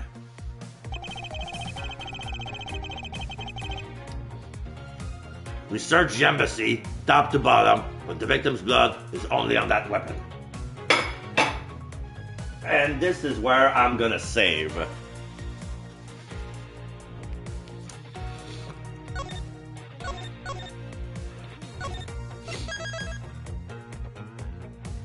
Save complete. Present. I'm gonna present the picture. Sign it was moved during the murder. Objection! Oh, maybe not this one. Agent Long, about this piece of evidence. Nope. Langji says, confidence is like a soul, and words without confidence are but empty shells. You shouldn't waste your breath on words you have no confidence in, Mr. Prosecutor. Although it's just as bad as to say something in full confidence and be wrong. I don't need to be overflowing with self-confidence, I just need to think rationally. After all, I only need to be confident in the facts.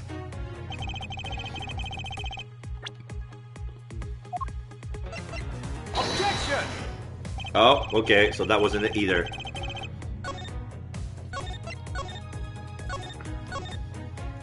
Alright, so let's keep looking.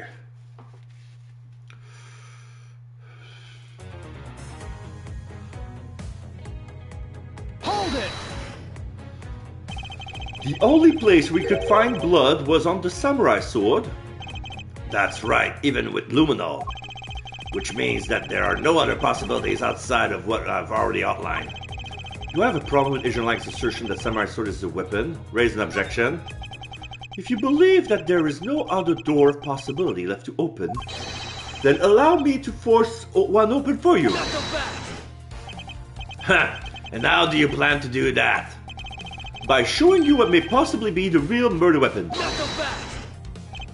Ha ha ha ha ha! The real murder weapon? I hate to repeat myself, but my men have already searched every last inch of this embassy, and they've concluded that nothing else could have been used as the weapon. Knowing these facts, you still want to press forward with your little hypothesis? Of course.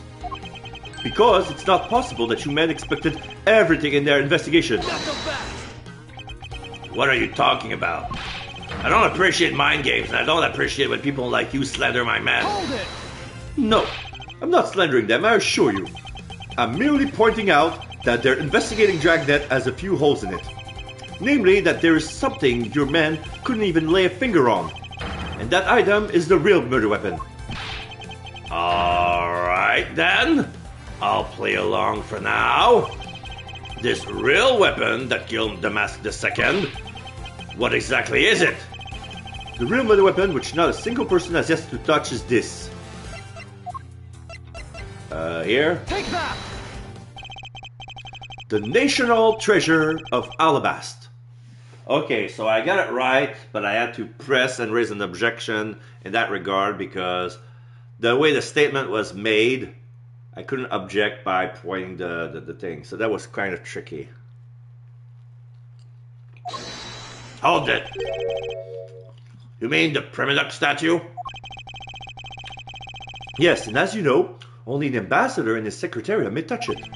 Which I believe means that neither of you nor your men were able to examine it, correct? Not so fast! You know very well that if we did that, there would be an international incident between the Kingdom of Alabast and the Republic of Babal. The two countries' precarious relationship leaders in the balance over a stupid fight related to a sovereignty statue. But I'll be damned if I let something go unexamined. Hold it! Agent Long, if you could take a look at this. The direction of the statue is facing just before and after this crime are different. And there is only one conclusion I can draw from that.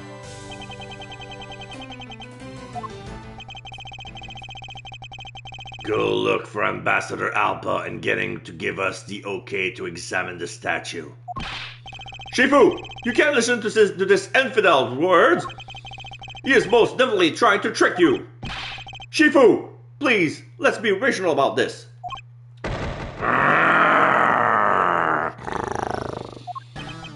Lang Ji says, just go already! Okay, yes, sir.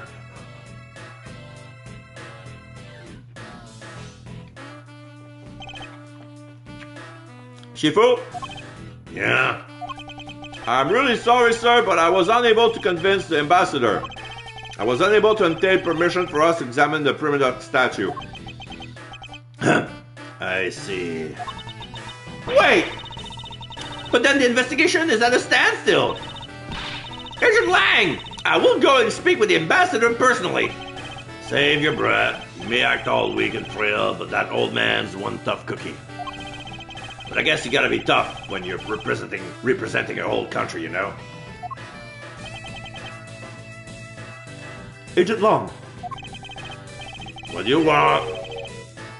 Let's just hurry up and examine this statue already. But Shifu, what about causing an international incident? Quiet! I'll take the fall if I have to later. Hold it! Agent Long, the hypothesis is mine, so if someone is to take responsibility, let it be me. Responsibility? If we're going to talk in such heavy terms, maybe I should tell you. It'll be a real problem for my men if something were to happen to me. Alright then, less talk and more investigating. If we want to know the truth, we can't stop here. Action must be taken. Agent Long, I'd like to run a luminol chemiluminescence test on the statue. A luminol test? Ah, good thinking. If the statue is the murder weapon, then some of the victim's blood should be on it. Okay, let's get the forensics team in here. Huh?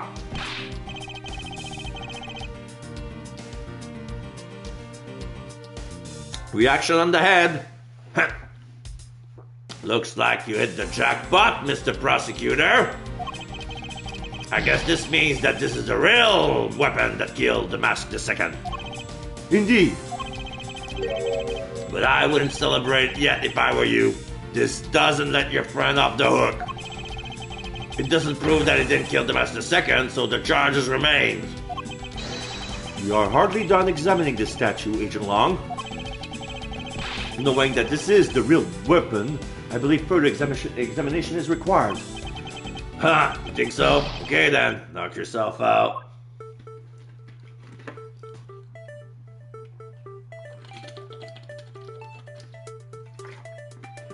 Ahem.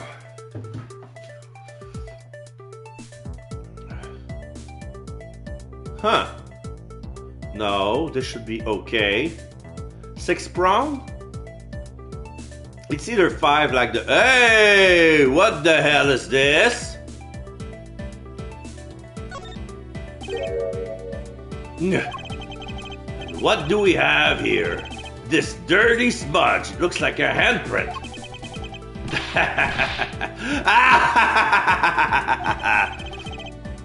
What's a definite bit of evidence like you doing under here?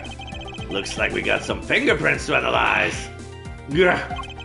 Worst case scenario, this prince belongs to Larry. But it looks like it's too late for me to do anything about that now. Forensics guy! I want results on these fingerprints ASAP. You hear me?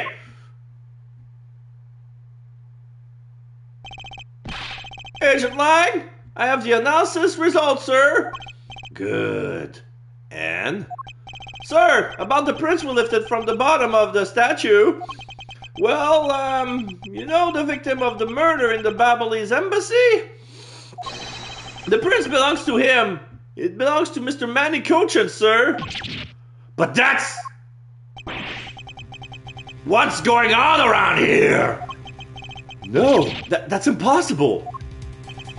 Each primitive statue can only be handled by someone of that country. But by the very fact that Mr. Cochin's fingerprints are on this one, it leads me to only one conclusion. this statue is actually Babal's Primiduck statue. Impossible! It can't be! Yeah! Larry never once set foot on Babali's soil, so he was free to go. However, this new piece of information only serves to confuse us even further. The ringleader of a smuggling operation was killed with an alabaster knife in Babal, and the Mask II was killed on Alabastian soil with Babal's national treasure.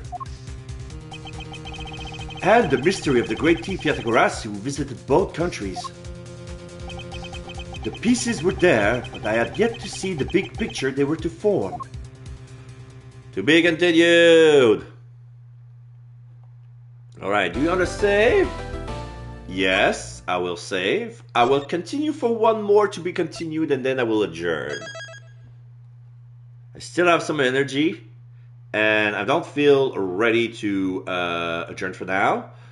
Regrouping and situation update. Yeah, so now we're gonna March 14, 9:21 p.m. open air stage. So we're gonna go back to Babal and CK and Gumshoe and see if they learned anything new while we were in Alabast.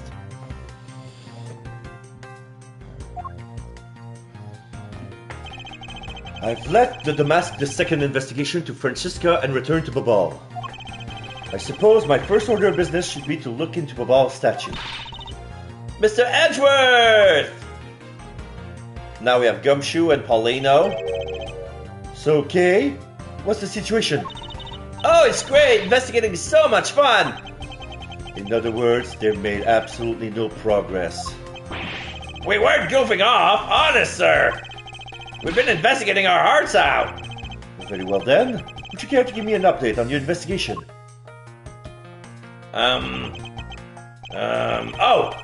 We had a really fun time, sir. I knew it. Zero progress. In any case, Detective Gumshoe, Yes, sir? you have permission to enter the Alabastian embassy, is that correct? Yep. As a local detective, I'm helping out with the investigation on both sides, sir. Good. In that case, I can leave these pieces of evidence with you. Oh, okay, those who are only relevant to the Alabastian crime. The letter, the jacket, the stand-in. They belong to the lady under the Pink Princess's mask. The Pink Princess? What kind of lady was playing her, sir? The kind that was also playing the role of the Pink Badger yesterday. Oh! Understood, sir. Okay, so we don't need those pieces of evidence anymore, so that's why we gave them to Gumshoe to give it to Wendy. Okay, that makes sense. If I happen to run into her, I'll give them back to her. Ugh, if I don't, then I'll guess I'll unload them somewhere. He doesn't seem all that enthused to go find her, but I can't blame him. Evidence has lost their value given to Detective Gumshoe. Now then, I don't believe I'll be needing this anymore. The autograph. What? Are you really going to throw that autograph away? Yes, because that Steel Samurai was a fake. Steel Samurai autograph scrunched into a ball and disposed of. Wait, what? What do you mean by a fake?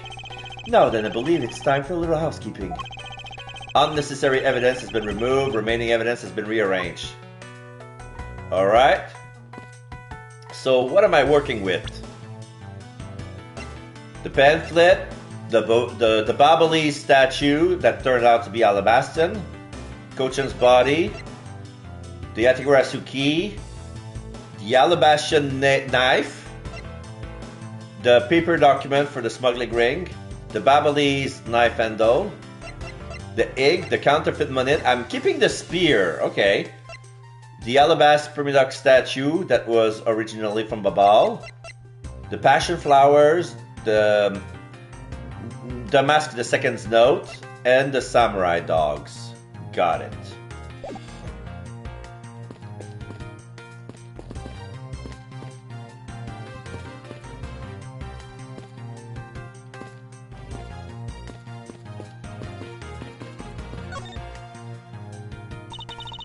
Hey, do you detect the scent of treasure coming from this bush? The scent of treasure? Not at all. Ah, Mr. Edgeworth, you're totally not with it. I'm not with it? No, and it's important for both thieves and prosecutor to be energetic. Perhaps for a thief like you, but that level of energy is unbecoming of a prosecutor. You really think so? That prosecutor we met at Gateway Land seemed to be pretty active. Well, he's not a prosecutor anymore. See how everything just naturally balances out?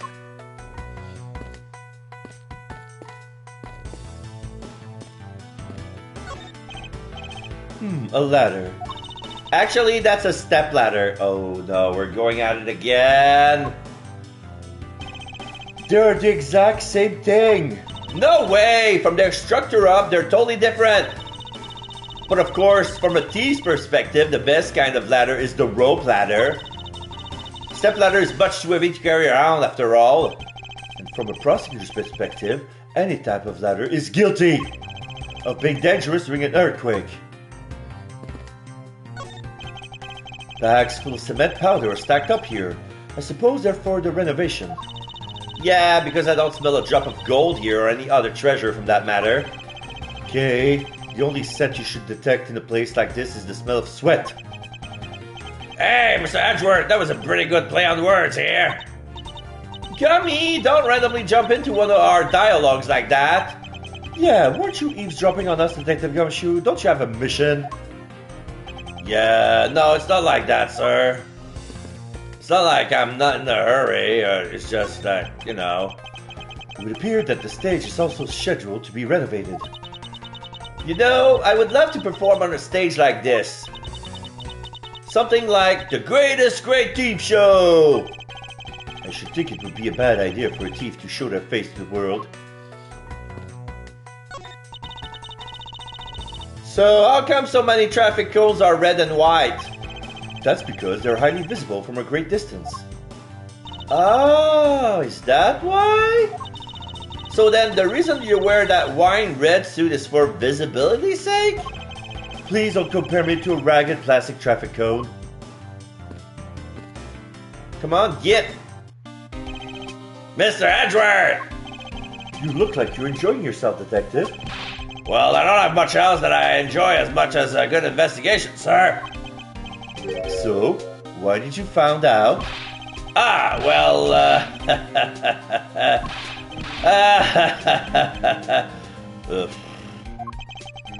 I think he has found diddly squat of any particular use. As usual.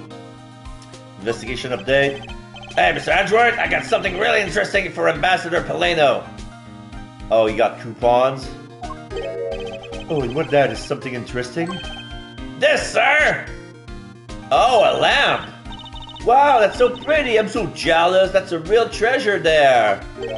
Why does the flame burn green, Detective? So apparently, if you burn the special with crystal oil that they only make in Babal, it burns this green color, sir.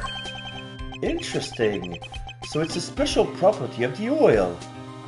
So that means that the Bobbli's ink can burn green as well? Because it's made of wheat crystal oil as well? I suppose it's employed to force people to visit Babal should the oil run out. Hey, Gummy! What about these silhouettes? Oh, there's stuck some cutouts on the outside of the lantern so I would project the images, like shadow puppetry. Oh, silhouettes, huh? They are rather pretty, aren't they?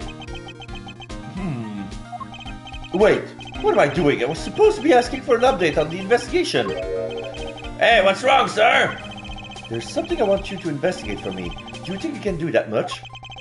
Uh-huh. You got it, sir. Hey, that's not fair. Why is Gummy getting to do all the fun stuff? Well, that's because I'm Mr. Edgeworth's partner. I can't believe you took advantage of the confusion and stole my role as an assistant. I expect the two of you to get along and work together like professionals on this. Silhouette lantern. Little butterflies. Runs on wheat crystal oil, which burns green. Bobbly souvenir. Silhouette lantern data jotted down in my organizer. Okay, let's present them something. What do you notice about this piece of evidence, Detective? I don't really sense anything special about it, but the embassy is a different story. I see. I'm not really sensing anything special from you either, sir. Well, I'm sensing a special look at your monthly salary, Detective.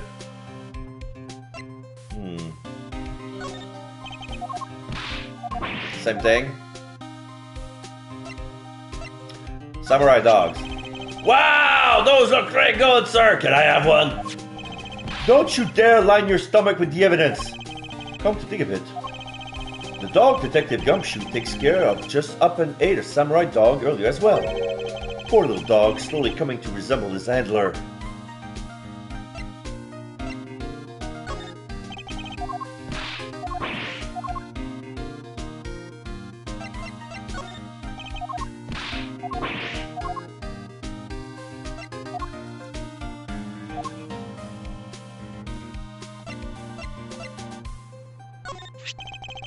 That's a souvenir from Babal. It's a silhouette lantern.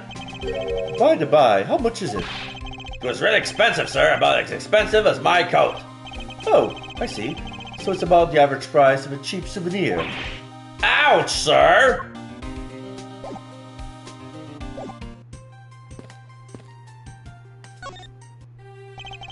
Ah, so you're back now, are you, Mr. Edgeworth? You must be tired. Here, with these you can eat whatever you like. And these are your coupons again. Discount tickets for our cafeteria. They open tomorrow at 10 in the morning.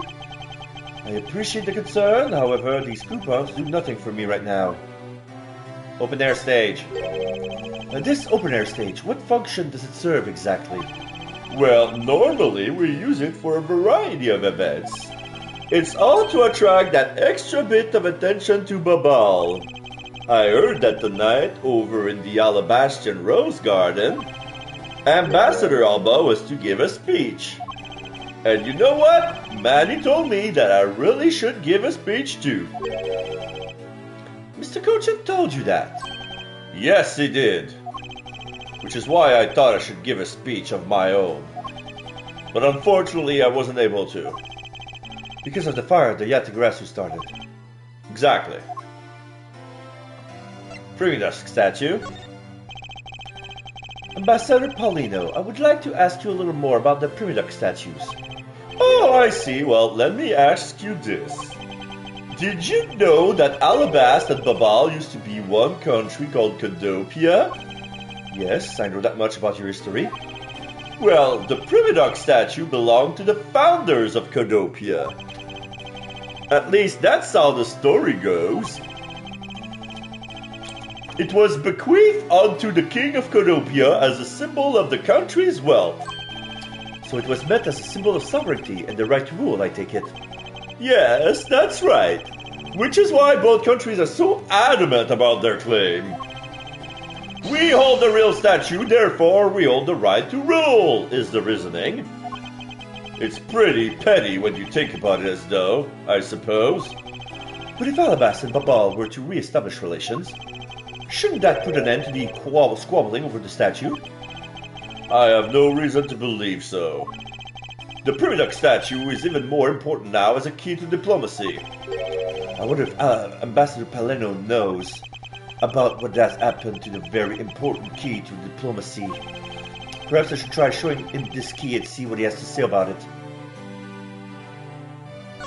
Okay, the Alabast statue. Ambassador Paleno, if you could please take a look at this for me. Ah, ...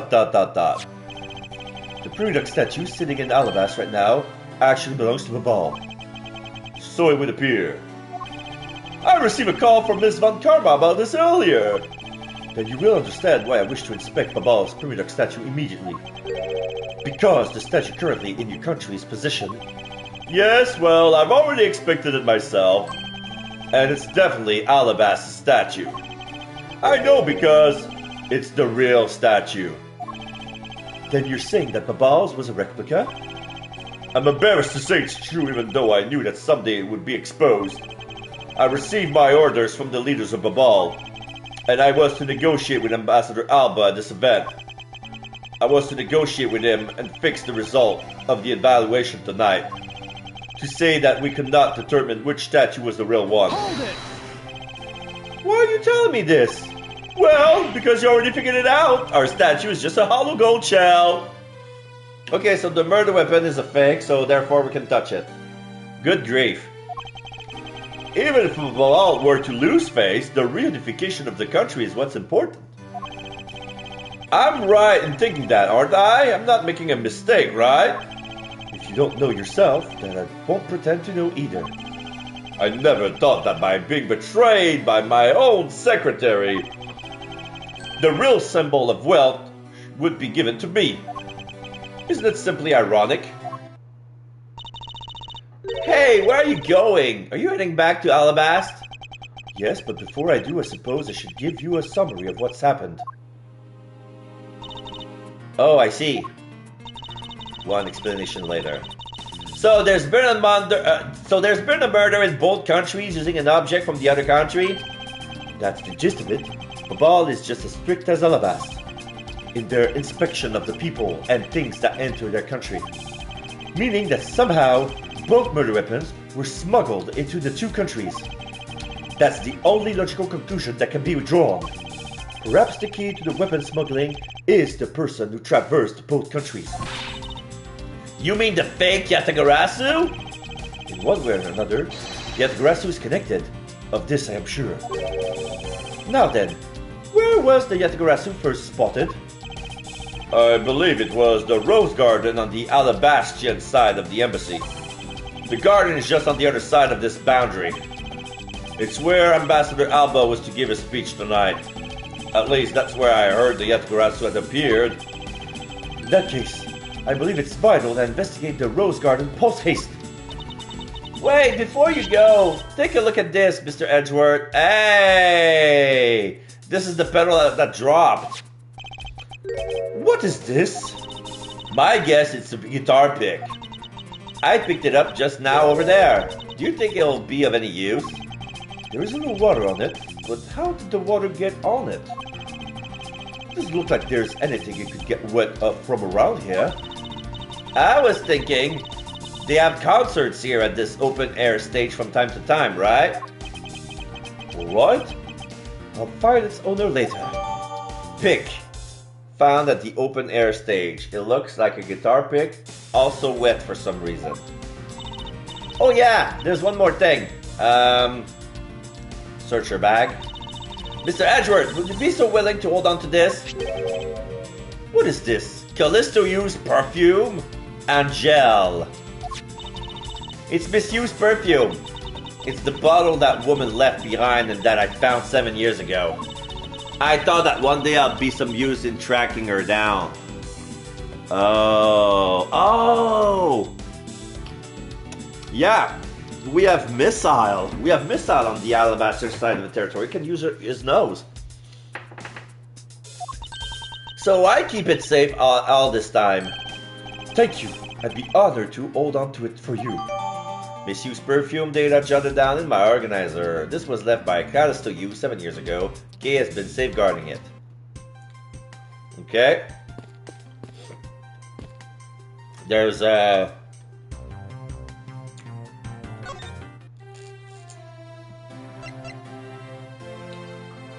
line about money quotient that I haven't been able to discuss with. Ambassador Paulino, there's just one thing I would like to ask about you. Yes? Oh, and don't worry, you can ask me more than just one thing. How about 2 or 3? In exchange, I'll expect you'll be coming to my ball, yes? Thank you, but no coupons!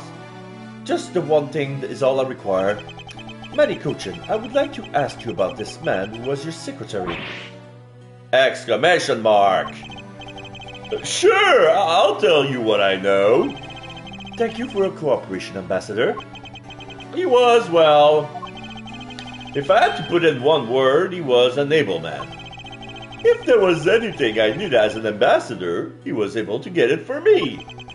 To take down a man like that, hand in hand in a smuggling ring right under my nose, going completely unnoticed? Actually, I suppose because he was an able man, I was unable to detect his dirty dealings. Sounds like Mr. Cochin had a very sharp mind. Recently, Manny had been really busy. Since I became the family's representative at the Country and Unification Council, he's been working tirelessly to cover my work for me. I'm sorry, but what is this Country Unification Council? Oh, well, you see, at tonight's events proceeded without a hitch. Our two countries were to reunify and become one again. But I guess, with how things turned out, that dream won't be realized anytime soon. I suppose not.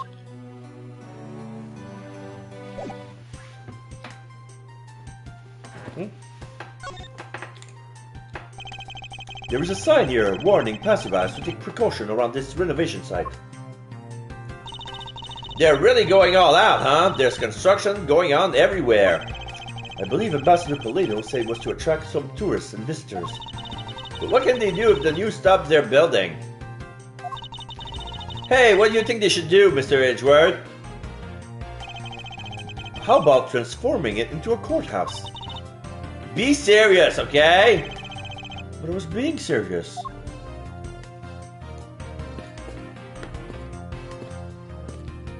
Oh.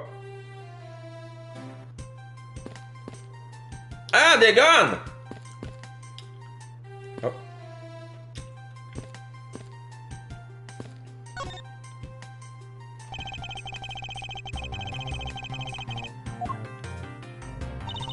We just did that.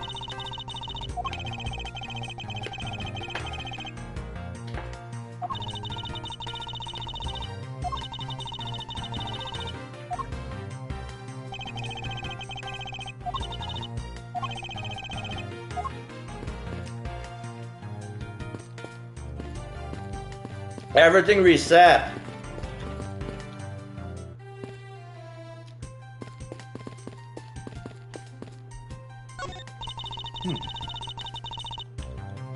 Just looking at this scaffold makes me want to climb them.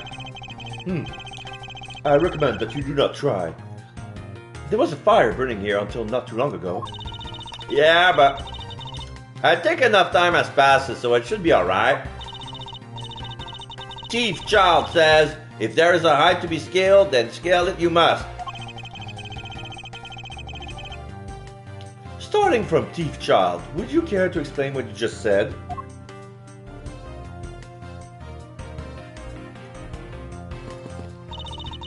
They're having a real time of it cleaning up after the fire. I suppose we should stay out of here and investigate the stage some more then.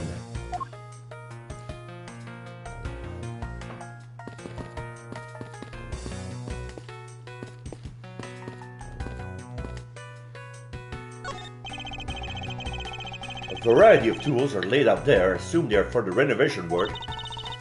Hey, it's a wheelbarrow! You mean a real barrow? But it makes so much more sense my way.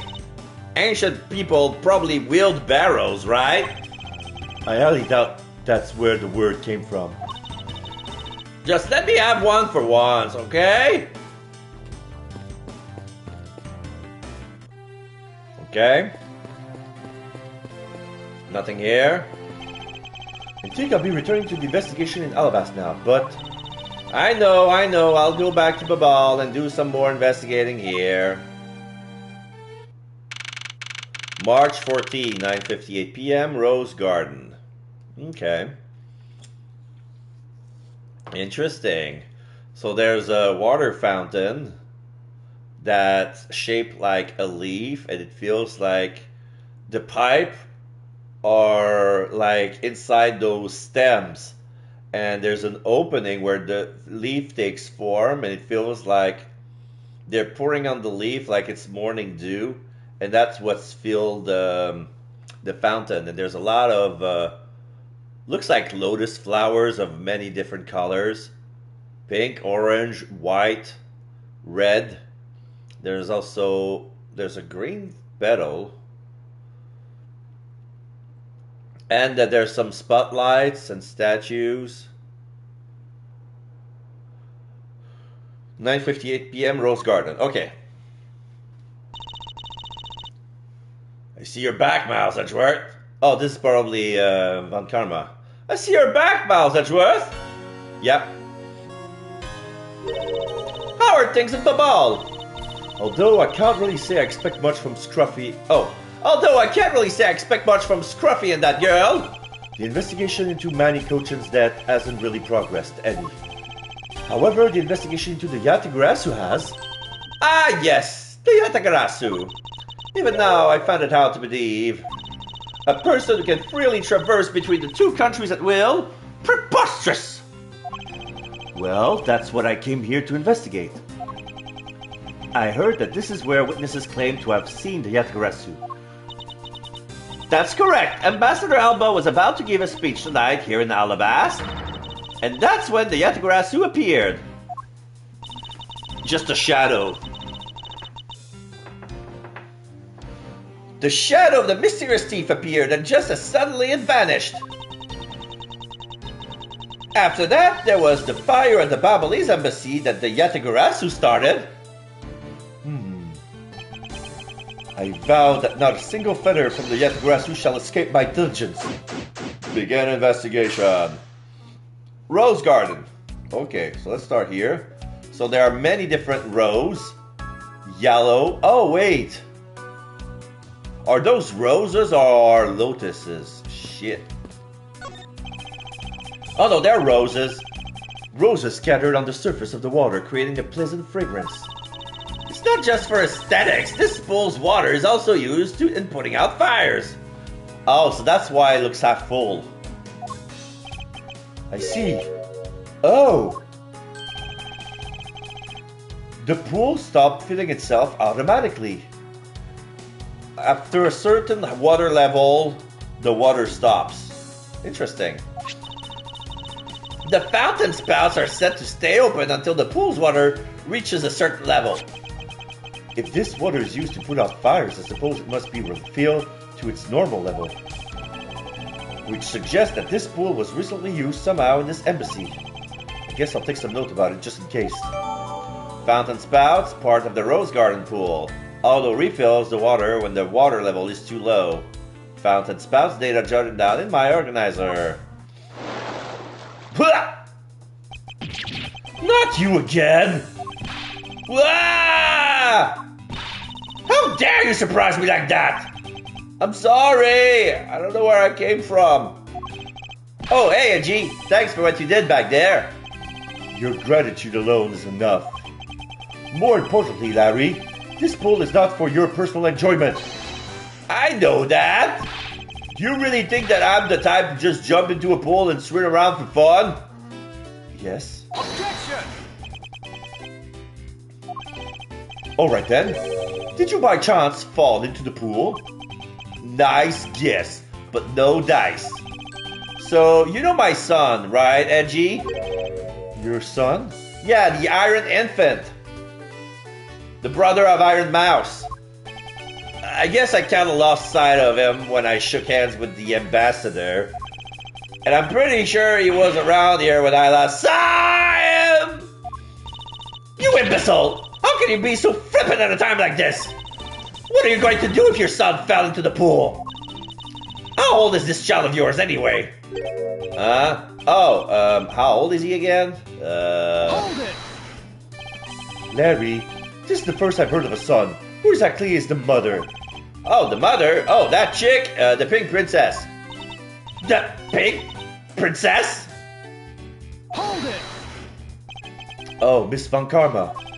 I was a bit confused by this man's words for a bit there.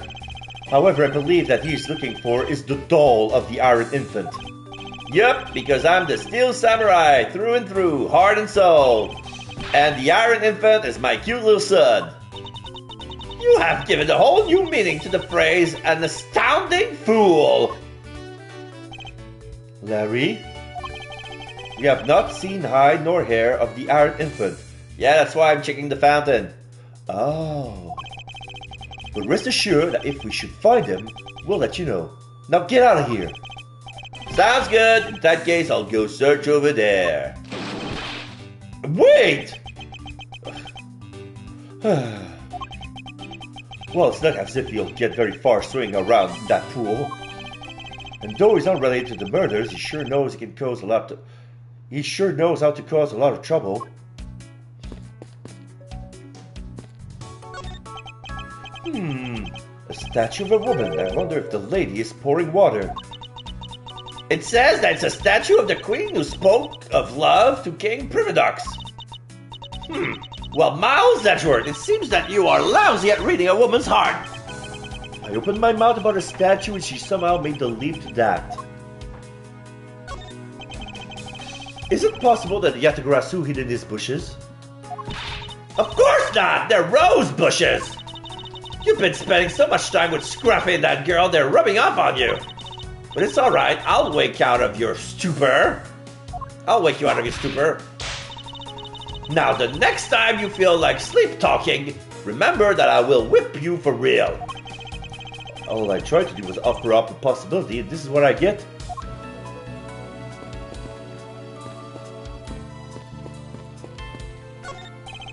There is an overturned spotlight here. When the Yatagarasu appeared, the audience that was waiting for the speeches to start panicked. I suppose that's when people must have knocked it over.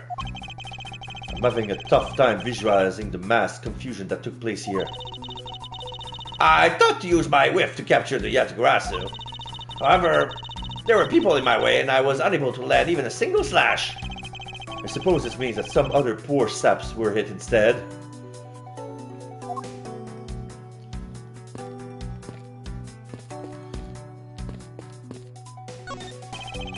There are some beautiful roses here. They appear to be well maintained.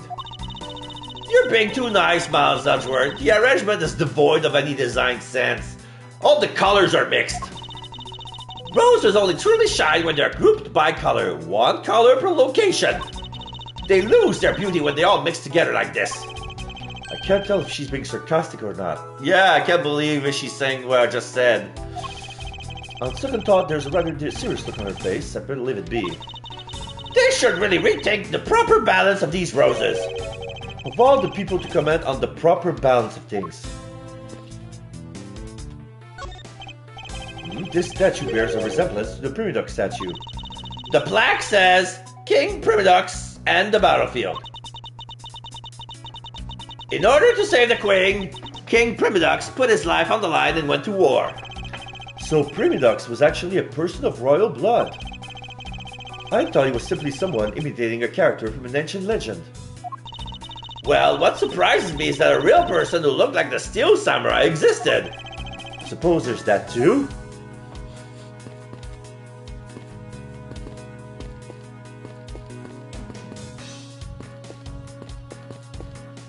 There's the MIB. Oh, there's a stool. I suppose Ambassador Alba sat in that chair. Ambassador Alba is very elderly. The chair was prepared for him should he have gotten tired during the speech. In that case, why did he plan to make his speech sitting down in the first place? The ambassador is also quite prideful, that's why. He sounds like my old principal from grade school. He'd speak at assemblies. So this is where Ambassador Alba was to give his speech. The stage was set up nicely, however, where was the audience supposed to sit? Perhaps they were supposed to sit around the edge of the pool? That's such poor planning if that was no place other than a spot by the pool.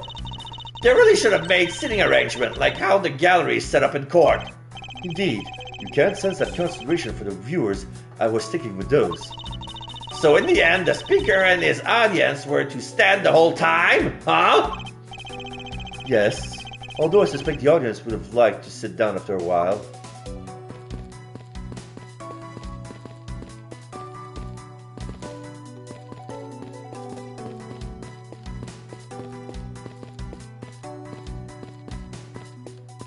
More spotlight. Okay, let's talk to the MIB. How is the investigation proceeding on your end? Langji says that's up, top secret. If you're going to attempt to imitate your superior, at least do it well. I don't suppose he believes in the accidental leakage of information. Have you finished checking out all the bystanders? Yes, sir. And we found 14 counts of pickpocketing, 16 counts of illegal parking, and 1 person ran a light, sir. Don't tell me you didn't find out anything related to the case.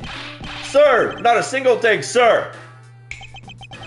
Well, for now, let's just get those other lawbreakers down to the precinct. ...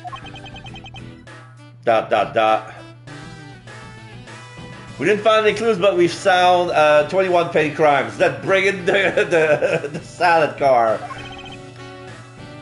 Agent Long. Well, if it isn't Mr. Prosecutor. I would just like to thank you for your assistance earlier. Make no mistake, it's not like I was trying to help you with what I did.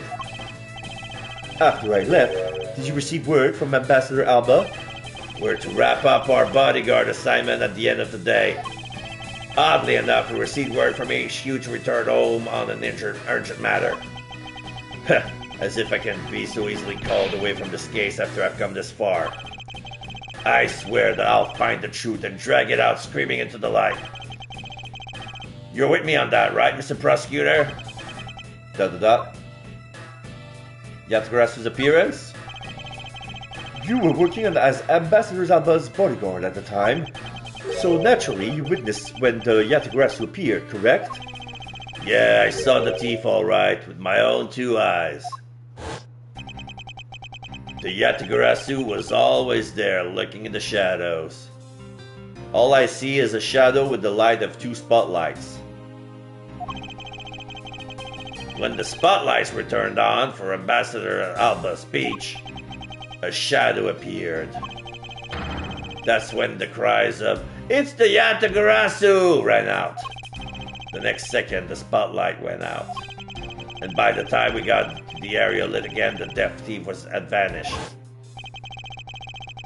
When we investigated afterwards, we found that the reason the lights went out was because someone has unplugged the extension plug for all the outdoors electronics. Whether it was someone doing it on purpose, or simply a guest who tripped over it, we don't know. But one thing is for certain, the Yatagarasu was here. So you're saying that basically all you saw was the thief's silhouette? Yes. Objection! If all you saw was a shadow, then it's entirely possible that the shadow belonged to someone else. Ha! Good thinking, sis. You just might be right. If it weren't for the fact that there were no one else with the same shape. Not among the staff or the audience members. My men have already done a thorough check of everyone, so I know I'm right. Someone else's shadow? That sounds like a plausible hypothesis. The suddenly appearing and disappearing shadow of the Yatagarasu. I believe I figured out its true origin. I expected no less from my subordinate. Now, let's hear what you know on the subject. What really cast the shadow of the Yatagarasu? This? Take that! The suddenly appearing and disappearing shadow of the Yatagarasu is not possible. Is it not possible that it was created by this statue? Objection! Are you playing me for a fool, Miles Edgeworth? This statue bears absolutely no resemblance to the statue of the Yatagarasu. You are correct, however, this statue is but one part of the whole picture. What do you mean by only one part? What is the other part of the real form of the Yatagarasu shadow? That lady over there. You see the hand of the statue here, plus the sword. This guy produced the body of the Yatagarasu, and this produced the feathers. Take that! It's another statue. The Yatagarasu's shadow was made from the shadows of these 2 statues. Made? What do you mean by that? Right now, the spotlights are all over the place. This is because they were moved when the guests were in a panic state. However, if we were to restore the lights to where they were when the thief appeared... You believe that the 2 shadow will create the Yatagarasu shadow? Precisely. Now then, watch as I reveal the true form of the Yatagarasu. First, if we set up a spotlight to catch the shadow of a King Primadox and the battlefield, the shadow of the King statue would appear on the backdrop of the stage, like this.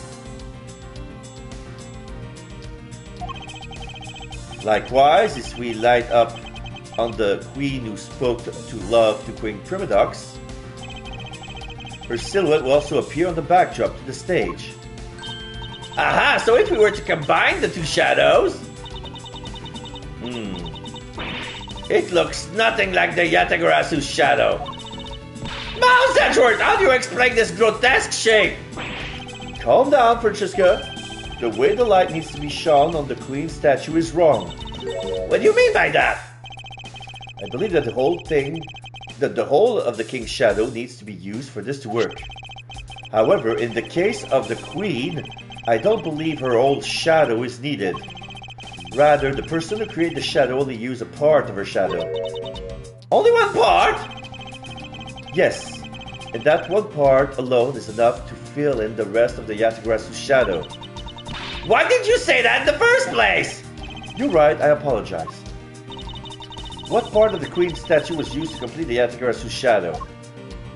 The hand. Take that! Think back to what is missing in our shadow.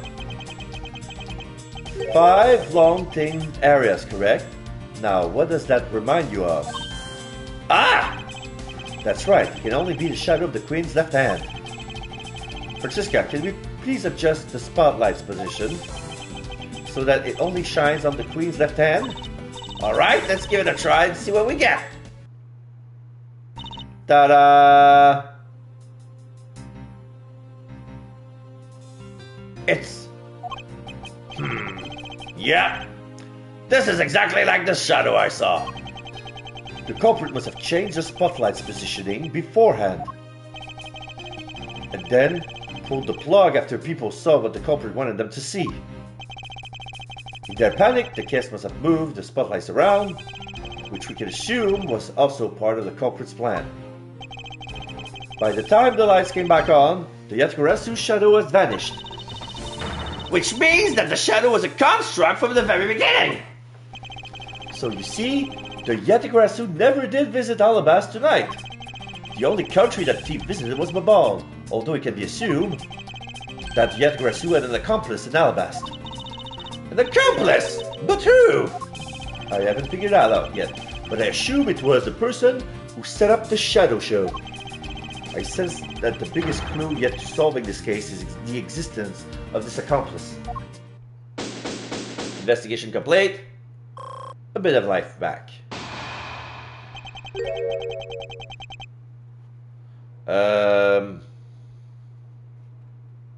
I'm gonna pretend. I'm gonna guess that it's Alba. How's the investigation going? Oh no, it's freaking bad. So how's the investigation going? Detective Bad, have you come to join us in investigating the Yatagarasu? I need a new lollipop. I shouldn't have destroyed the other one. But I needed something sweet after my sandwich. I've left the murder in Agent Land's charge. And my only target from the very beginning is the Yatagarasu. So yeah. So, what have you found out? I got a piece of evidence. May I see it? Sure, but you might regret it. We're here because we're ready to face whatever may come. So if you please. When people heard the commotion, bystanders started gathering. And one woman claimed, "I'm telling you, I'm a genuine international journalist." Oh, this is a lot of heart. She gave me an interesting picture.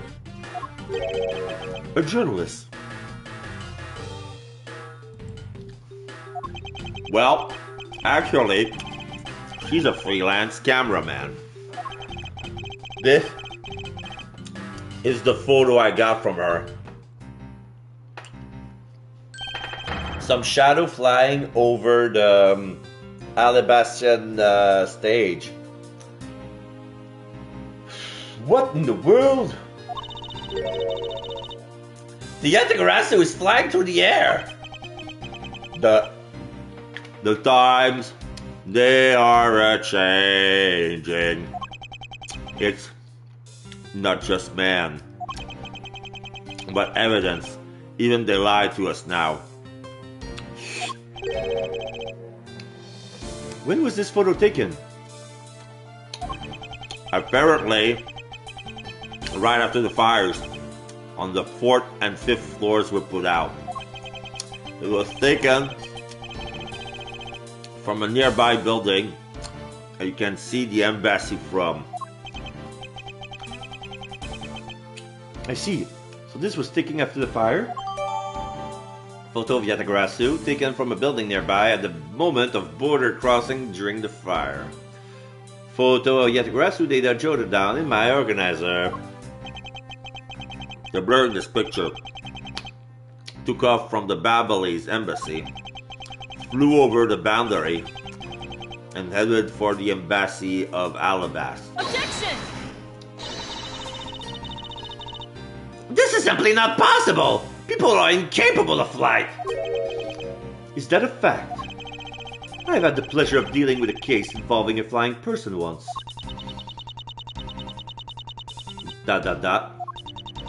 Actually, come to think of it, I've come across a case like that as well. 2, actually. Maybe it happened more often than we think. Am I up to the task of solving the mystery behind this photograph? Well, Yatagarasu took off from the Babalese embassy, so I should start from there. Francesca, I need to return to the Babal investigation for a bit. Alright?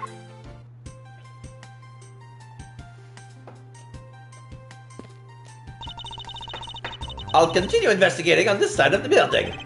Alright, I'm counting on you. I'll keep my lollipop on the net. Welcome back, Mr. Edgeworth. Now come on, let's get back to our investigation. Yes, let's...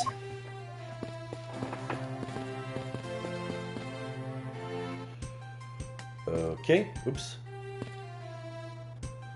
So are they done with the cleanup? Yes, they are. Paleno is here. I can access the desk and the fireplace now. March 14, 10:37 p.m. Babalese Embassy, Secretariat's Office. The body has been removed. To think, after all that running around, we're right back where we started. It would appear that way. Hi, Mr. Edgeworth. Have you found Maddie's killer yet? I'm terribly sorry, Ambassador Paleno, but I have yet to find his killer. Then I guess this murder really was the work of the Yatagarasu. Let's get one thing straight. It was the work of the fake Yatagarasu. The real Yatagarasu is a noble vigilante who is only out to steal the truth. Miss Faraday, please don't make such a sad face. If there's anything I can do for you, all you have to do is ask, alright? Mr. Paleno? Actually, there is one thing you can do. Will you allow us to take another good look around? We didn't have enough time to conduct a thorough investigation earlier. Oh, sure! Please feel free to investigate to your heart's content. Also, there are a few questions I would like to ask you personally, Ambassador. If it will bring a smile back to Miss Faraday's face, then I'll gladly answer anything. Thank you, Mr. Paleno. You're a total gentleman. You don't have to waste such nice words on me, little miss. Hey, Sir Paleno, Paleno. Those two sure got chummy awfully quickly. You know, it's easy to say we're going to investigate, but where should we begin? We should probably start by comparing the state of this room before and after the fire. And then we should look into the matter of the suspicious person you spotted. Yeah, when I came into this room, that person was already gone. But I'm willing to bet that the person I was chasing is Mr. Cochin's killer. We don't know that yet, however, it's hard to believe that person is unrelated. Furthermore, because the key the Yatagarasu stole 7 years ago was found here, it signals that perhaps Miss Yu is also somehow involved. I knew it! That woman is most definitely Mr. Cochin's killer. Yet again, we don't know that. There are too many mysteries to be solved here. Speaking of the Yatagarasu mysteries, I received a most mysterious photo from Detective Bad. Uncle Bad? He's taking part in the investigation too? Yes, he has been chasing after the Yatagarasu for all these years. Uncle Bad. Now then, I was told that this photo was taken just after the fire. What? This kind of looks like the person in the long coat I was chasing. Does this mean that I was chasing the fake Yatagarasu after all? I don't know the answer to your question, but I don't think people can fly either. But this could be how that person escaped. Well, we'll need to investigate a bit more before we can say anything about that. In any case, let's not dawdle anymore and pick up our investigation where we left off. Begin investigation. Babali's Embassy, Secretariat's office. Okay, let's check the statue. So, this is the real Primadox statue. This is really valuable, right? That's what they say. Okay, Hold it! Okay, you're not seriously considering the theft of the statue, are you? No way, Mr. Edgeworth. I wasn't thinking about anything like that. Just calculating in my head how much the statue is worth. That sounds mighty sus to me.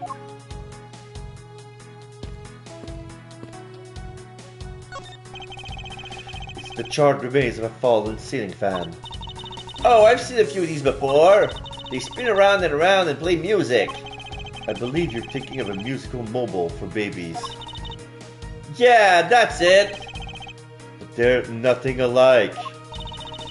They're totally alike. They spin those babies right, they right round like a record, baby, right round, round, round. I see. I guess I can see how much you might think that.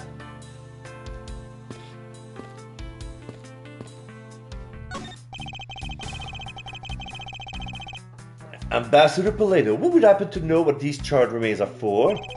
I don't know actually. But I don't think there was anything there that should have been flammable. And so it remains a mystery as to what was burned here.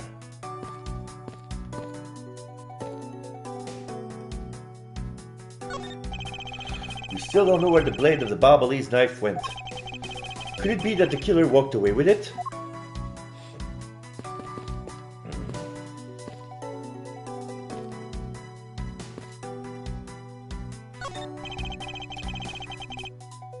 What exactly used to be here? That used to be a stack of brand new pamphlets. But it looks like they were all burned up. I guess we'll just have to reprint them. But no matter how fast we reprint them, they always disappear so quickly. Is the Babalese tourism industry really that hot right now? Of course! Although recently the most popular vacation destination has been the Republic of Virginia. But we refuse to lose to them, so we've been hard at work promoting Babel. Interesting. Well, just recently it returned from a trip to Virginia myself. Oh, and how did you like it? It was alright. It was aight. Probably shouldn't bring up the fact that I was a suspect on the flight home.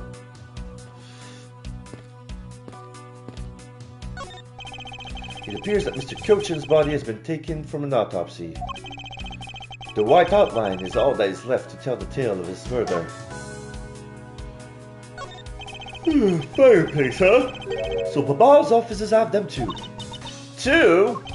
There is a fireplace in relatively the same location in the Alabastian office. However, we found something there that I'd rather not recall ever again. I still can't believe that we found that lady's undershirt in the fireplace. Huh?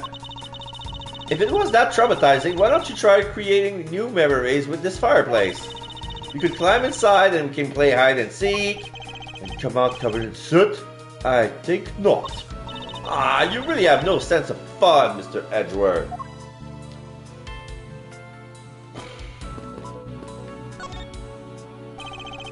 You can see the Alabastian embassy through this window. So, where were you when you were investigating over there, Mr. Edgeworth? You can see it from here. I was there on the 5th floor. That's where the Master II was killed. What? You don't mean Master the Master II? Aw, poor guy. As a fellow second-generation thief, I can't just turn a blind eye to this. Even though the Master II was merely an imposter of the original.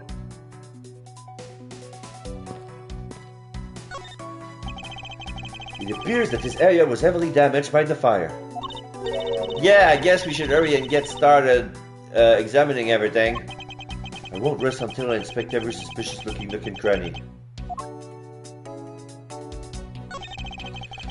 It would appear that this desk also fell victim to the fire. But it doesn't look damaged. Oh, I think we can ripple through this drawer a bit. I suppose we really should take a look. Oh, that notepad. This is a rather unusual shape for a notepad. I suppose this must be another souvenir from somewhere. So I guess embassy phones are just like normal phones, huh? Well, what did you imagine them to look like? I thought that Bubbles' phone would look like a flower and the receiver would be a butterfly. That way it looks like the butterfly receiver was sucking nectar from the flower's base. So if any country had a flower phone, it would be Alabasta, don't you think? Then maybe the phone I envisioned would have been from when they were the Codopia? There's really no point asking me about something that never existed in the first place. Huh. You know what you lack, Mr. Edgeworth? Curiosity and imagination.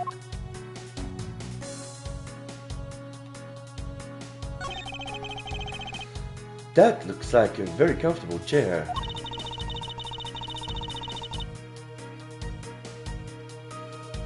Well, it doesn't look at all broken, so why don't you try sitting in it? No, I'd better not. It's very important that we preserve the crime scene at all times. Wait, you're always touching all sorts of things in crime scenes. That's because I'm a prosecutor, and it's a part of my job to examine things. And it's my job to be a great thief. Which is exactly why you are not allowed to touch anything. Boo!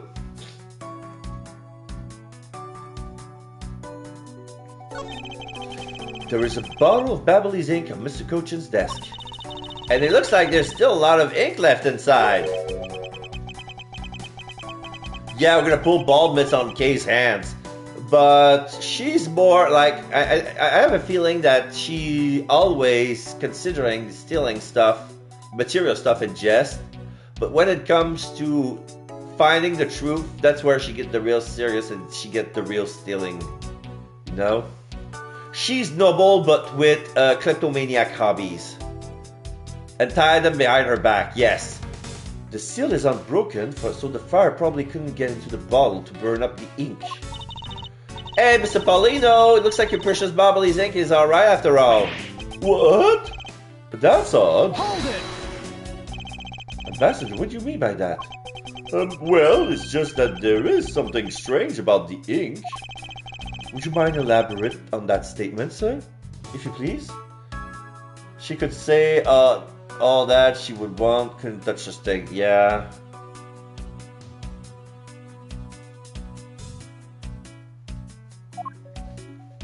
Okay, so there's a statement there.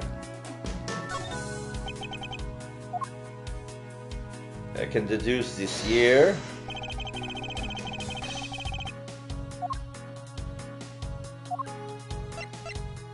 Eureka! The shape of this notepad matches the shape of this note we found. Hey, you're right. What is this? Looks like something straight out of Monument Valley. Oh yes, that notepad is a souvenir from somewhere in your country. Oh, is that a ramen bowl? An upside down ramen bowl? We've been collecting them for the purpose of studying them, you see. Yes, I do. You do seem to be quite passionate about it. Oh, would you like to see my souvenir collection? I would love to show it to you. Are you sure they haven't been burnt to a crisp by the fires? Ambassador Poleno, I wonder if you might recognize the handwriting on this note. Yes, this looks like Manny's handwriting. Okay, so he was in the middle of plotting something, and then it got backfired, and he got killed. Interesting.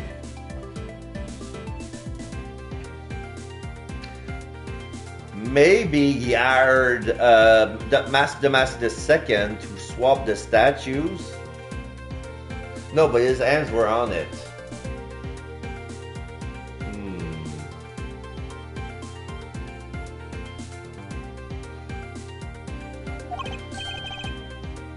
I see, in that case. Oh, did you figure something out? This note was found in alabaster. Specifically, it was found being firmly grasped by the murdered Damask II. Damask II and this note? Yes, it was a request from Mr. Gochin for Damask II to steal the Premiduc statue. What? Manny tried to steal Alabast's Primiduc statue? We wouldn't know for sure if we could run a handwriting analysis. Ambassador, do you have any documents that were handwritten by Mr. Gochin? This is gonna be tough. Because usually that never happened. Like...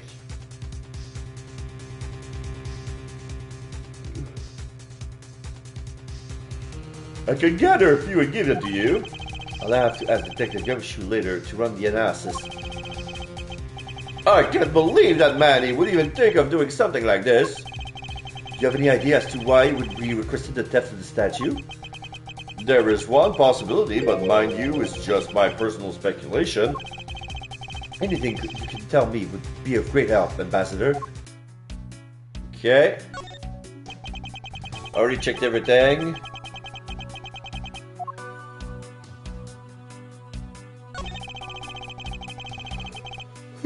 It looks like a bunch of flyers with coupons attached to them. Babao sure gives them away a lot of different coupons. Maybe I should create one of my own, like call it the Great Thieves coupon.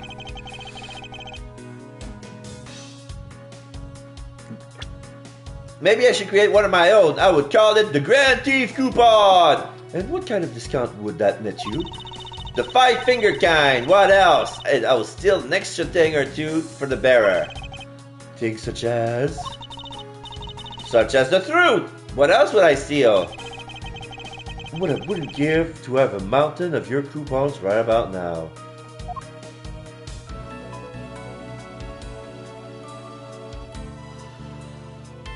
Sorry about that. Piece of paper. Manny Cochin, his name is written here on this nameplate. Why would you put a nameplate with your name on it in your own office? I suppose it's to inform people in case they walked into the wrong room by mistake.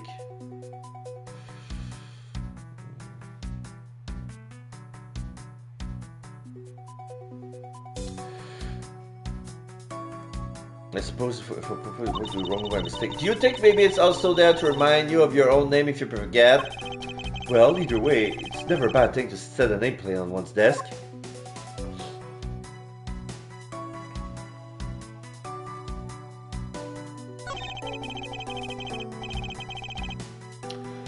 There is only one book left standing there, Treasures of the World. Wait, what? Let me see that. Uh-huh. I see. Ah!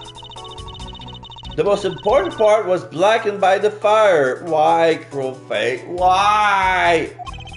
Looks like the map of where the treasures are located has been burned.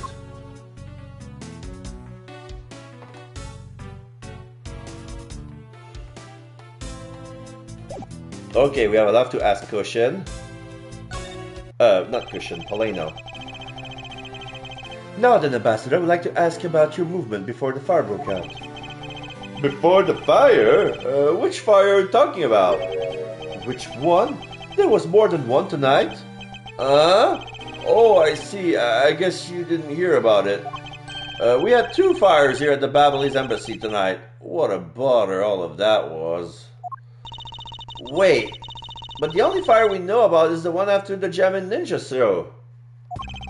Ah, well, the first occurred at the start of the Jamin Ninja show. Luckily, only the 4th and 5th floor of our embassy caught on fire.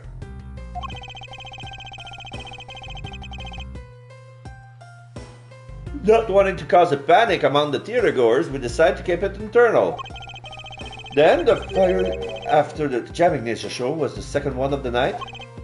Exactly. So the fire with this was the second one. Come to think of it, didn't Detective Bad make reference to the first fire? When was this photo taken? Apparently after the fires on the 4th and 5th floors were put out. I suppose this means that the photo was taken just after the first fire was put out. Photos of Yatagarasu, photo taken after the first fire on the 4th and 5th floors had taken place. So then why was the extent of the damage in the second fire? The second fire was contained to this floor, the 3rd floor. I think it was leftover embers from the fire of the floor above that has caused it. That Sasha put this a very bad stroke of luck. My office on the 5th floor, Manny's office here, and Manny's business and Manny himself, all gone in the blink of an eye. Fires in Babal, data turned down my organizer. 2 fire broke out in Babal today. I feel so sorry for you, Mr. Paleno. Oops, look at me going on and on. Now then, was it something you had? What was it you wanted to ask again?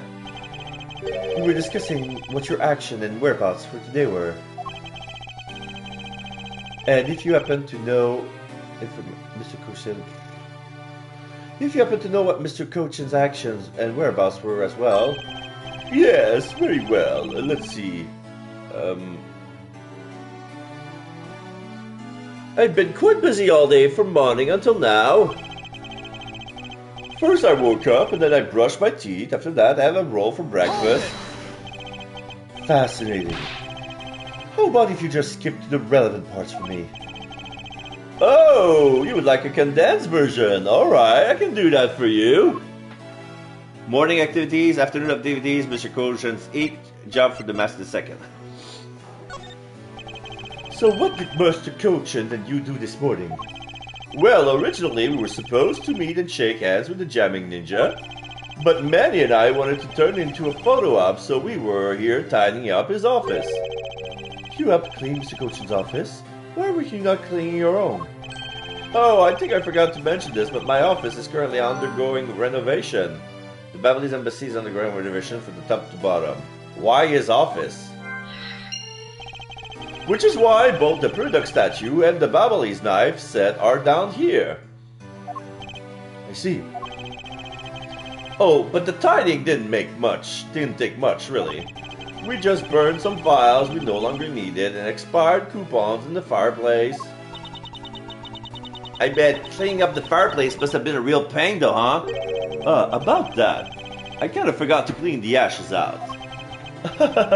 I guess I'm about a creep without Manny here to get angry at me. Hold it! An ambassador like yourself has been on the receiving end of a secretary's anger. Oh, he was very good at being very mad. Why, even just this morning he got mad at me. I spilled some Babalese ink into the back wall when I was burning the files, you see. Huh? And he got mad at me, saying that I should treat the ink with more respect. Talk about the boss getting bossed around. Ambassador Palino testimony, spilled Babalese ink onto back wall while burning files in the fireplace, left ashes there. Oh.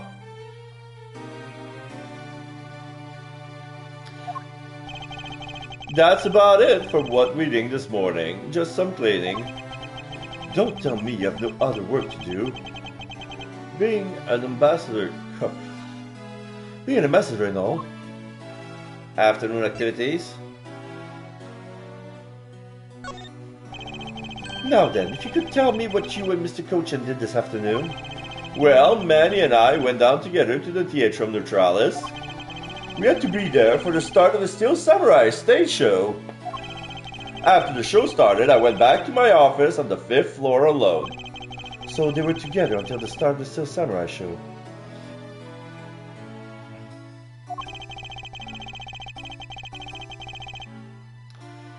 A little while later, after I had straightened myself up a bit, I returned to the theater. Because I was to take part in the photo op on stage at the end of the show. There was a commemorative photo up at the end. It was a fantastic photo of the three of us, Ambassador Alba, the Steel Samurai, and myself. After the photo shoot, I went back to my office on the 5th floor to prepare for my handshake photo with the jamming ninja. He seems to be rather overworked for an ambassador. When I got to my office, that's when the first fire broke out and I escaped down the stairs. My office was completely destroyed, but thankfully no one was hurt. I admit I ran away from the first fire as fast as my legs could carry me. But during the second one, I pitched in and helped the embassy staff put it out. So you did see Mr. Kochan again after the start of the Steel Samurai show? Yes, that's right. The next time I saw him, he was lying there in an eternal sleep. I see. Ambassador Paleno, I thank you very much for your help. I'm sorry I couldn't be of more assistance, Mr. Edgeworth. If there's anything else, please don't hesitate to ask, alright? Mr. Kochan's ink. I wonder if you might tell me what you noticed about Mr. Kochan's bottle of ink. I just thought of it right now, but during the second fire, Manny was worried about his office, so he came rushing back to it. I called out to him, and when I received no reply, I used my spare key to open the door. But when I did, I was greeted by a roaring green flames. The flames were so big that I wasn't able to see into the room at all. Hold it! The fire was green? What was the cause? Really? Well, with crystal oils burns green when it's lit, as you can see by this lantern. And Bobbly's ink is made of the same oil, which means that it will also burn green. SpaceX had a rapid on the scheduled disassembly. The booster got caught. What? Is that something that happened on the news right now?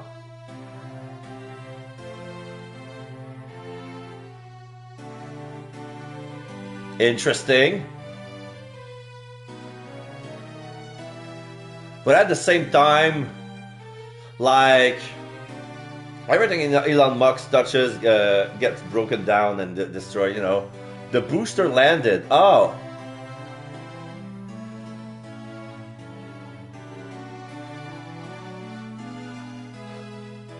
Okay, the booster of the Starship Rudd landed.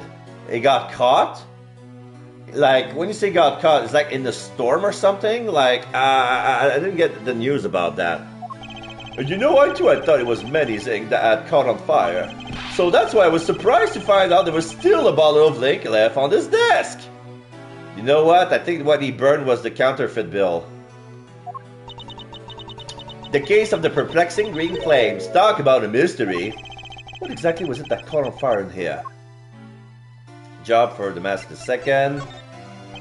I believe that you said that you might have an idea as to why Mr. Kochan hired Mr. Damask. Literally in the catch system, the fire itself exploded. Oh! When the booster landed, it exploded? Oh my god, that's even worse. Like, the Cybertrucks explodes. No.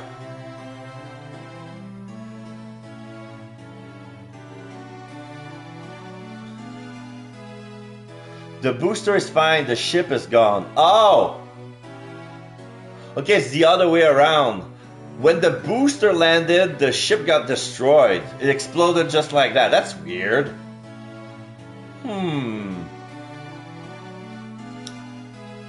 A mystery for next time. I believe what you said might have an idea as to why Mr. Kochan hired the mask II. The ship exploded on his way up. Okay.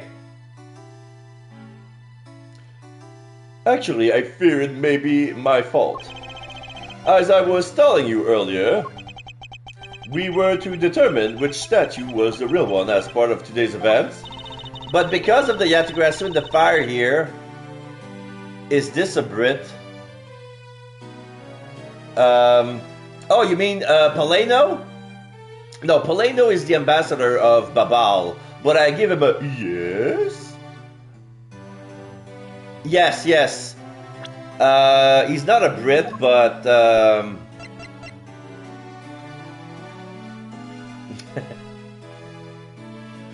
he has a weird name, Callias Paleno. The guy is trying to boost the tourism, and he's always tries to give us coupons so we can go to his country and buy some stuff to boost the economy. Yeah, this is we're in the let me show you. We're in Japan, but this is inside the embassy of the former country of Codopia. 7 years ago or so, it got split up into two countries, Alabast and Babal. Yeah, we're in Japan, but in this case, it's probably America, you know? So they have different countries, so that's why it's quite flimsy. We can investigate, we have to give permission, and sometimes the ambassadors would say yes or no. Babal is very friendly. Alabast is touchy. Like, he has one of the harshest immigration policies. Like, the guard would full body search you without a warrant and stuff like that to make sure that there's no contraband. And in the middle of it all, there's a smuggling ring operation. Like, we found 2 murders in each of the embassies, and the murder weapon was an item that shouldn't be here. Like, the person who died at Babal was killed by an Alabastian weapon, and vice versa. And in the middle of it all, we have a phantom thief called the Yatagarasu, who's going left and right, and we're trying to figure out how does he pass the security, the border, you know?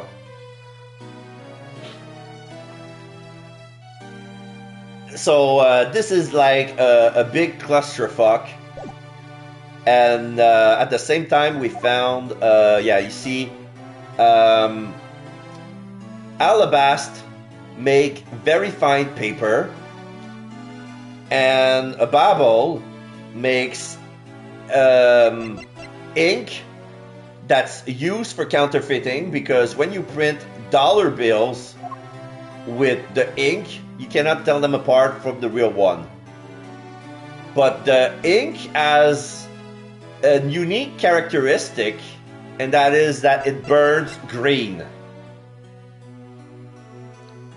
Because with crystal oil, burns green, and that's what the ink is based of. Like the mineral in Babal, like the country originally was big and luscious. Like I feel like Alabast has all the greeneries, all the pastures, the flowers, the gardens, and Babal has all the mountains, the minerals and stuff. Since Babal is less appealing, that's why Paleno is bending his ass 4 ways to promote tourism. That's why he's like that. But because of the Yatagarasu and the fire here, that got cancelled, didn't it? I'm actually relieved the rest of the event had been cancelled. And also, Babal has crest, that is the butterfly, and Alabast is the flower. And remember that thing over there? Here's the flower of Alabast. Turns into a key. Butterfly. Canopian.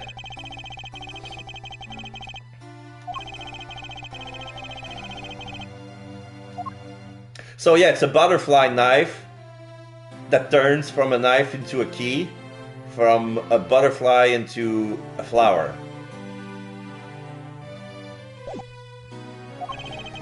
For you see, Babal's statue, well, it's just a replica. And did Mr. Kochin know about Babal's Primadox statue? Oh yeah, there's another thing, like, there's this statue, both countries has one. Both of them claims that they have the real one. So one of them must be fake. This has proven to be the real one, but it got swapped. Since it's pretty large, and we have no idea how it got smuggled.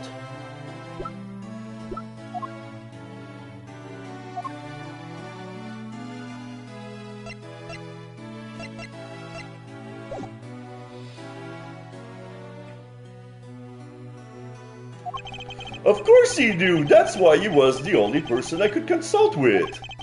We have to do something once our statue was revealed as a replica. As to be expected, I was very nervous today as this would impact our country's authority. Yes, I understand. Well, when I told Manny my concerns, he said, let me handle it, it'll be alright. I'll find a way to make sure you're the ambassador of the reunited Conopia. So yeah, they've been split apart for a while, but today was supposed to be the day where they would be reunited. And we figured out that Kochin was responsible for the smuggling ring. And we have a feeling that he orchestrated the smuggling. Like, the statue had been swapped. So that the real one that used to be in Alabasta would be in Babel, so that here he could be the ambassador of the reunited country. But that guy got killed.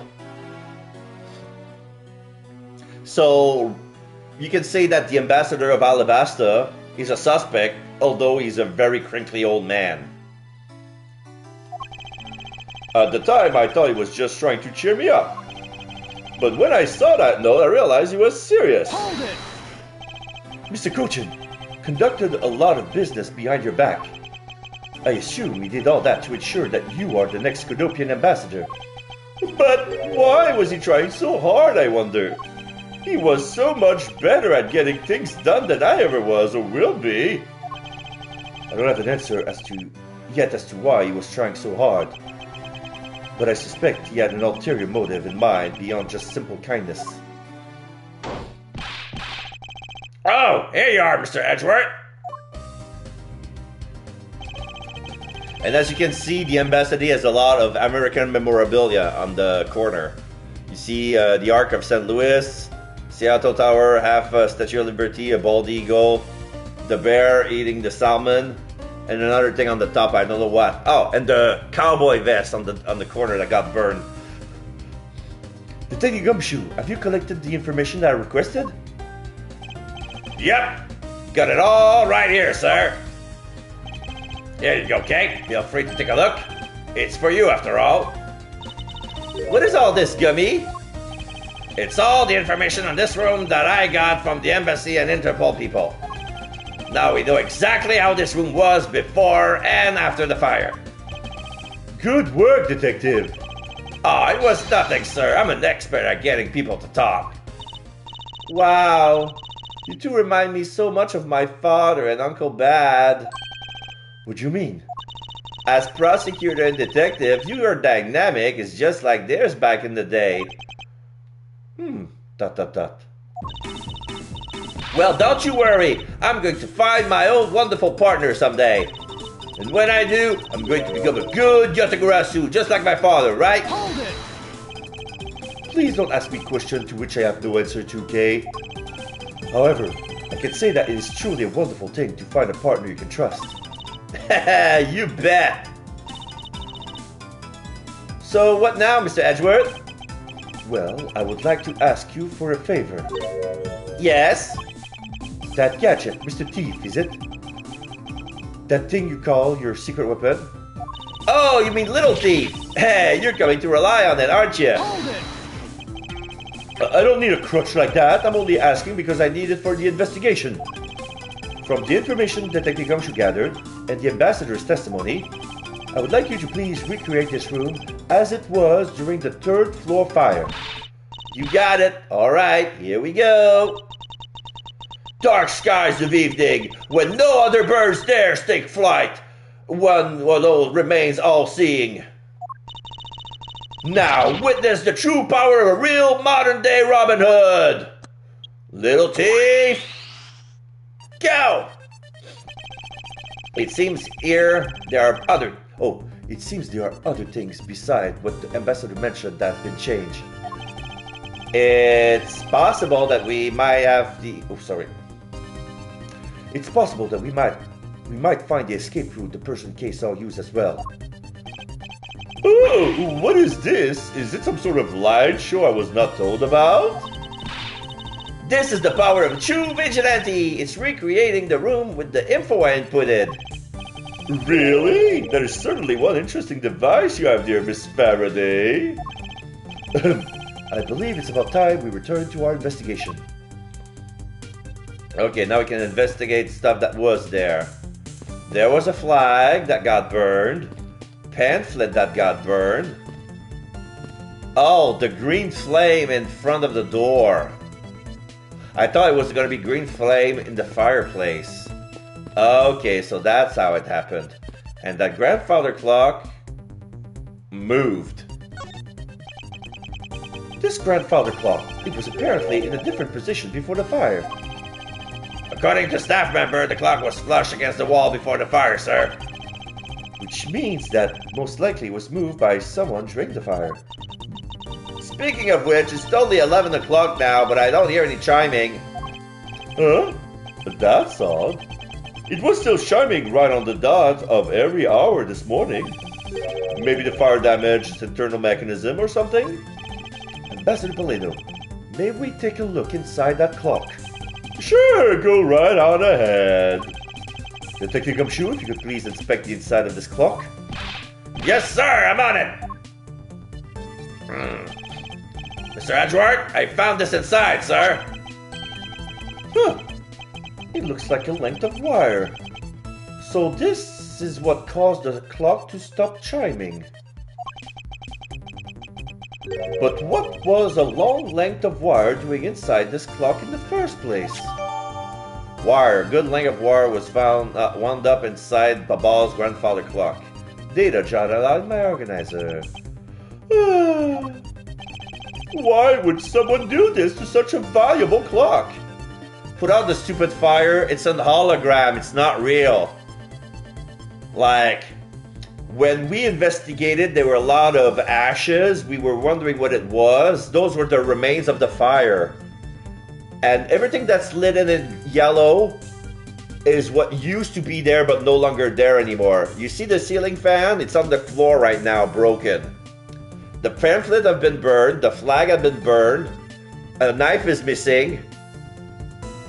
The fire should be lit in yellow as well. But yeah.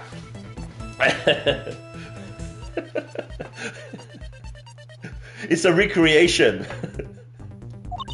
It sounds like it wasn't Mr. Paleno that put the wire in there. Then perhaps it was Mr. Koshin Skiller who did it. I'm gonna investigate the fire, as you can see. These must have been the large green flames Ambassador Paleno saw. With flames like these, it's no wonder he couldn't get in. Okay, by the time you came into this room, had the fire already been put out? Yeah, the fire died out or something by that time. Then this fire only burned for the time the fire started on the third floor. Until the Yatigarasu appeared and caused a stir in Babal, I suppose.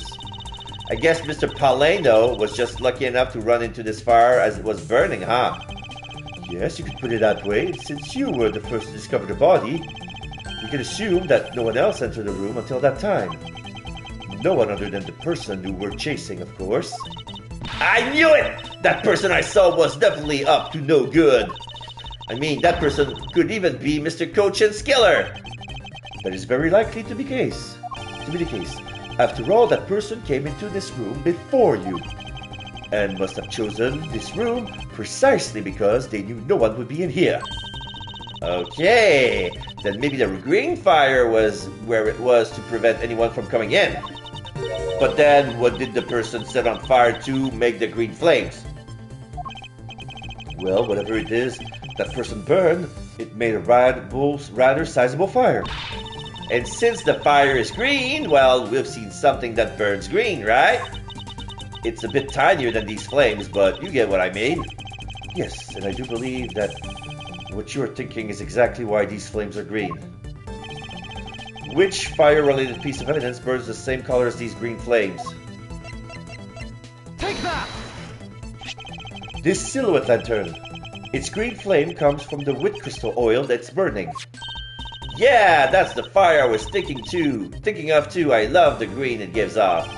I think we've now established that the green flames were caused by wood crystal oil.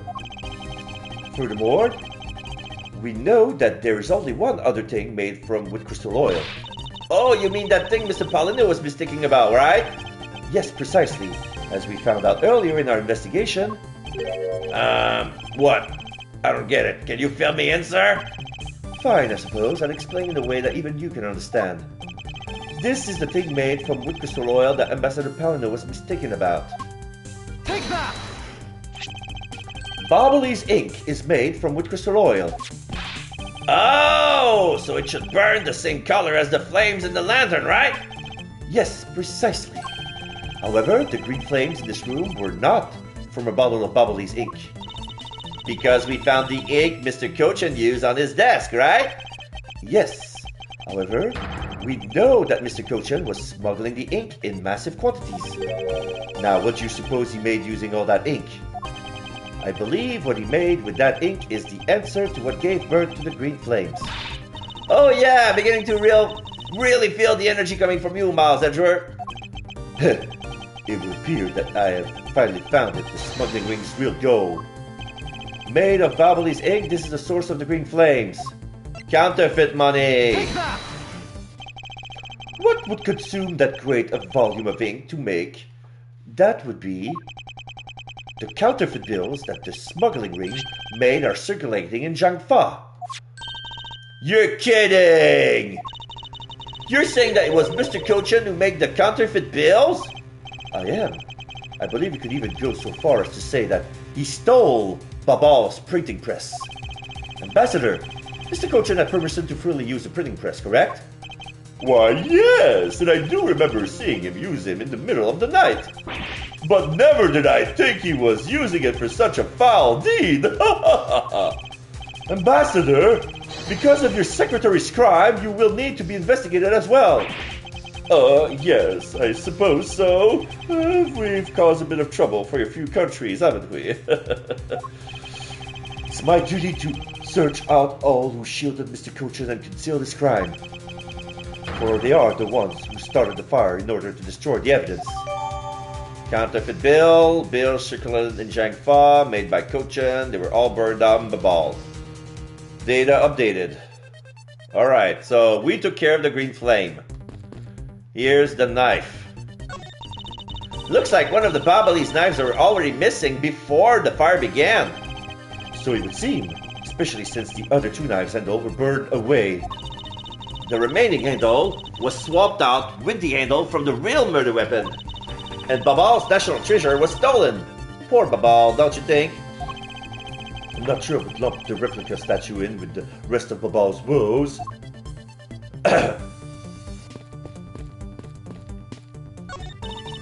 So by this time, the Primidoc statues had already been swapped, right? They must have been, as this one is covered in soot. What lousy timing! As just as the two countries were about to become friends again too. I would been better if I'd stolen it then for it to get caught up in that fire. Okay, I think I understand your sentiment. However, if you were to engage in theft, I can't look the other way, right? If you could please stop stealing my lines. I'll steal whatever I want because I'm the great thief, Yalagrasu!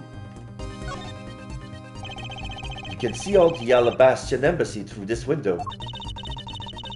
So, where were you when you were investigating over there, Mr. Edgeworth?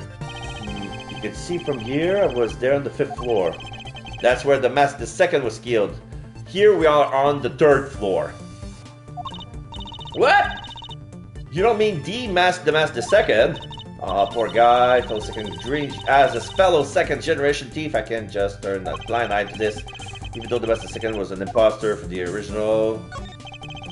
That looks like a very comfortable chair. Well, it doesn't look all that broken, so why don't you try sitting in it? No, I'd better not. It's very important that we preserve the crime scene here at all times. But you're always touching all sorts of things at crime scenes. That's because I'm a prosecutor. It's part of my job to examine things. And my job to be a great thief. Which is exactly why you're not allowed to touch anything. Fireplace, huh? So Babal's office have them too. Two? Well, there's a fireplace in relatively the same location in the Alabastion office. However, we found something there that I'd rather not recall ever again. Still can't believe we found the undershirt in the fireplace. If it was that traumatizing, we're gonna try creating new memories with this fireplace. You can climb inside, we can play hide and seek. Come across. Okay. So Babal is really into pushing their tourism industry, huh? Yes, it would appear that way. You know, I would really love to take a trip.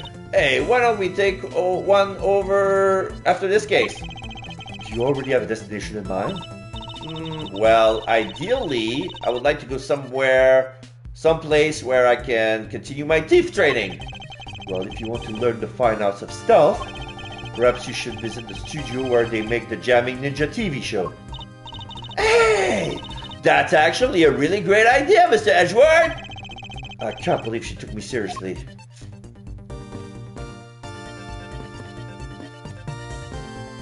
Oh. Connected fireplace renovation. No. I don't think that's it, but we can always try. Nope. Not exactly a shining example of the perfect line of logic.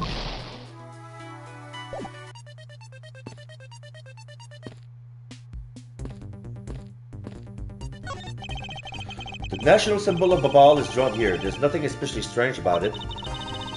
Is it just me or did the butterfly gain an antenna since we last saw it? Even if it did, would it really have any bearing on our case, Kate? Oh, the safe. This safe wasn't open at the time of the fire. You could tell because the inside wasn't burned, right? Yes, and thanks to the safe's fire resistance, the smuggling evidence was preserved. Aren't safes great? They always hold the wonderful promise of treasures within. Well, this one certainly did have a few inside.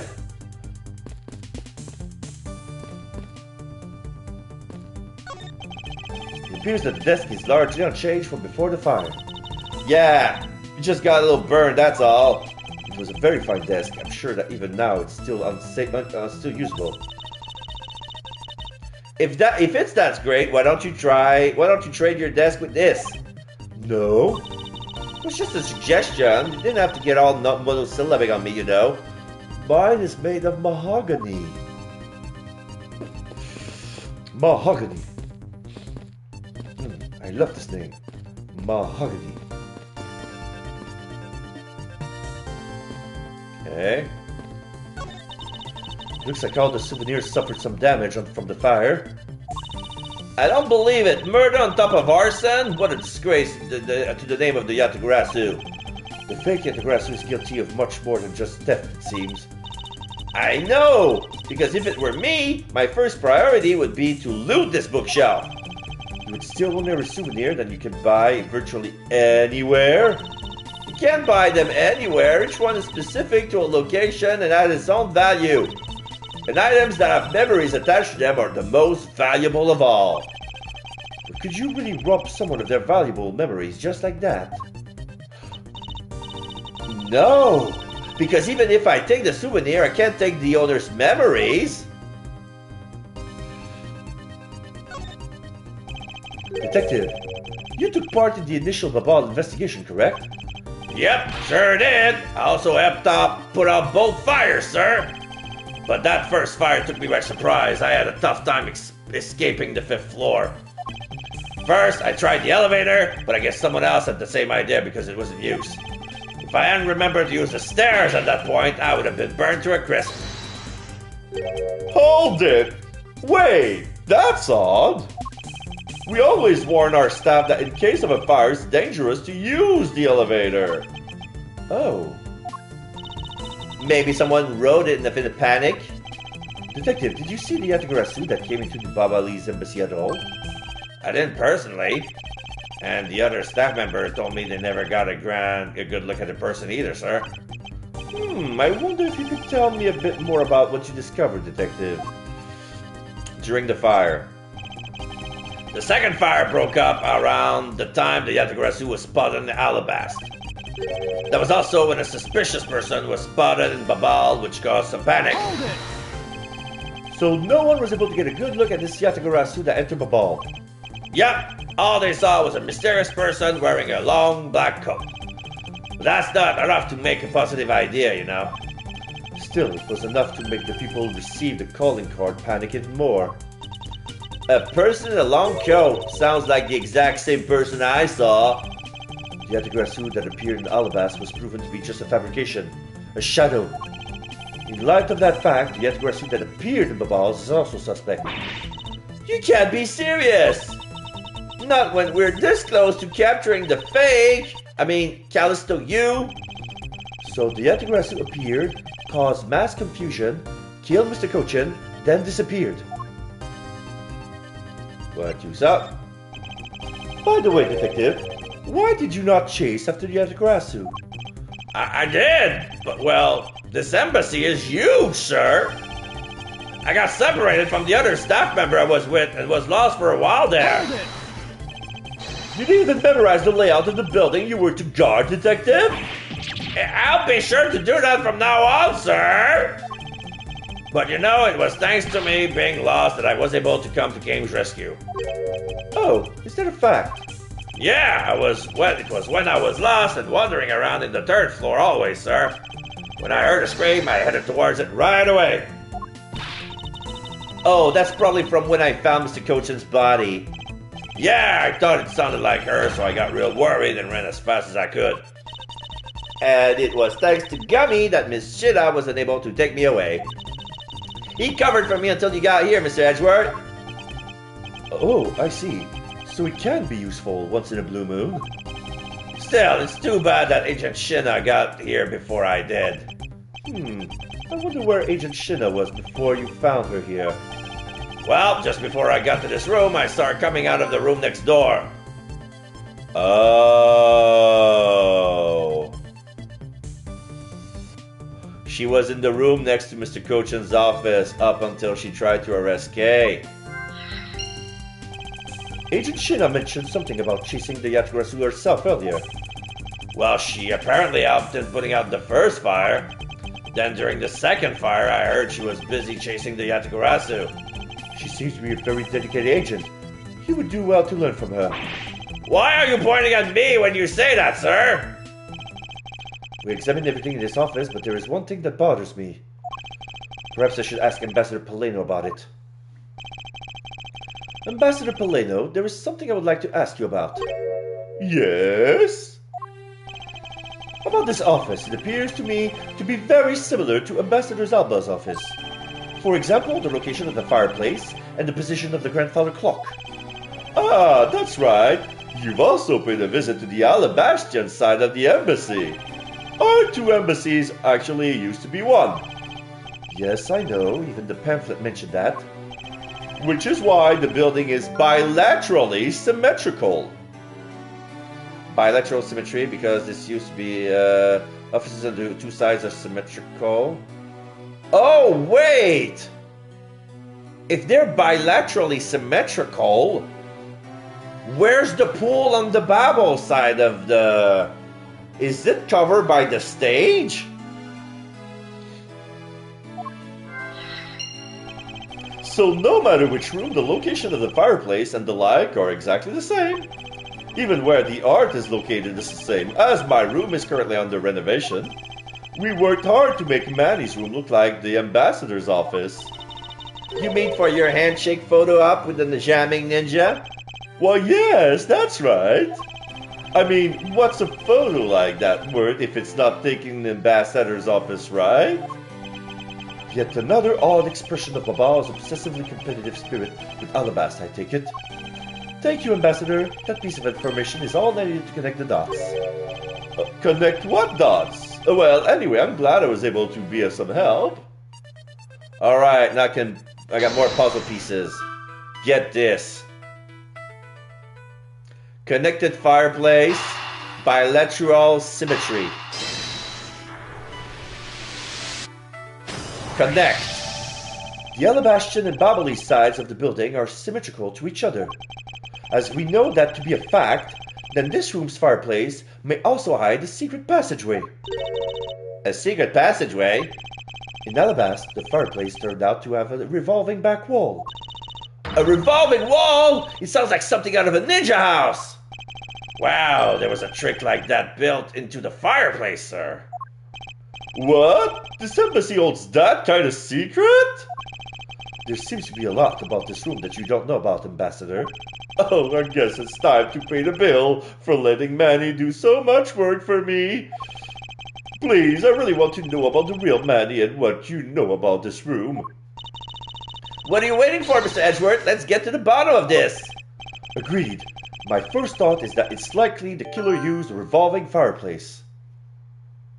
I need to examine more. Yes. Yeah, it looks like another fireplace though, doesn't it? So how do you turn this again? There's an X. The X brick in the back. In Alabast, I had to push where the X was on the far wall of the fireplace. Oh, I see an X back there, sir. Let's see what happens when I push it. Hold it! You scared me, sir! There is something about this fireplace that lies in contradiction to the fact.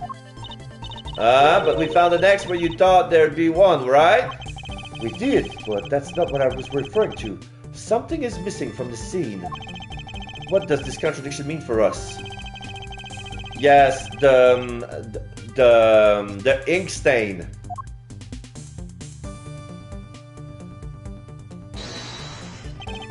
Is this spot somehow connected to any evidence I hold? Yeah, the Paleno's testimony. Spilled Babali's ink onto the back of the wall while burning files in the fireplace. Left ashes there. Eureka! This points out exactly what so contradictory about the fireplace currently is. Oh, did I point the wrong thing? Do I have to point out the ashes? It's okay if you don't see it, Kay. I don't really get it either, but I figure it's just too splendid for me to understand. Why don't you tell us what's exactly so contradictory? I can't exactly admit to being wrong if Detective Gumshoe is the one asking. Come on, Mr. Edgeworth, my youth only lasts for so long, you know. Yes, well, let's take another look at the fireplace first, shall we?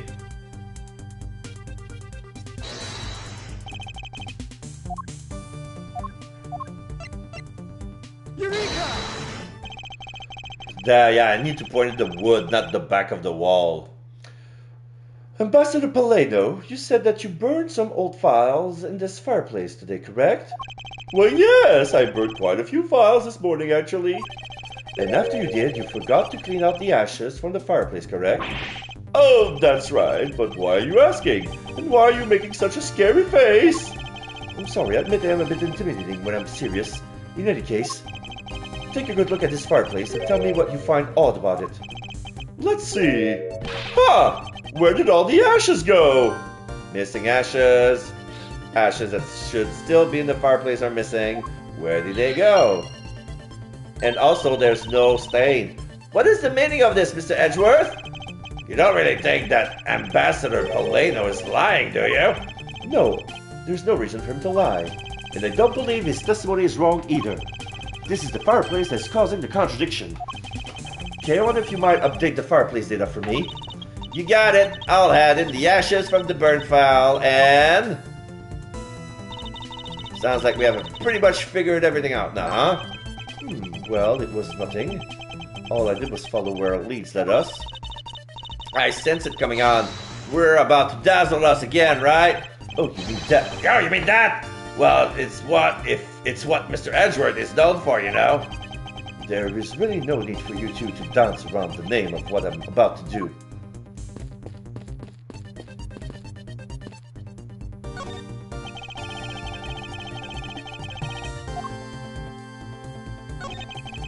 we push this X mark, the fireplace should turn.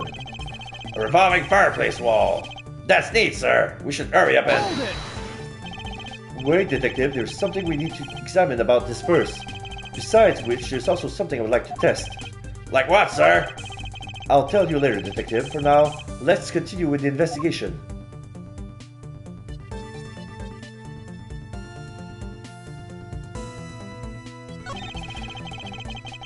The ashes Ambassador Palino left there are disappeared.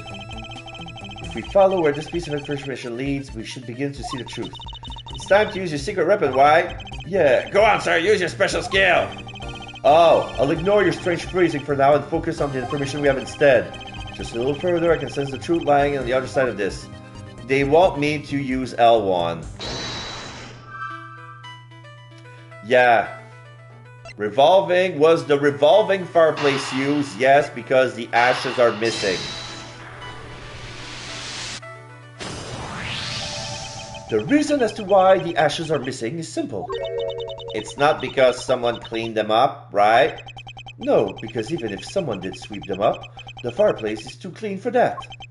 Ambassador Polino said that he had spilled some Babyliss ink while he was burning the files. And yet there is not a trace of the spilled ink on the back wall anywhere. Well then, I don't know what happened. Well, I'll tell you what happened. The two sides were switched. By using the revolving fireplace wall, the ashes were moved into the neighboring room. Which means that this is a clear indication that the fireplace was used. Revolving fireplace walls. They're a sign that the revolving place wall on Baba's side has been used. Then you mean the person I was chasing disappeared from this room through there? Yes. I believe the person you were in pursuit of is Mr. Cochin's killer. And after committing the murder, escaped through the fireplace. Wow, Mr. Edgeworth, you figured out the killer's escape route. I have, but this is only the beginning. Now we have to chase the killer down. Yeah, escape to the revolving fireplace is the room next door, and Shinna was investigating the room next door. If she didn't find anything, she's the killer.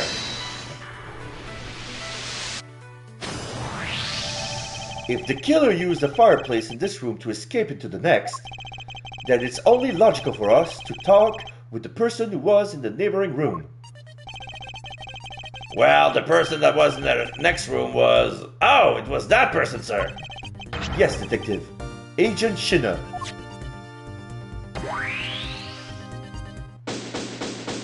Investigation complete. I got my health back.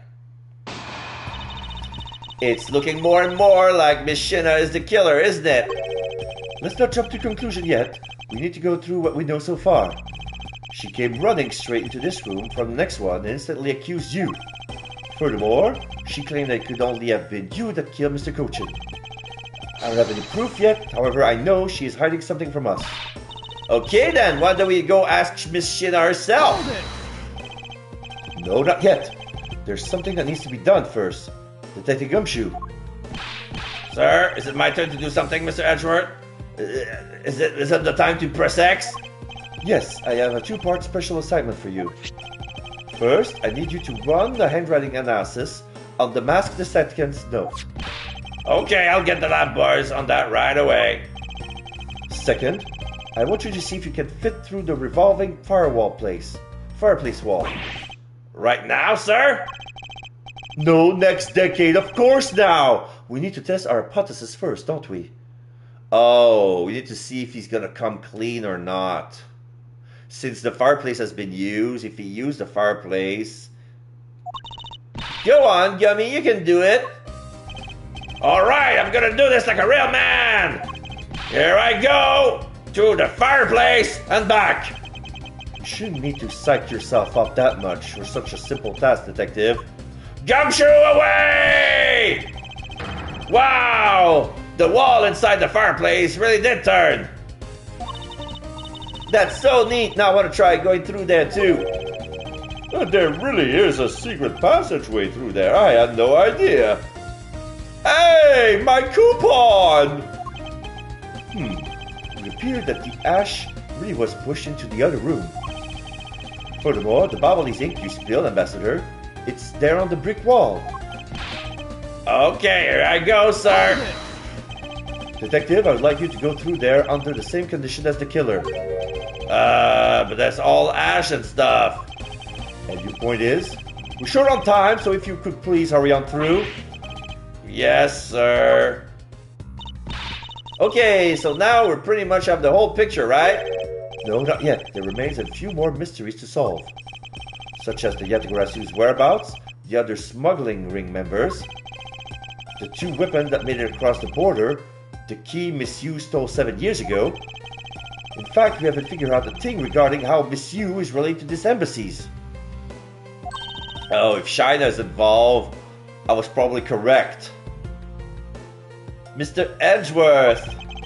A number of pieces connect in a very complicated way in this case. It's almost enough to make one completely mentally exhausted. What are you saying, Mr. Edgeworth? I thought you were the one who said that it's easy if you follow the leads. Was that supposed to be an impression of me, Kay? If it's info gathering you need, Gummy and I can help with that. Then all you have to do is show off your fancy schmancy logical deduction. Show off? Does it seem like I'm being boastful when I do that? Let's not overcomplicate things, okay? Mr. Edgeworth, we've been so focused like a laser on only what seems strange and out of place. It's no wonder nothing's clicked and we haven't unlocked anything yet. But if we think things through calmly, the answer should come to us. Okay. That's the sort of thing I say to myself. When I'm practicing how to unlock bad locks, you know. That's something that I would hope practice doesn't make perfect for your sake. Yay! Looks like you're back to your straight-laced face again. The straight-laced self. Hey, Mr. Edgeworth. I'm back, sir.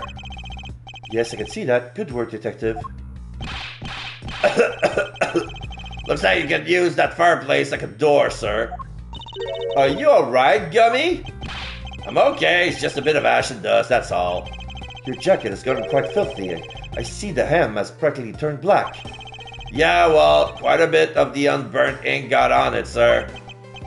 I see. Thank you, Detective. You did a fine job. I didn't even pay the cleaning bill for the trench coat. What? Oh, no, so I could never, sir. This is just my old coat, sir. If it was a coat I actually cared about, then I would get it clean, but, you know. I see. Very well then, as you wish. So, because Gummy was able to climb to the fireplace, we know it can be used, right? Yes, but that's not all we learned. We actually learned one another important fact. And that is? I will have to explain to you later. Right now, we need to deal with the handwriting analysis. Detective Gumshoe? Yes, sir, I'll be right back before you know it. The handwriting analysis of Mr. Cochin's handwriting will take a bit of a time. Let's go and wait in the Teatro Neutralis, along with Agent Lang and Agent China. To be continued.